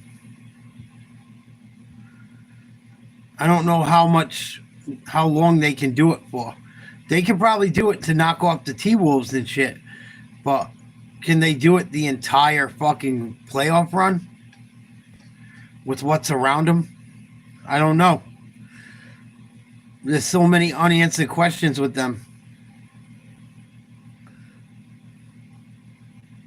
Luka trying to do too much.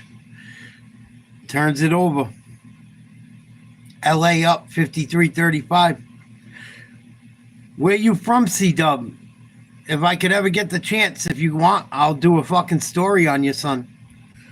I know you said he's solid. I remember we talked a little bit. He got into a little jam, having a little too much fun. Right? I think it was like last summer. And you asked what I would do. But if you want, all you got to do is email me, nateslivetalk@yahoo.com. I'll do a whole story on him, dude. I would love to do that. I plan on doing some more of that in my own community, trying to give these young guys some love, some shine.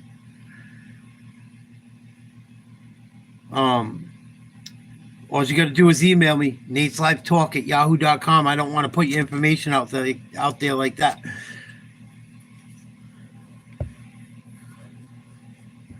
But if you want to do a little highlight reel with him or interview him, I know you said he's solid and he's recognized.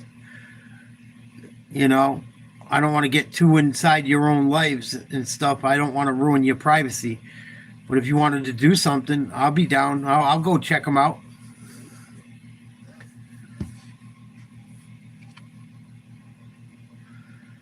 That's what's up.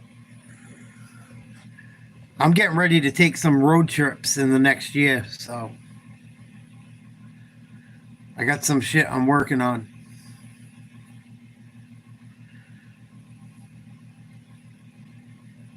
I actually been looking at a homestead in a few places. I think ultimately I'm going to try and buy a homestead in Alaska. I think that's where I'm going to end up. Call me crazy, but if I can lose this weight and my health turns around like it has been, I think I might end up in fucking somewhere up in Alaska for at least a good portion of the year. I have always been in love with Alaska, and I've been watching a lot of videos about it lately, and I know I could fucking do it up there. I'm a very good fisherman. I know I could survive. As long as I live somewhere where I have salt water around me, I can be okay. As long as I get enough of a summer where I can grow some vegetables and potatoes and put them away, I really think I'm going to end up doing a homestead somewhere up there. And hopefully the channel evolves where it helps me fund some of it. That's what I'm hoping for. If not, I'll go get a bullshit job. I'll go get a bullshit job for a couple months out of the year. I'll go work on a boat. Who knows? Maybe I could start my own charter out there. If I can do it in New England, I'm sure I can do it there. It's like, I watch these guys fish out of fucking Alaska. The fishing is so good. It's like, you gotta not know. It's almost like you gotta almost like not know what you're doing to fucking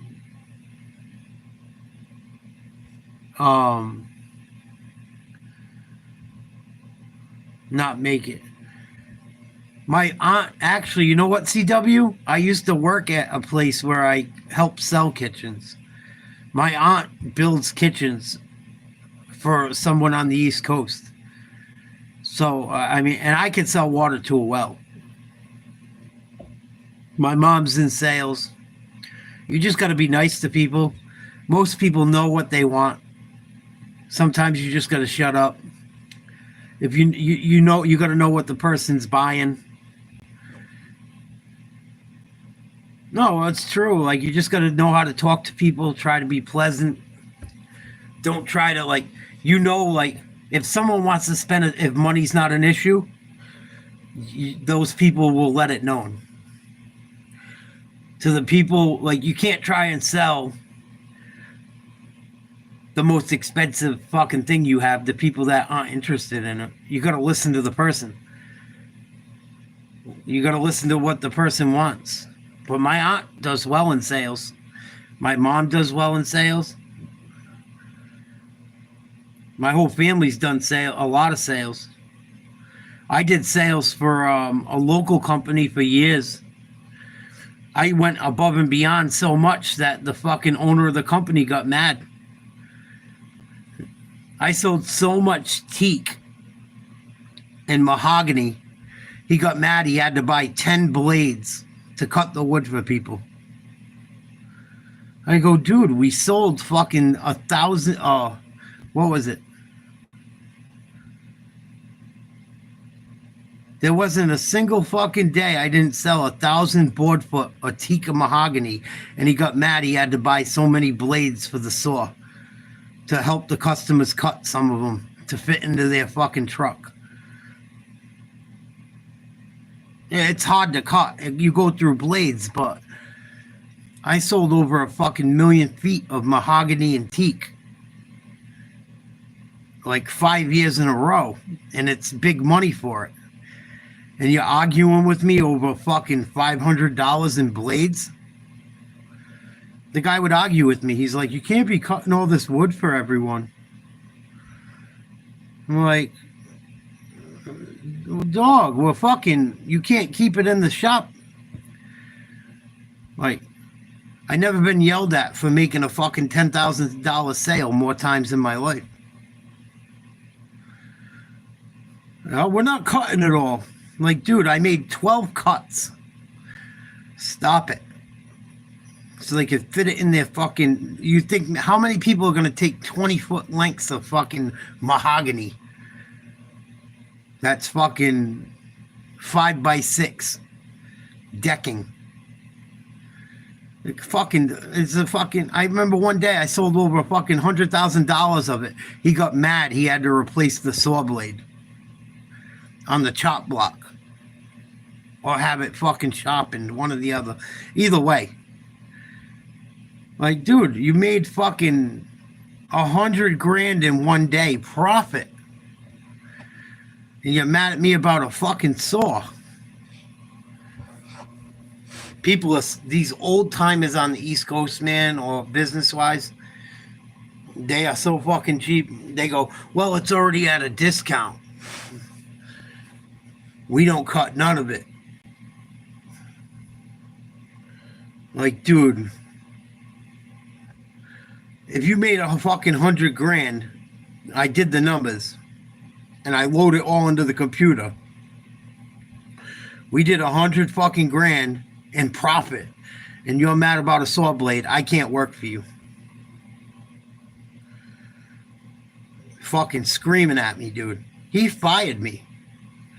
He fired me because I cut too many people's lumber because it was hardwood.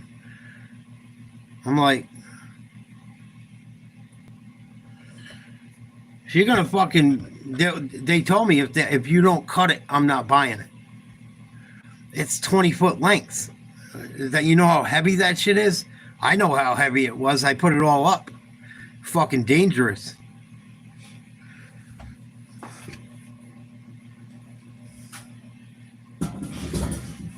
Dangerous.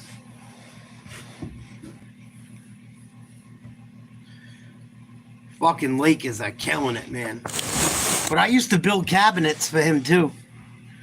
I used to build cabinets. They come in, you just open up the box. 3630s, and I mean, I'm not a master cabinet maker. If they come in a box and you need me to build them, I know how to build them with glue and dowels.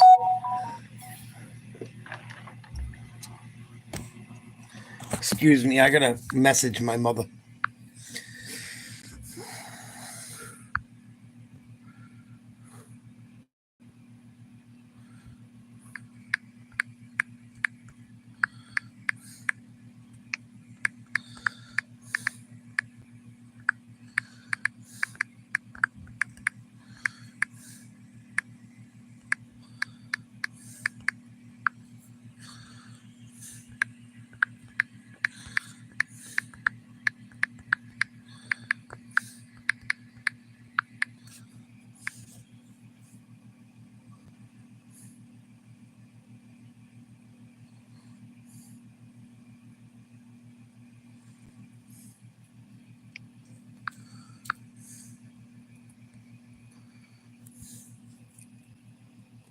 Fucking motherfuckers, man. My neighbor's got like a mean grow. Because all I can smell, I've been barely smoking this. All I can smell is fucking weed. Like fans blowing the smell of weed out. My neighbor's got a fucking grow and a half going. I know he does. I can smell it coming right through the fucking window. My mom just hit me up. She's like, "You been smoking down there a lot?" I'm like, "No. All I can smell is this, that, and the other thing." And I have hardly smoked down here tonight.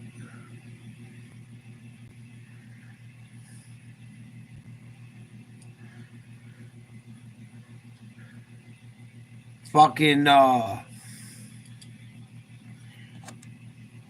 do you make everything yourself with a router, C-Dub?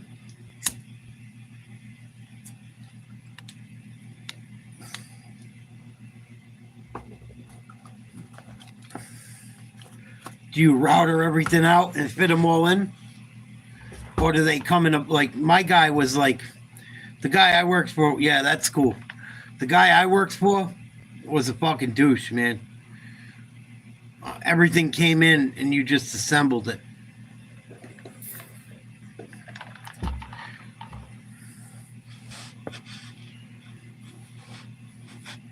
Douchebag. Buy fucking kitchens from China with fucking formaldehyde in them.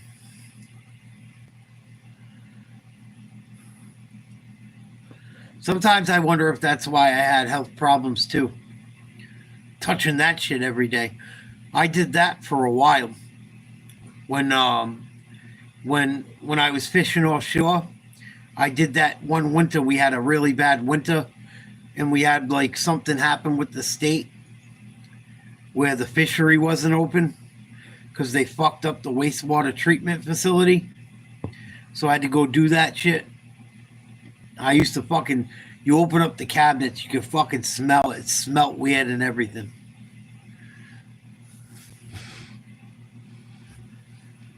Oh, sometimes he would get flooring in from China. You could fucking smell it, dude. Look on the back of it. Lumber Liquidators got in trouble for the same shit.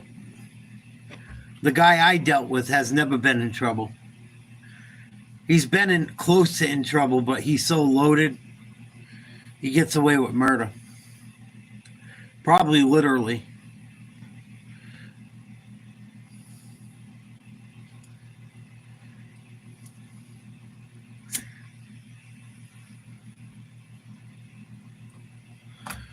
But the shit is just bad to be around. It's got so many chemicals in it. Just like you look at those, people love epoxy countertops. Really not good to be around. I know people probably call me crazy, but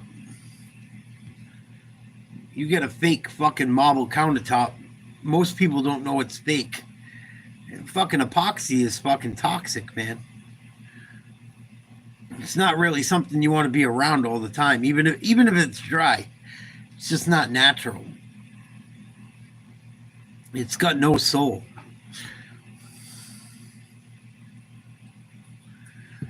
Like, I would rather have fucking old school fucking wood than and save my money on some fucking marble countertops and put my money into that.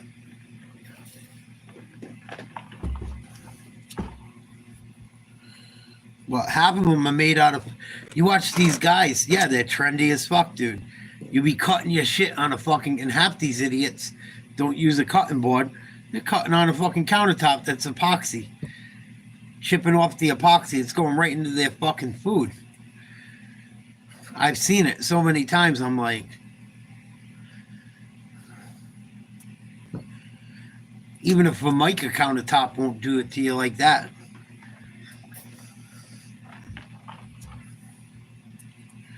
Well, I know a bit about kitchens. I'm not stupid. If I could learn the program, I could sell them motherfuckers like crazy. I can sell anything. I know I can. As long as I get as long as I get left alone and fucking not forced to perform a certain way.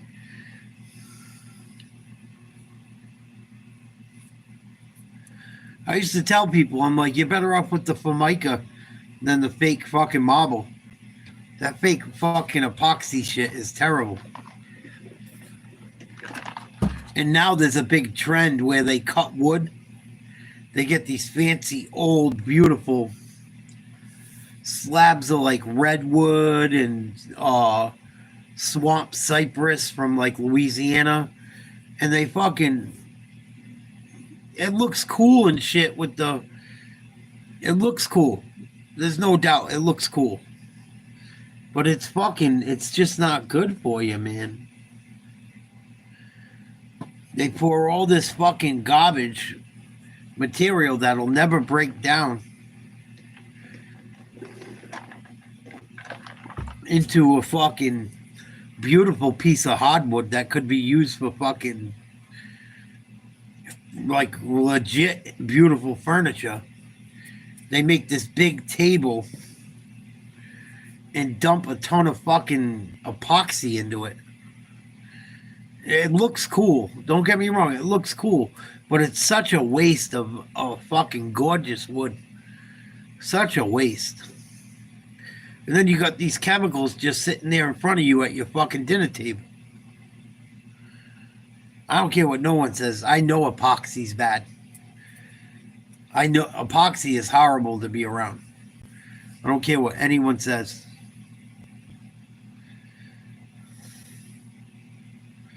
Epoxy is terrible to be around. It's not good to work with. That shit is majorly toxic. I used to do tile floors. And when we would do industrial kitchens at the casino in Connecticut, I had to do a bunch of them. I had one guy I worked for. He was too cheap to buy us the right equipment. So I had to get on my hands and knees and grout the floors. And I had gloves on, but he didn't buy us like ones that were long enough. Dude, that epoxy gets into your pores. It's fucking painful. Painful. It dries like fiberglass. It's the same fucking thing. It's how they make boats. My boss was so cheap I couldn't work for 2 days. And he got mad at me. I'm like, dude, you fucking had me do like huge... And where we were doing the epoxy floors, he should have got us big enough floor trowels that we could use by hand, and he didn't. It was fucking brutal, dude.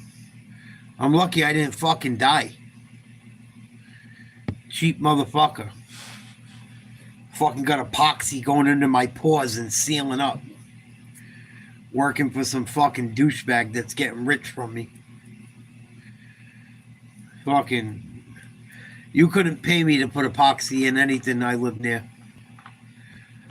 Nope. That shit is fucking no bueno. No bueno. I'd rather save the money and spend it on marble. Or give me a fucking, just give me a regular old school fucking laminate. Fuck it. I'm still better off. I'm telling you, that shit is not good to be around. Yeah, it looks great until you got to be the one installing it and you're breathing it in. And your family's crawling all over it, and it just... There's studies on even after it dries giving people cancer.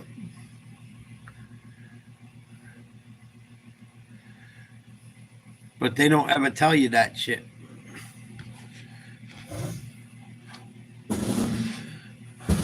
I know I've done so many fiberglass jobs on boats and fucking floors, and when you do coral tile,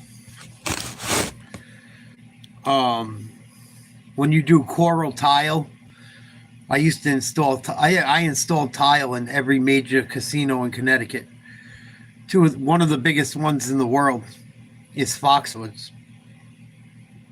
I did their saunas, everything.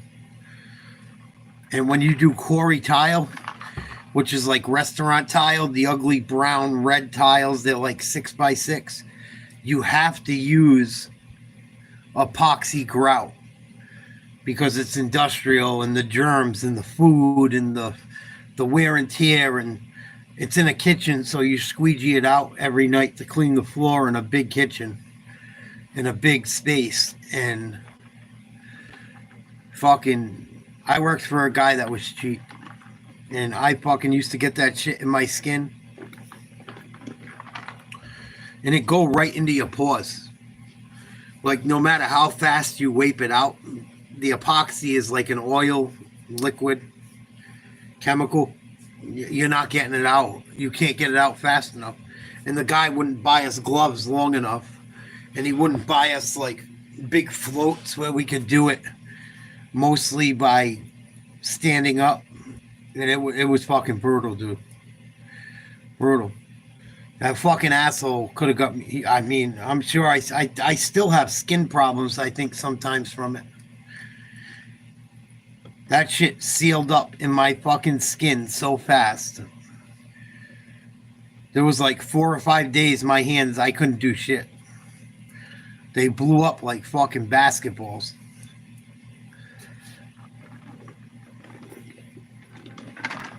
But when you're young and you're trying to make a living, and you know, trying to survive, and you got these people that are fucking taking advantage of you. Think you're making good money? They're charging the fucking casino fucking $75 an hour for you, and you're fucking making 15. Back then, that was good money. $15 an hour was good money in fucking 2008, whatever it was. Yeah, that's how they all are, C-Dub. That's how they all are. Be charging union rates. We're not even a union workshop. Oh, I could tell you stories for days. For days. Promise you fucking money, work bonuses, never get them. I've been told everything. That's why I don't work for anyone anymore. That's why I don't work for anyone but myself anymore. Even when I go do my own little shit, I'm $40 an hour. I don't care if I'm painting. I'm not getting, nah. You're not fucking me no more. Nope. You want it done right or you want it done wrong? Do you want someone to come into your house that's going to rob you, or you want a guy you can trust? You want a guy you can pay cash, or you want a guy that fucking wants everything through the fucking, you know.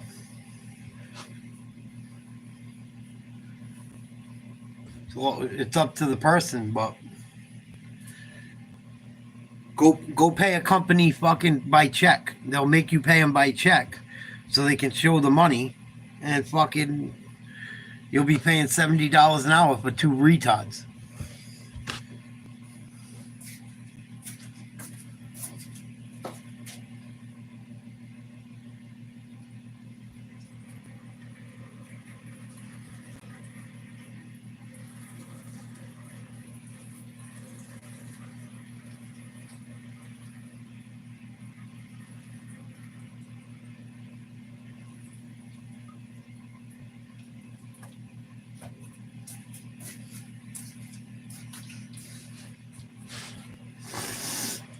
Yeah, Pacers look good, man.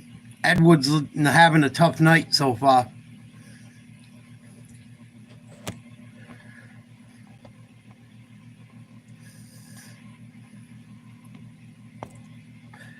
Fucking, no,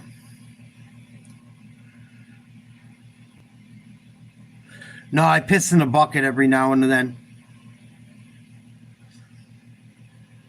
I don't know.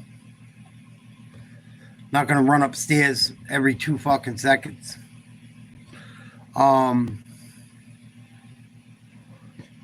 Yeah, I charge them fucking $40 an hour no matter what. 5-hour minimum. No matter what I do. I went and rented a wood splitter recently. I've been splitting wood, and it seems to work pretty well. I've been doing well with that.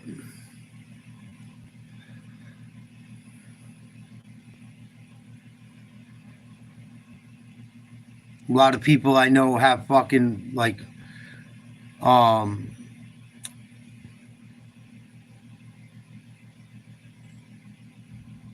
few trees that fall, or you know, their friend dropped wood off for them and they want it split.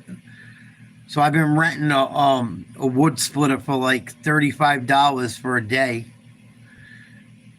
from a rental company, and I've been doing that a lot lately. That's been pretty good. I would never pay $2,500 for anything to live in, especially being single. No. Wherever I end up going, I will start out with the bare minimum. I'll probably end up, I'm trying to convert a van in the next year or two. Some type of van. I'll just live in the fucking van to start out. I'm not paying no one fucking, nah. Nope.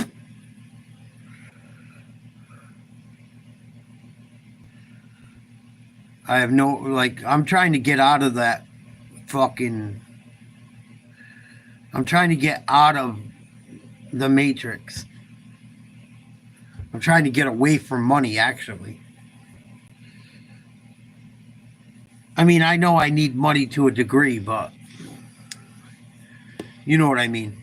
I don't want it to be like, if I don't have money, I can't survive. So I'm really hoping to find something somewhere in Alaska close to salt water, because I don't like eating freshwater fish. I don't like salmon. If I could find something in Alaska on salt water, I would be fucking souped. I hate money. Like, I fucking hate money. The reason the world the way it is, because of people being greedy about money. Like, I don't, I've had my own businesses. I've made hundreds of thousands of dollars a year. It didn't make me any more money. It was more stress. The harder I worked, the more it fucked up my marriage. Well, we weren't married, but we might as well have been. I wanted to marry her. She didn't want to get married. She did, then she didn't, and then she bailed. But I am so over fucking. I want to go back to the old way of life. What a slam by Anthony Edwards. Holy shit.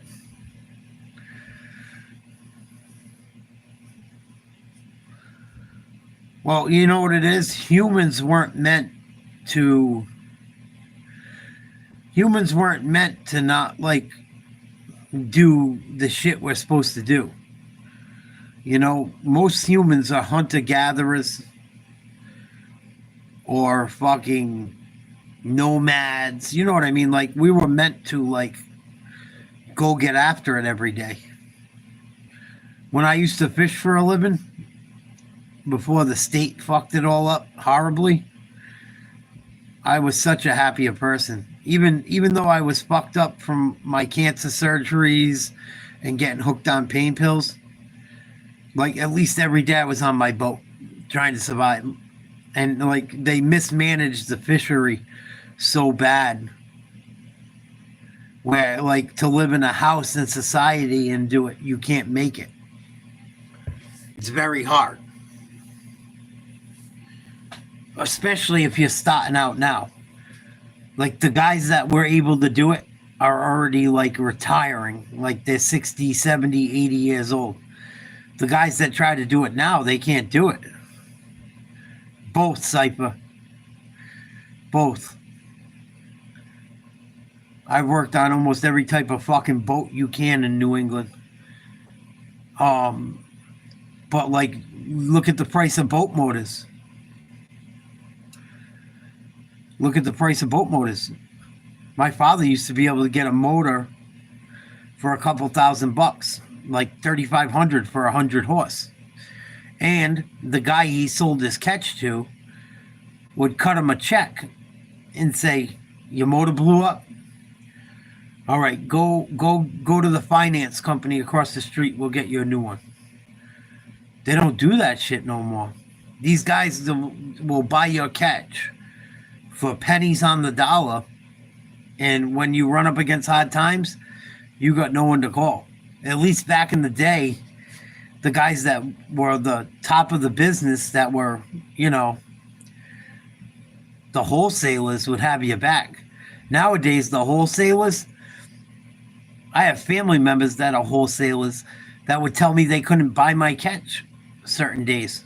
"Oh, we bought too much. We can't buy yours." And then the next day I go sell them somewhere else for more money after they didn't buy my shit, and be like, "What the fuck? I thought we were family." That's why I don't go to my family holidays. Because two of my uncles, if it wasn't for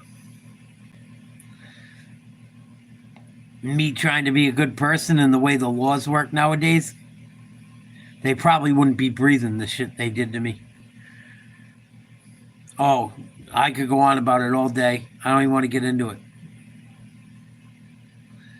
Don't even want to get into it. The backstabbing bullshit that goes on in fucking every sense of the fucking word. Especially, like, I can't even get going on it. I can't, because I'll go into a huge rant.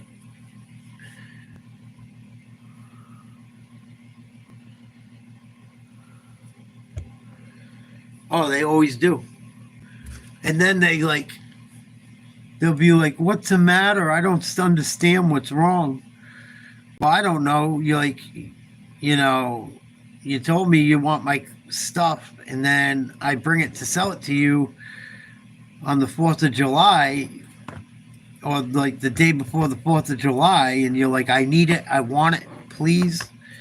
I come sell to you every day, and you buy off all these other guys because you're trying to get rich, and it didn't go your way, and you paid these other guys more money thinking you were going to fucking dominate the market, and it didn't go your way. So now you got to turn away the people that are loyal to you, and then you wonder why they don't want to fuck with you. And then you go up in front of the family and act like, I don't know why he don't like me anymore. Like, I don't know. You told him to go out there and fish for fucking nonstop. And then when he comes in, you don't even fucking want a single fucking penny worth off him.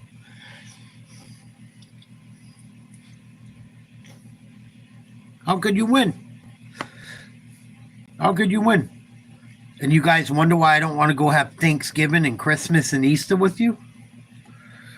Fuck you. As you send my cousins to fucking rich schools to practice fucking clothing design, and they're all fags and shit. Fuck you, man.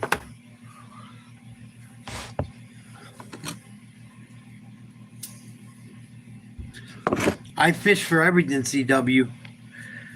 I've caught tuna over 400 pounds. I've caught stripers over 50. I've caught fucking lobster, snails, little necks. I've done it all. Squid, crabbing, fucking.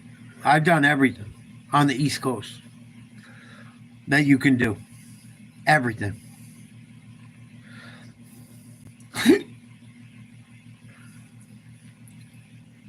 I'm going to stop making some fishing videos again soon. Nice move by Ant-Man. Lakers lead down to 11, 7:43 to go. Fucking another bullshit foul call. Lakers are getting so many calls tonight. I felt that's the way it would go.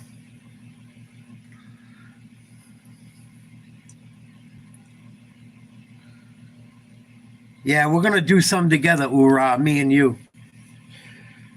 Ura's one of my only friends that doesn't mind holding the camera for me. I ask my other buddies all the time, but they're like, I told them, I'll hold the camera for you, hold it for me. Like, I don't want to make the videos alone. If you don't want to be on the video, you don't have to. I was supposed to go fishing the other day. I went and got all the fucking crabs. My buddy blows me off. I went down there on Saturday by myself. I caught 2 small ones. And fucking, I had no one to record for me.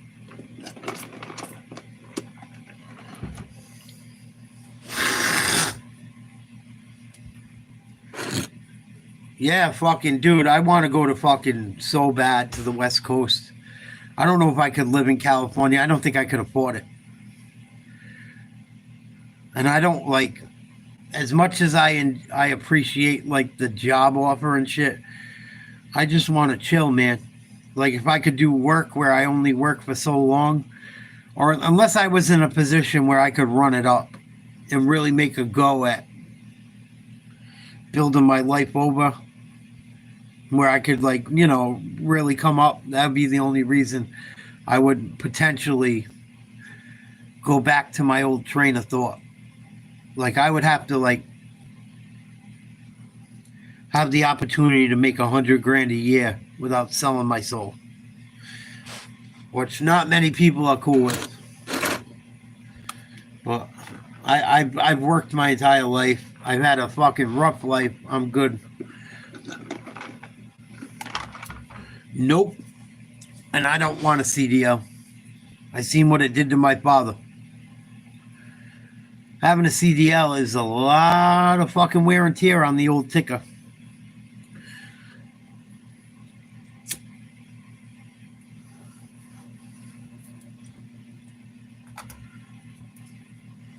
I seen what driving a CDL did to my dad. That shit's stressful. All day long, you got people fucking cutting you off. You're driving around a bomb. My dad had road rage his entire life from driving a CDL. between that, being a fisherman, and welding submarines, nah.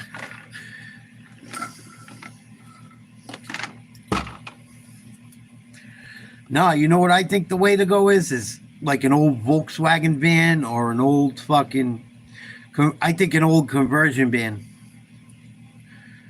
where it's a little chubby but not too chubby. Get some bigger suspension in it with some knobby tires where it's got some weight, and you know, I think if you redid one of them the right way, fucking they could be potentially a good deal. Even a Econoline. I could do a fucking Econoline 250 and do it right with just myself. I could do it right. I could build it all out. Get a couple fucking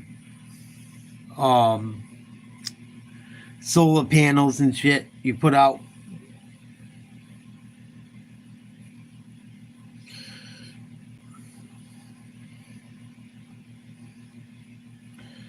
Yeah, that's where I'm hoping to go with it, C. White. That was always the plan.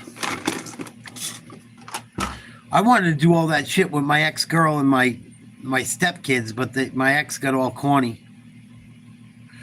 I think half the reason my ex left me was because I started doing YouTube. She hated it. Hated it. I don't know why. I told her, you want to do something with me? No, I fucking hate it.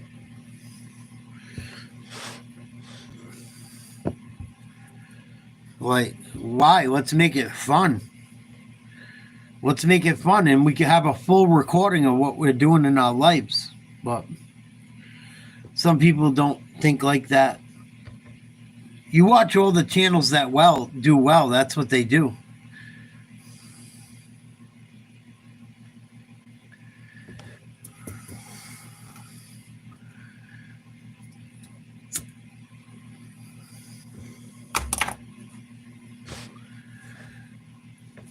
Yeah, you better save your money, boy. I mean, I know Cali ain't cheap, but East Coast is fucking expensive, dude. Especially if you're going to sleep places. And I don't know how you're traveling. It's fucking expensive, dude.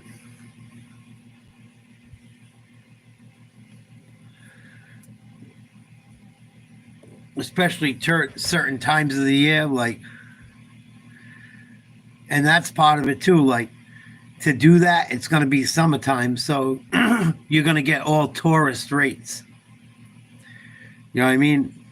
Depending on what time you do that fucking tour. If you do it during the summer, they're going to fucking kill you. I looked into renting an RV, dude. You don't want to rent one. It would probably cost you less to buy one. I looked into renting one. They're fucking outrageous. They're like a hotel room plus 100. Even if you fly to the East Coast. I wouldn't even fly right now.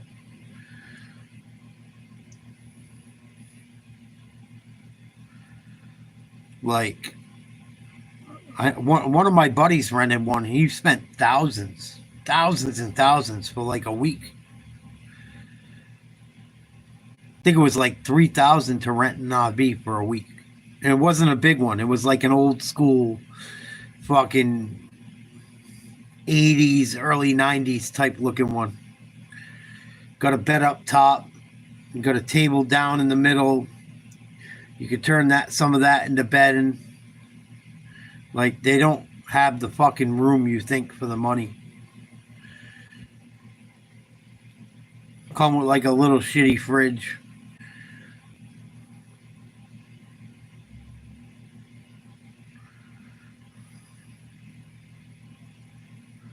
Yeah, you're doing better than me, dude.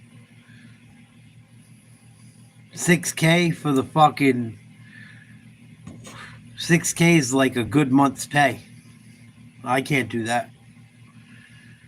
I have no desire to, man. Like I said, I get it. You got kids. Awesome for you. But being a failed step parent, that tried to fucking take care of people and it didn't work. I have no desire to do anything like that anymore. Unless it's me and my homies or something, or I'm good. I'm good. I'm trying to fucking go back to days past. I'm not knocking for you. I'm just saying I have no desire for it. I've been to a lot of the stadiums. Like, I've seen a lot of the greats. I don't think none of these ball players fucking are worth a fuck compared to the greats. Very few of them. Baseball included. Aaron Judge can't even hit a fucking curveball. As much as I love the Yankees, like, how fucking... Oh, he hit so many home runs. He's amazing. You look at any Major League Baseball team, that bottom three hitters aren't even hitting fucking 200.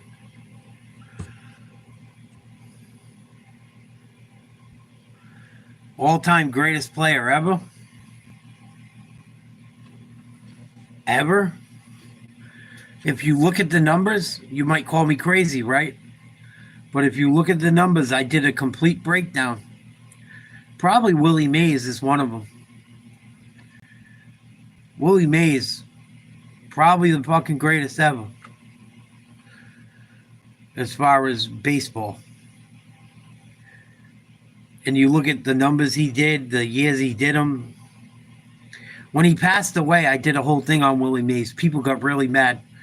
I go, Willie Mays might be the best player ever, and I didn't even realize it. I did a whole breakdown on him. Dude, his fucking numbers are second to none. Second to none. I'll play it after this game if you want to see it, or you can look it up underneath my videos. I did a whole breakdown on him, and I'm not even a Willie Mays fan. I'm a fan of greatness. And I always heard how great he was. And I looked into it, and I'm like, how is Willie Mays not more renowned? I love Derek Jeter, too, but he's not as great as Willie Mays. He's still not as great. Bernie Williams is probably my favorite Yankee. Same thing, same type of thing, because they're my favorite team. I don't think Bernie Williams gets half the credit he deserves. He's not as good as Willie Mays. I'm not saying that. But guys, there's a lot of guys that don't get the credit they deserve. But I'd probably say Willie Mays is probably the greatest baseball player ever when I look at his statistics. And his longevity, pretty fucking phenomenal. I'm going to put on the game for a minute, and then I'll play that video to anyone that's interested in it. I do a whole breakdown of it, and it was eye-opening to me. I'm like, and then you look at the shit he did for his communities. Willie Mays is so underrated, which is hard to believe when you look at his career. And he played, his story's crazy. You got to watch my video on it, I think, to really get it if you don't get it. I'd probably say, it's funny you said Willie Mays is probably your fucking dad's guy. And I always knew he was great, but when he passed away and I looked into it, I was like, wow. And that's why I titled the video what I did. Like, Willie Mays might be the greatest ever. And I think he missed a couple of his best years in the military as well. I could be wrong. LA up 71-53 with the ball. Doncic will take it with his 26. Scooping and scoring inside. He is just so gifted offensively. 28 for him. With Edwards the other way, and Luka will meet him. Under 5 to go in the third. And rocketing down the rim. I'll be right back. Edwards, that's a shot which won't hit anything with Reed in the game.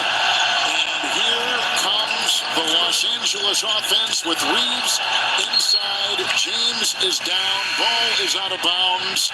It's Minnesota's ball.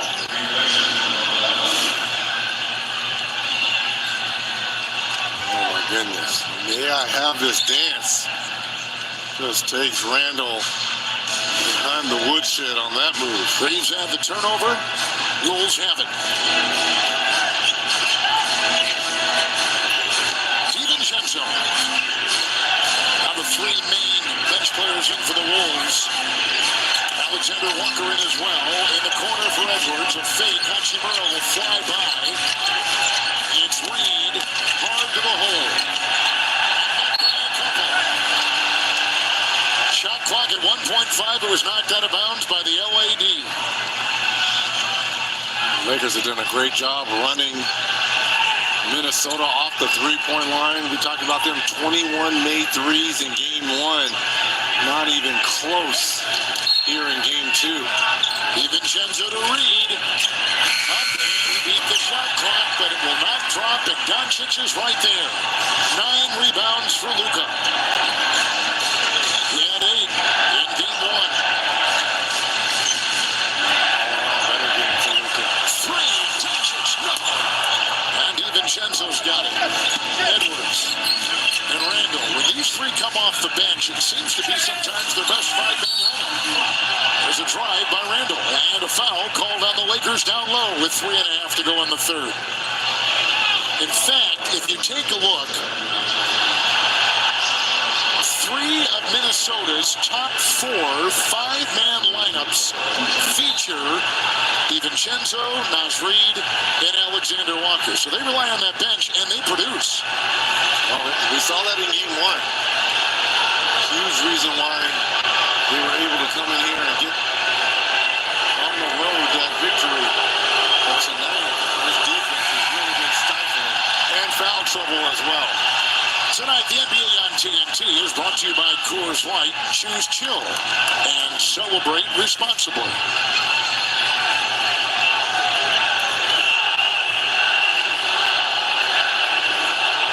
Timberwolves have a good second-half defense, Reggie. This season, in the second half, Minnesota's defensive rating was top 5 in the league. We're going to have to count on that in this second half, clearly, and a lot of it, or at least half of it, is almost gone now. Well, we've seen this Minnesota team on the road come back from big deficits. Think about Game 7 in Denver. Yep. Minnesota down by 19, 3:30 to go in the third.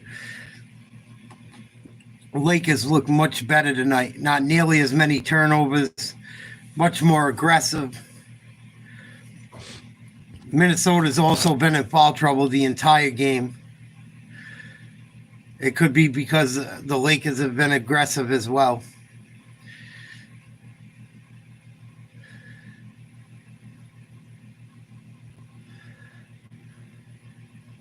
Wow, offensive foul on Randall. That's a tough one. This is going to be a back and forth series. I knew it anyway. But yeah, I'll show you guys why I think he might be the best player ever if you really give a shit. I was amazed when I really looked like I feel horrible. I knew how great he was. He was always in like my top 5 or 10. Until when he passed away, I really took a conscious look at it and I was like, oh shit, he might be the GOAT. He might be the GOAT. And people got mad. People got really mad. People told me all kinds of people were better than him that don't even belong on the fucking same breath. Like Ortiz and shit. Ortiz didn't even play the field. Like, you gotta watch my video. I'll show you guys it. This game's turned into a blowout. We're just hanging. But I would put him up there, man. He's got to be up there. Another person I don't think gets the credit he deserves, even though he wasn't a starter every day or a position player. Mariano Rivera is one of my all-time greats. Top 10 players. I don't care if he's a closer or not. He impacted games so heavily. So heavily. But you look at Jackie May, you look at Willie Mays' stats. and how long he played and the circumstances of his career. It's very hard not to put him in the conversation as the greatest baseball player ever.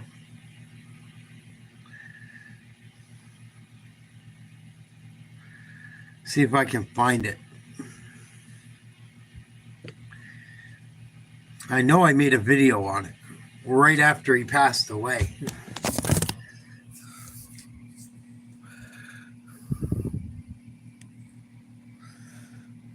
I did the Jordan versus LeBron.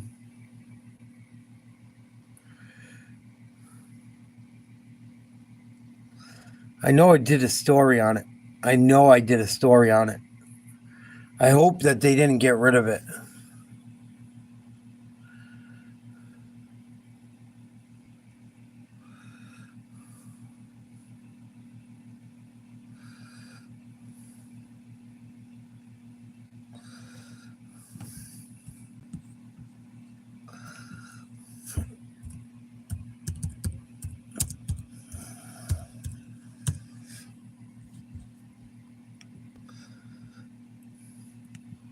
What is going on? Oh, don't tell me this shit's going on now. Every time I get people in this channel lately, my internet dies. YouTube don't want to work.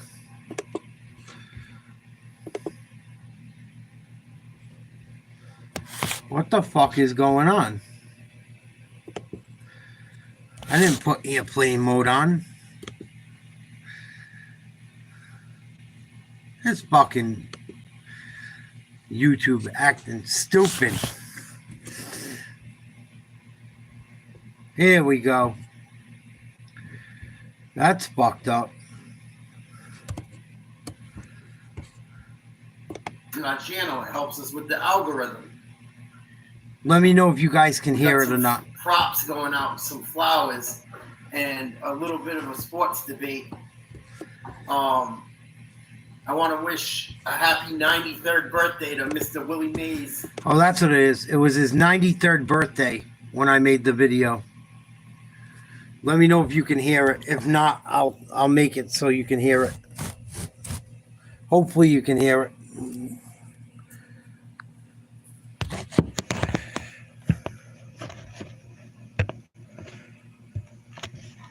The Say Hey Kid. Born May 6, 1931, raised by a single father and his aunts for the majority of his life. Benny Kremko gave him the nickname because Willie was bad with names. He'd always talk to people, kid or bud. That's how he got that nickname. And we're going to look into it. He may be the best ball player ever. This was eye-opening. He might be the greatest baseball player ever. He might be. He might be for his era, too. And we're going to look into it. I could make a 15-hour video on Willie Mays, but we're going to look at it, some stuff real quick for all my baseball heads out there. So, yeah, Willie was the first NL player to hit 30 home runs and steal 30 bases in the season. He was the second player to hit 600 home runs, the first righty. He's the first player to hit 300 home runs and steal 300 bases. He's a two-time MVP, and I believe it was about 10 years apart, both of them. He was an MVP and then won it again, like, close to 10 years apart, if not more. 25-time All-Star. I'm 24. 24-time All-Star. 12 Gold Gloves in center field. He played at the Polo Grounds. The Polo Grounds was 450 to the gaps and 483 to center field. Yeah. These guys say these players played in an era where they didn't, it was easier to hit home runs. Listen to this shit again. This is why I can't understand why these new people hate the old era. Willie Mays played center field at the Polo Grounds. Listen to the dimensions of the field back then. Listen to this shit. 12 Gold Gloves in center field. 12 Gold Gloves in center field. playing at a place where there was 453 to the gaps, 480 to dead center, 2 major league MVPs, 10 years apart, and a 24-time All-Star. It was about 10 years apart, both of them. He was an MVP and then won it again, like close to 10 years apart, if not more. 25-time All-Star. I'm 24. 24-time All-Star. 12 gold gloves in center field. He played at the Polo Grounds. The Polo Grounds was 450 to the gaps and 483 to center field. These guys say these players played in an era where they didn't, you know, it was easier to hit home runs and shit. 483 feet is a long, long home run. And even at 450 to the gaps, to left center, right center, that's wild. He was the All-Star MVP, 63 and 68. He's very well known for the catch.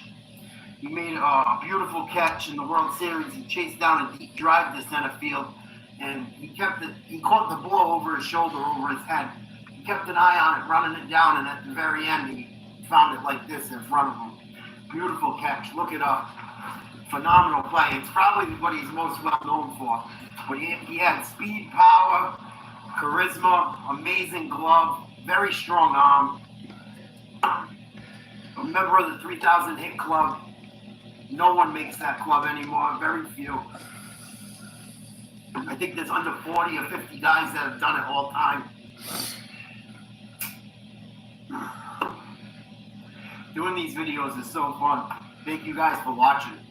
It makes me wish I did the right thing as a kid, a small part of me, when I make them. I wanted to do this, and I lost track of, lost sight, and didn't stay focused. So, tell your kids, or tell young, you know, if young people watch this, stay focused. You can do it. You can do anything you want. I didn't stay focused, but I'm focused now, and I'm doing it on this level at least. Maybe one day, you know. But Willie served in the military. At the end of 1951, he was drafted to serve in the Army during the Korean War. Before he left, he played his first few weeks of the 52 season. He played ball, I think, traveled around playing ball. He never saw action, but he never saw combat, but I tip my cap and thank him for his service. It's still honorable he went. He came back in 1954 and won the NL pennant and World Series. Hit 345 with 41 homers. After coming back from traveling the world 2 years, at the very peak of his career, missed 2 years of playing. So God only knows where his numbers would have been. Willie said he was fortunate to play sports. All the anger in his life went out, and he had to do what he had to do. And he said, if you stay angry all the time, then you don't have a good life. Very good point. That hit me when I read that. And he said every time he looks at his pocketbook, he sees Jackie Robinson, which is pretty profound. Jackie and him had a little beef. Jackie didn't really get along with him, I don't think, all the time.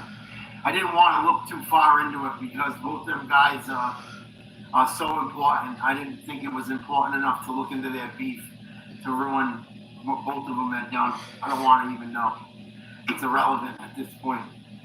Joe DiMaggio said he had the best arm he ever saw, and if there was one word to describe Willie, it was excitement. Ty Cobb, who was known to be a prick, said Willie was the only modern player he paid to see. Mickey Mantle said Willie was the best, and he could do a lot of things, a lot of what I can't do. Mickey Mantle, there's no joke. For him to say that about Willie Mays should tell you all you need to know.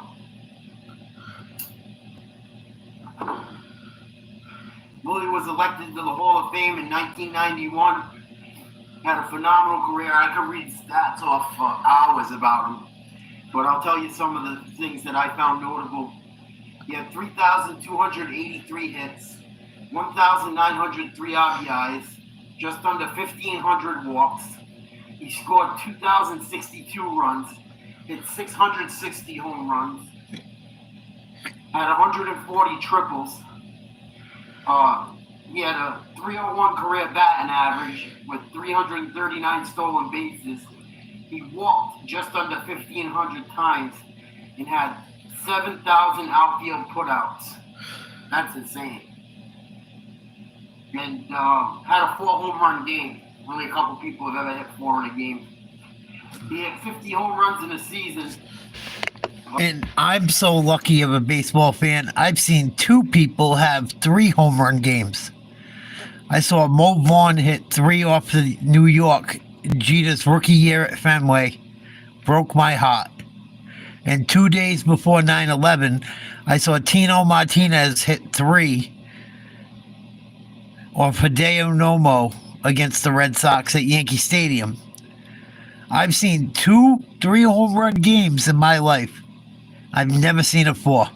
That's how rare a 4 is.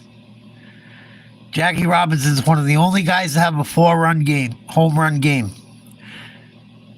I was lucky enough to witness 2-3 home run games. So how rare is it to see a fucking 4 home run game?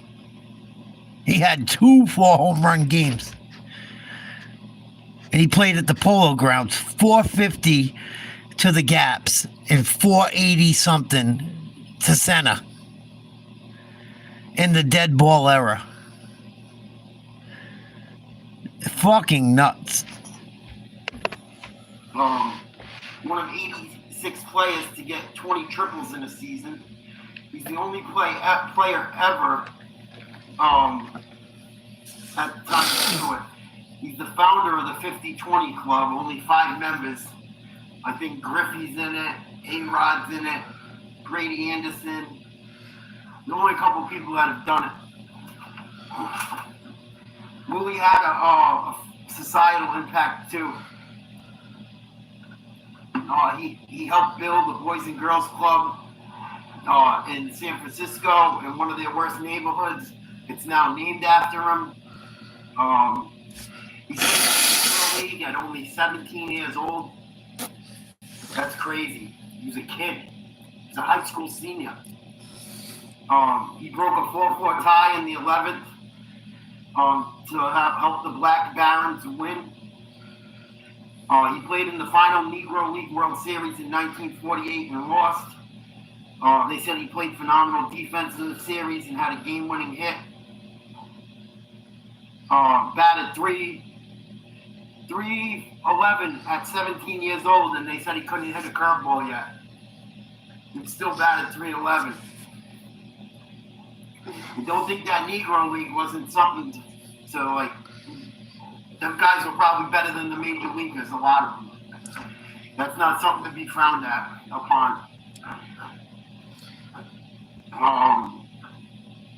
Dealt with racism and had to stay in black-only hotels, and his white teammates would sneak in at late hours to hang with him and make sure he was safe, and so he wasn't alone. It didn't feel like an oddball. Those players, he said, were Herb Boeto, Herb Bodo, I think it's Boeto, Boetto, Eric Rodden, and Bob Easterbrook would sneak into the black-only hotel and come hang with him and make sure no one fucked with him and he wasn't alone. Tip my cap to them guys.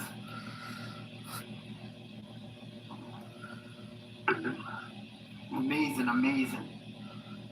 History is amazing. I love history. He battled severe fatigue throughout his long career. They could never figure out what it was, but he would collapse out of nowhere. He just collapsed from exhaustion.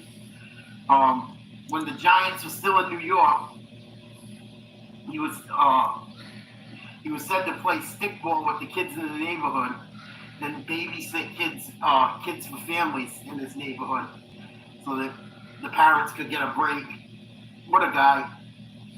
And he worked at a casino in the 80s, I believe in Atlantic City. And I think the major leagues banned him for a while for doing it, for signing autographs or something. There was something that happened and the majors banned him, I think. And a lot of the people would go to the Atlantic City, and he would always bump into the kids he would play stickball with and shit, and their families years later. And if you look online, there's evidence of it. Very cool.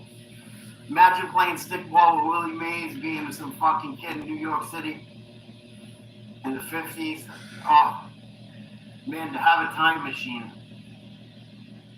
To have a time machine. That's why I make these videos. It's kind of a time machine.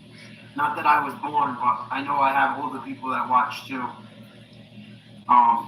And a lot of people a lot of players hated on Willie Mays, believe it or not. Probably just jealous. You can look into that.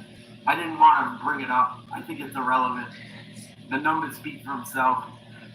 His impact speaks for itself. His longevity speaks for itself. You know, he played at the Polo Grounds, 483 to center field, 450 to the gaps. Even if the corners were shallow, he played center field. Center fielders are so underappreciated. That's why I love Bernie Williams so much, and people kind of laugh at me about it. He was like a gazelle out there. I mean, he's not no Willie Mays, but center field, them guys are got to get on a horse and go when them balls are hit. Sometimes they play shallow, they got to run out. Sometimes they play deep, they got to come in. You got to pay attention to base runners, get your cutoff man, get the ball where it's supposed to go accordingly because of base runners. You got to be smart and you got to be very athletic. Center fielders are great athletes generally. Willie's probably the greatest, man. He might be the greatest player ever now. Looking into it, all around, he played a long time, but I don't think that should be held against him. He missed 2 years of his career in the prime of it. When he came back, he won a World Series and the MVP, I think. I know he won the World Series in a pennant. I don't know if that was the same year he won the MVP. Shit.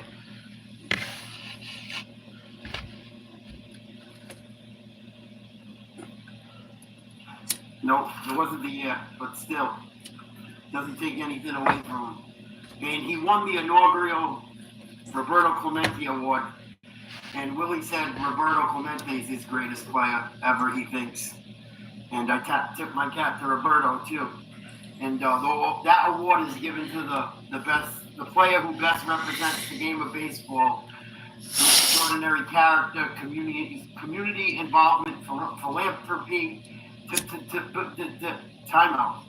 The award goes to the game of baseball player who best represents extraordinary character, community involvement, philanthropy, and positive contributions on and off the field. I think he has done that. I think it's amazing he's made it 93 years. I would kill to make it 93 years. Great ball player. Sounds like he was just as good as the guy, if not better. And that's amazing. He played ball with kids in his neighborhood and babysat. Imagine being babysat by Willie Mays. Kids are lucky. They know they're lucky, them people. I'm lucky to have you guys. I'm lucky for everything I have in my life, the good, the bad, the ugly. I hope you guys enjoyed this video. Willie Mays might be the greatest ever. Leave in the comments who your greatest player ever is. If you think Willie's up there or not, and why, please communicate. I'll leave the comments up. If you act stupid, I will take them down. If people continuously act stupid, I'll get rid of them all together again. Until we meet again, this is Nate's Live Talk, signing off. 10 seconds to sing a song. People getting mad, I keep forgetting to do it.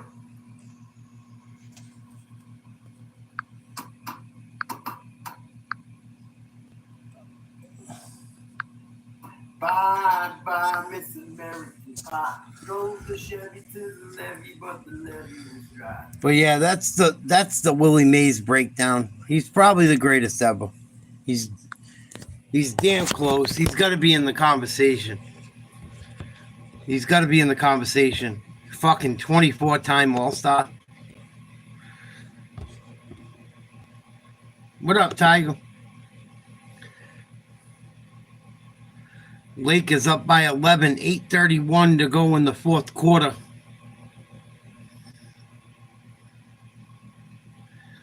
Minnesota battling the refs and the Lakers tonight. Lakers much more alive than they were the other night.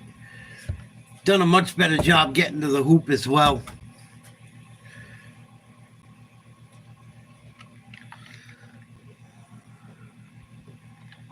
Gotten a few more calls. Gotten out in transition a little bit more.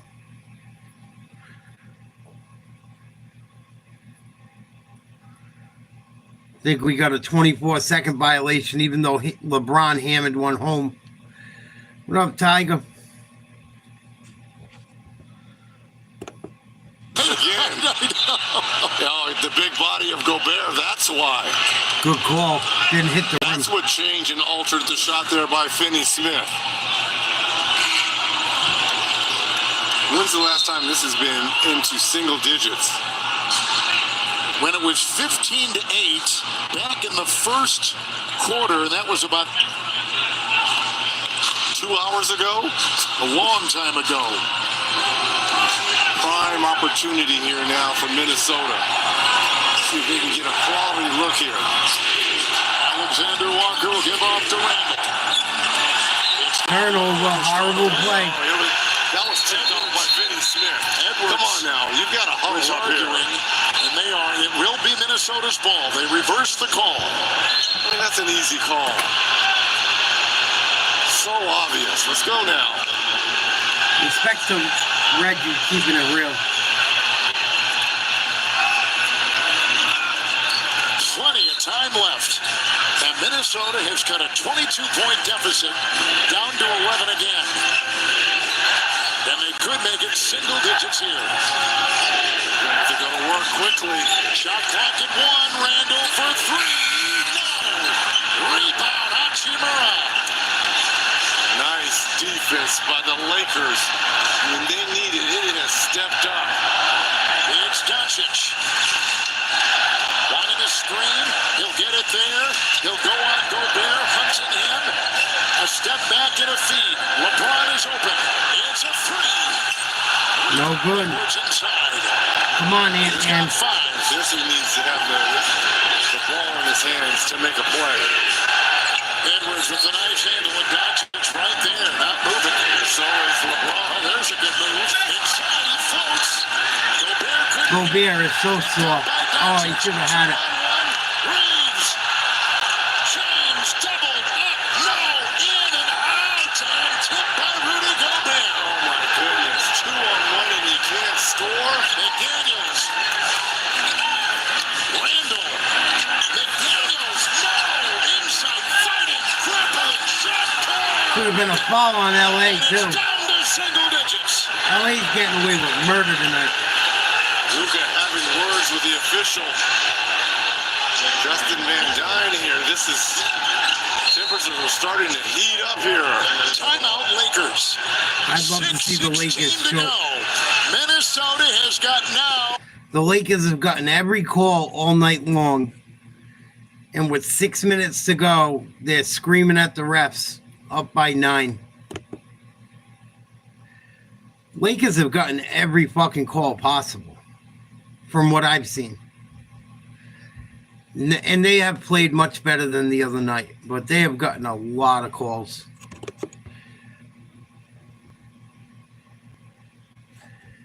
Let's look at some of the box score.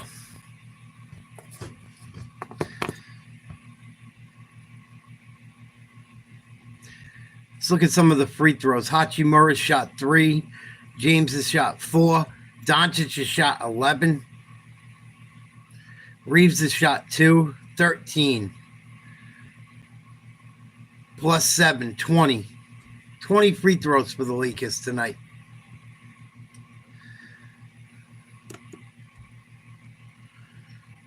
Let's check out for Minnesota. 7, 8, 9, 10, 11. 12, 13, 14, 15, 16, 17, 18, 19. Oh, it's pretty even. Pretty balanced. Pretty balanced. Let's look at the turnovers. 1, 2, 3, 4, 5, 6, 7, 8, 9.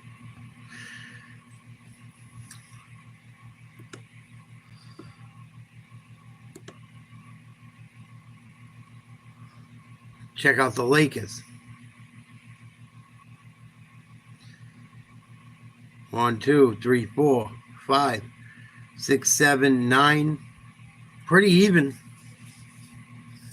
Pretty damn even. You look at the free throw percentages, 76% for Minnesota. 100% for the Lakers. Lakers have not missed a free throw. Not missed a free throw. Turnovers very close.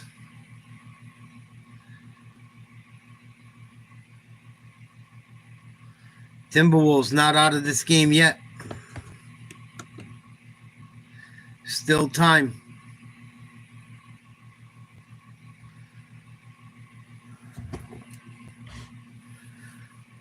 Lakers are going to be done by the time they get through the second series in this playoff. Even if they get through Minnesota in their next round. I don't think they have the horses in the stable to keep it up.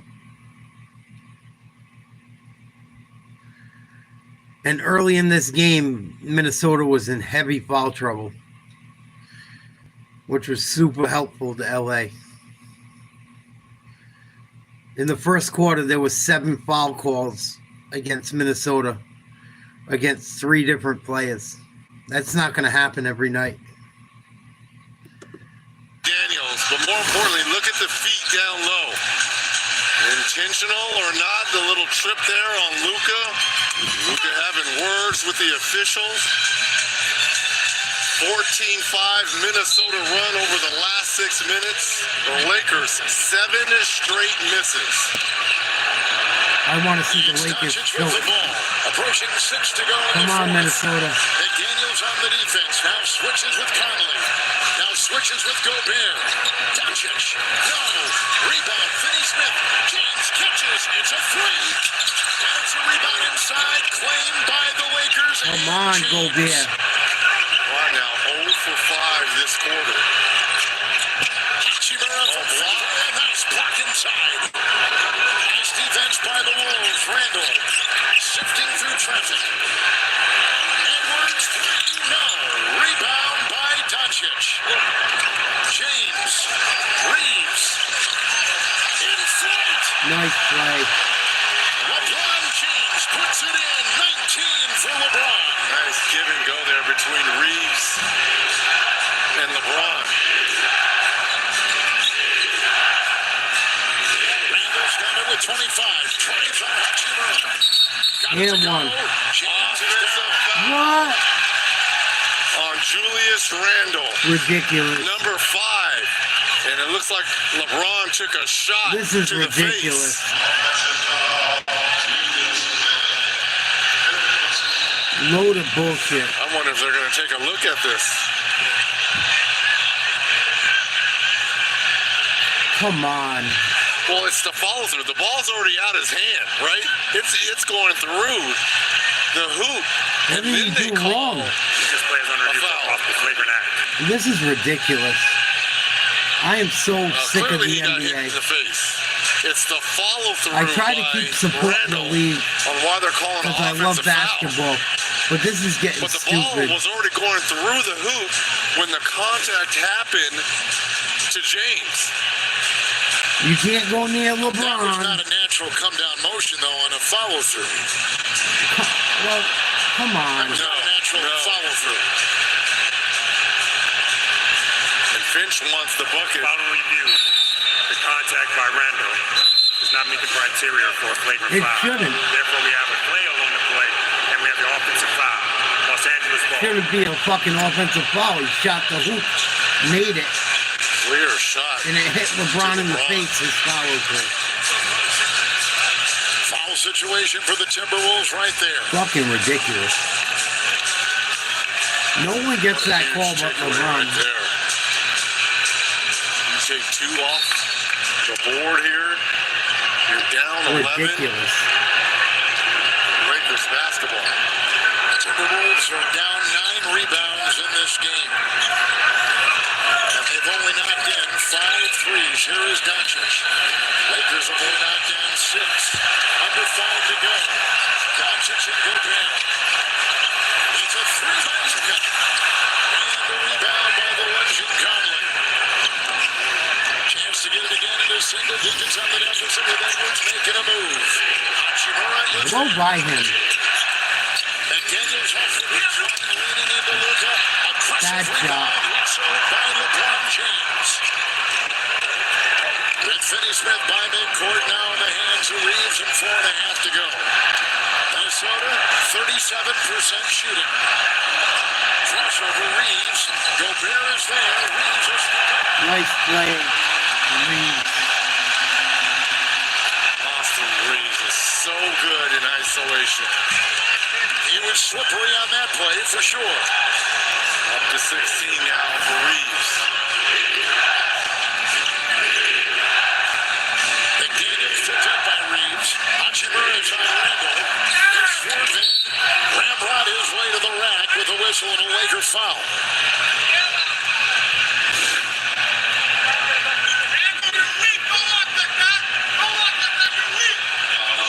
This is the problem when you have Rudy Gobert on the floor this late in ball games. The isolation and options the Lakers have. It does look like Reed is getting ready to check back in for him.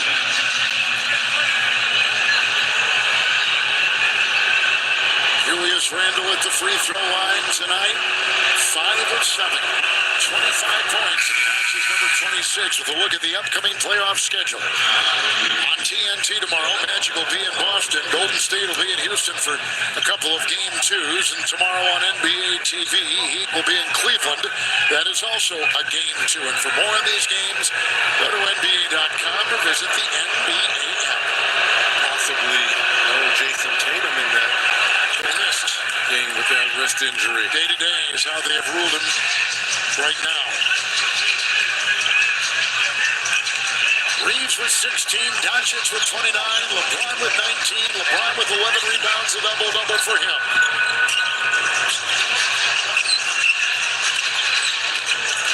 Reeves with the James screen. And LeBron's working on Alexander Walker. Into Hachimura cutting.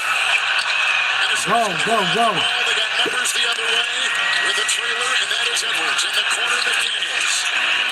Doncic closed in. Alexander Walker lasers one inside. Randall Miller. Reed across the lane. LeBron is Tough shot. Nice Reed. 9-point game. Timeout LA. Again, they've gotten it into single digits. 3:09 to go in game 2 on TNT. T-Wolves hanging around. Nothing is going their way in the entire night. At least they haven't folded up like the Lakers did the other night.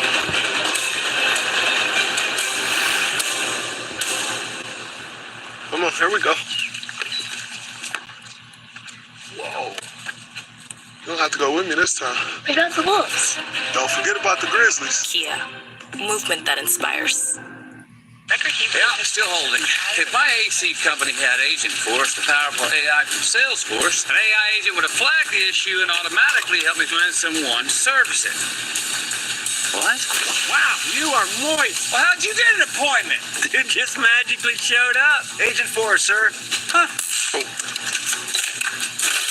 Dude, cold air's getting out. Agent Force helps manufacturers prevent appliance defiance.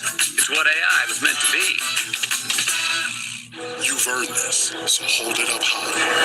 You don't just give an extra hand, you give your whole heart, because it feels good to raise up the community that raised you. You are a fighter, and this is your reward. Medalla, the mark of a fighter. AT&T has a new guarantee, because not everything in life is guaranteed.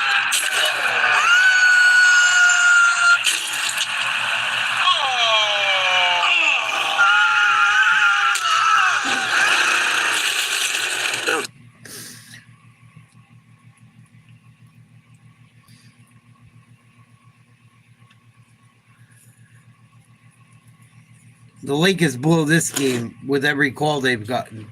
They don't stand a fucking chance.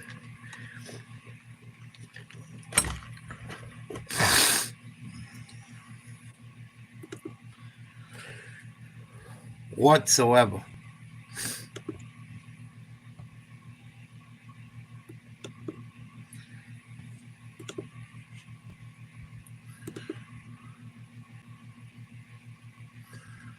Oh, I'm so fucking beat. Come on, wrap this game up. So many fucking foul calls.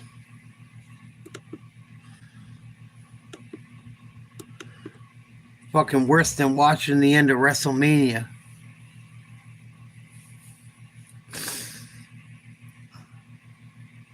I replayed WrestleMania. That shit was terrible.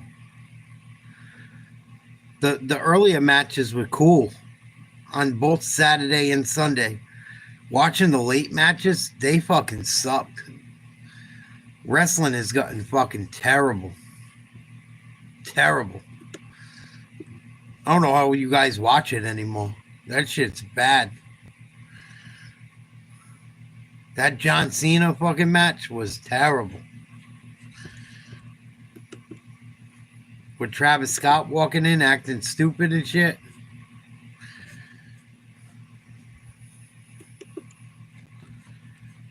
That was the worst WrestleMania I've ever seen in my life. Especially the main event. Awful. LeBron's got the ball with the double-double. Doncic has got it. He's got a double-double. They'll make a move on Reed. They'll feed and they'll throw it away. Wolves have it. Edwards on the move. Hey. Stole the ball. James with the ball. Pyle drives it. Nice play by LeBron. That was big time. He's got 21. That was on Anthony Edwards as well. Good anticipation there by LeBron. Man, what a huge play there. Edwards with it. He's got 23. Turnover. Oh, that should have been a turnover. 2.6 on the clock. T-Wolves might have been a call. 17 to go. In transition, Anthony Edwards. He didn't even see LeBron. LeBron came from his blind side and just pickpocketed it. It's McDaniels and Doncic with their shot clock. Should have been a foul call. I don't know how much time is on the clock. Horrible. Minnesota didn't know they had to get a shot off. But as a player, you're always glancing. You've got to know that. Yep. Inexcusable. Luka Doncic. To LeBron. Corner. On top. Reeves. Drives. LeBron. Couldn't sky high enough. And it's picked up on the play. Alexander Walker to the opposite side and Randall. Spins off Luka. Doncic is Williams. No foul call. Wow. Picked up by Reeves. Bumping into McDaniels. It's off to Luka Doncic. A fake. The Euro step it back on top to Finney Smith. Naz Reid is there. 1:35 now to go. Luka's going to get a foul call. He'll step back. He'll put up a three. Oh, surprised he didn't. Randall. Ahead it goes. Offensive. The offensive foul. Stupid play. Jaden McDaniels. Austin Reeves again, sacrificing, giving up his body. Tell you what, transition defense. If you think about these last two plays, you've got LeBron with the steal in transition. You know he's going to do that. Austin Reeves. That's all he can do. Each team with a foul to give. Slow it down. Seventh offensive foul on Minnesota. It's LeBron throwing it away. Thought Reeves was Another going to come. turnover. Naz Reid. Reeves is defending. He knocks it away and poked it away. And out of bounds it goes. Whistle on the play. Sloppy both sides. And a foul called on Reeves. And Reed will be at the line.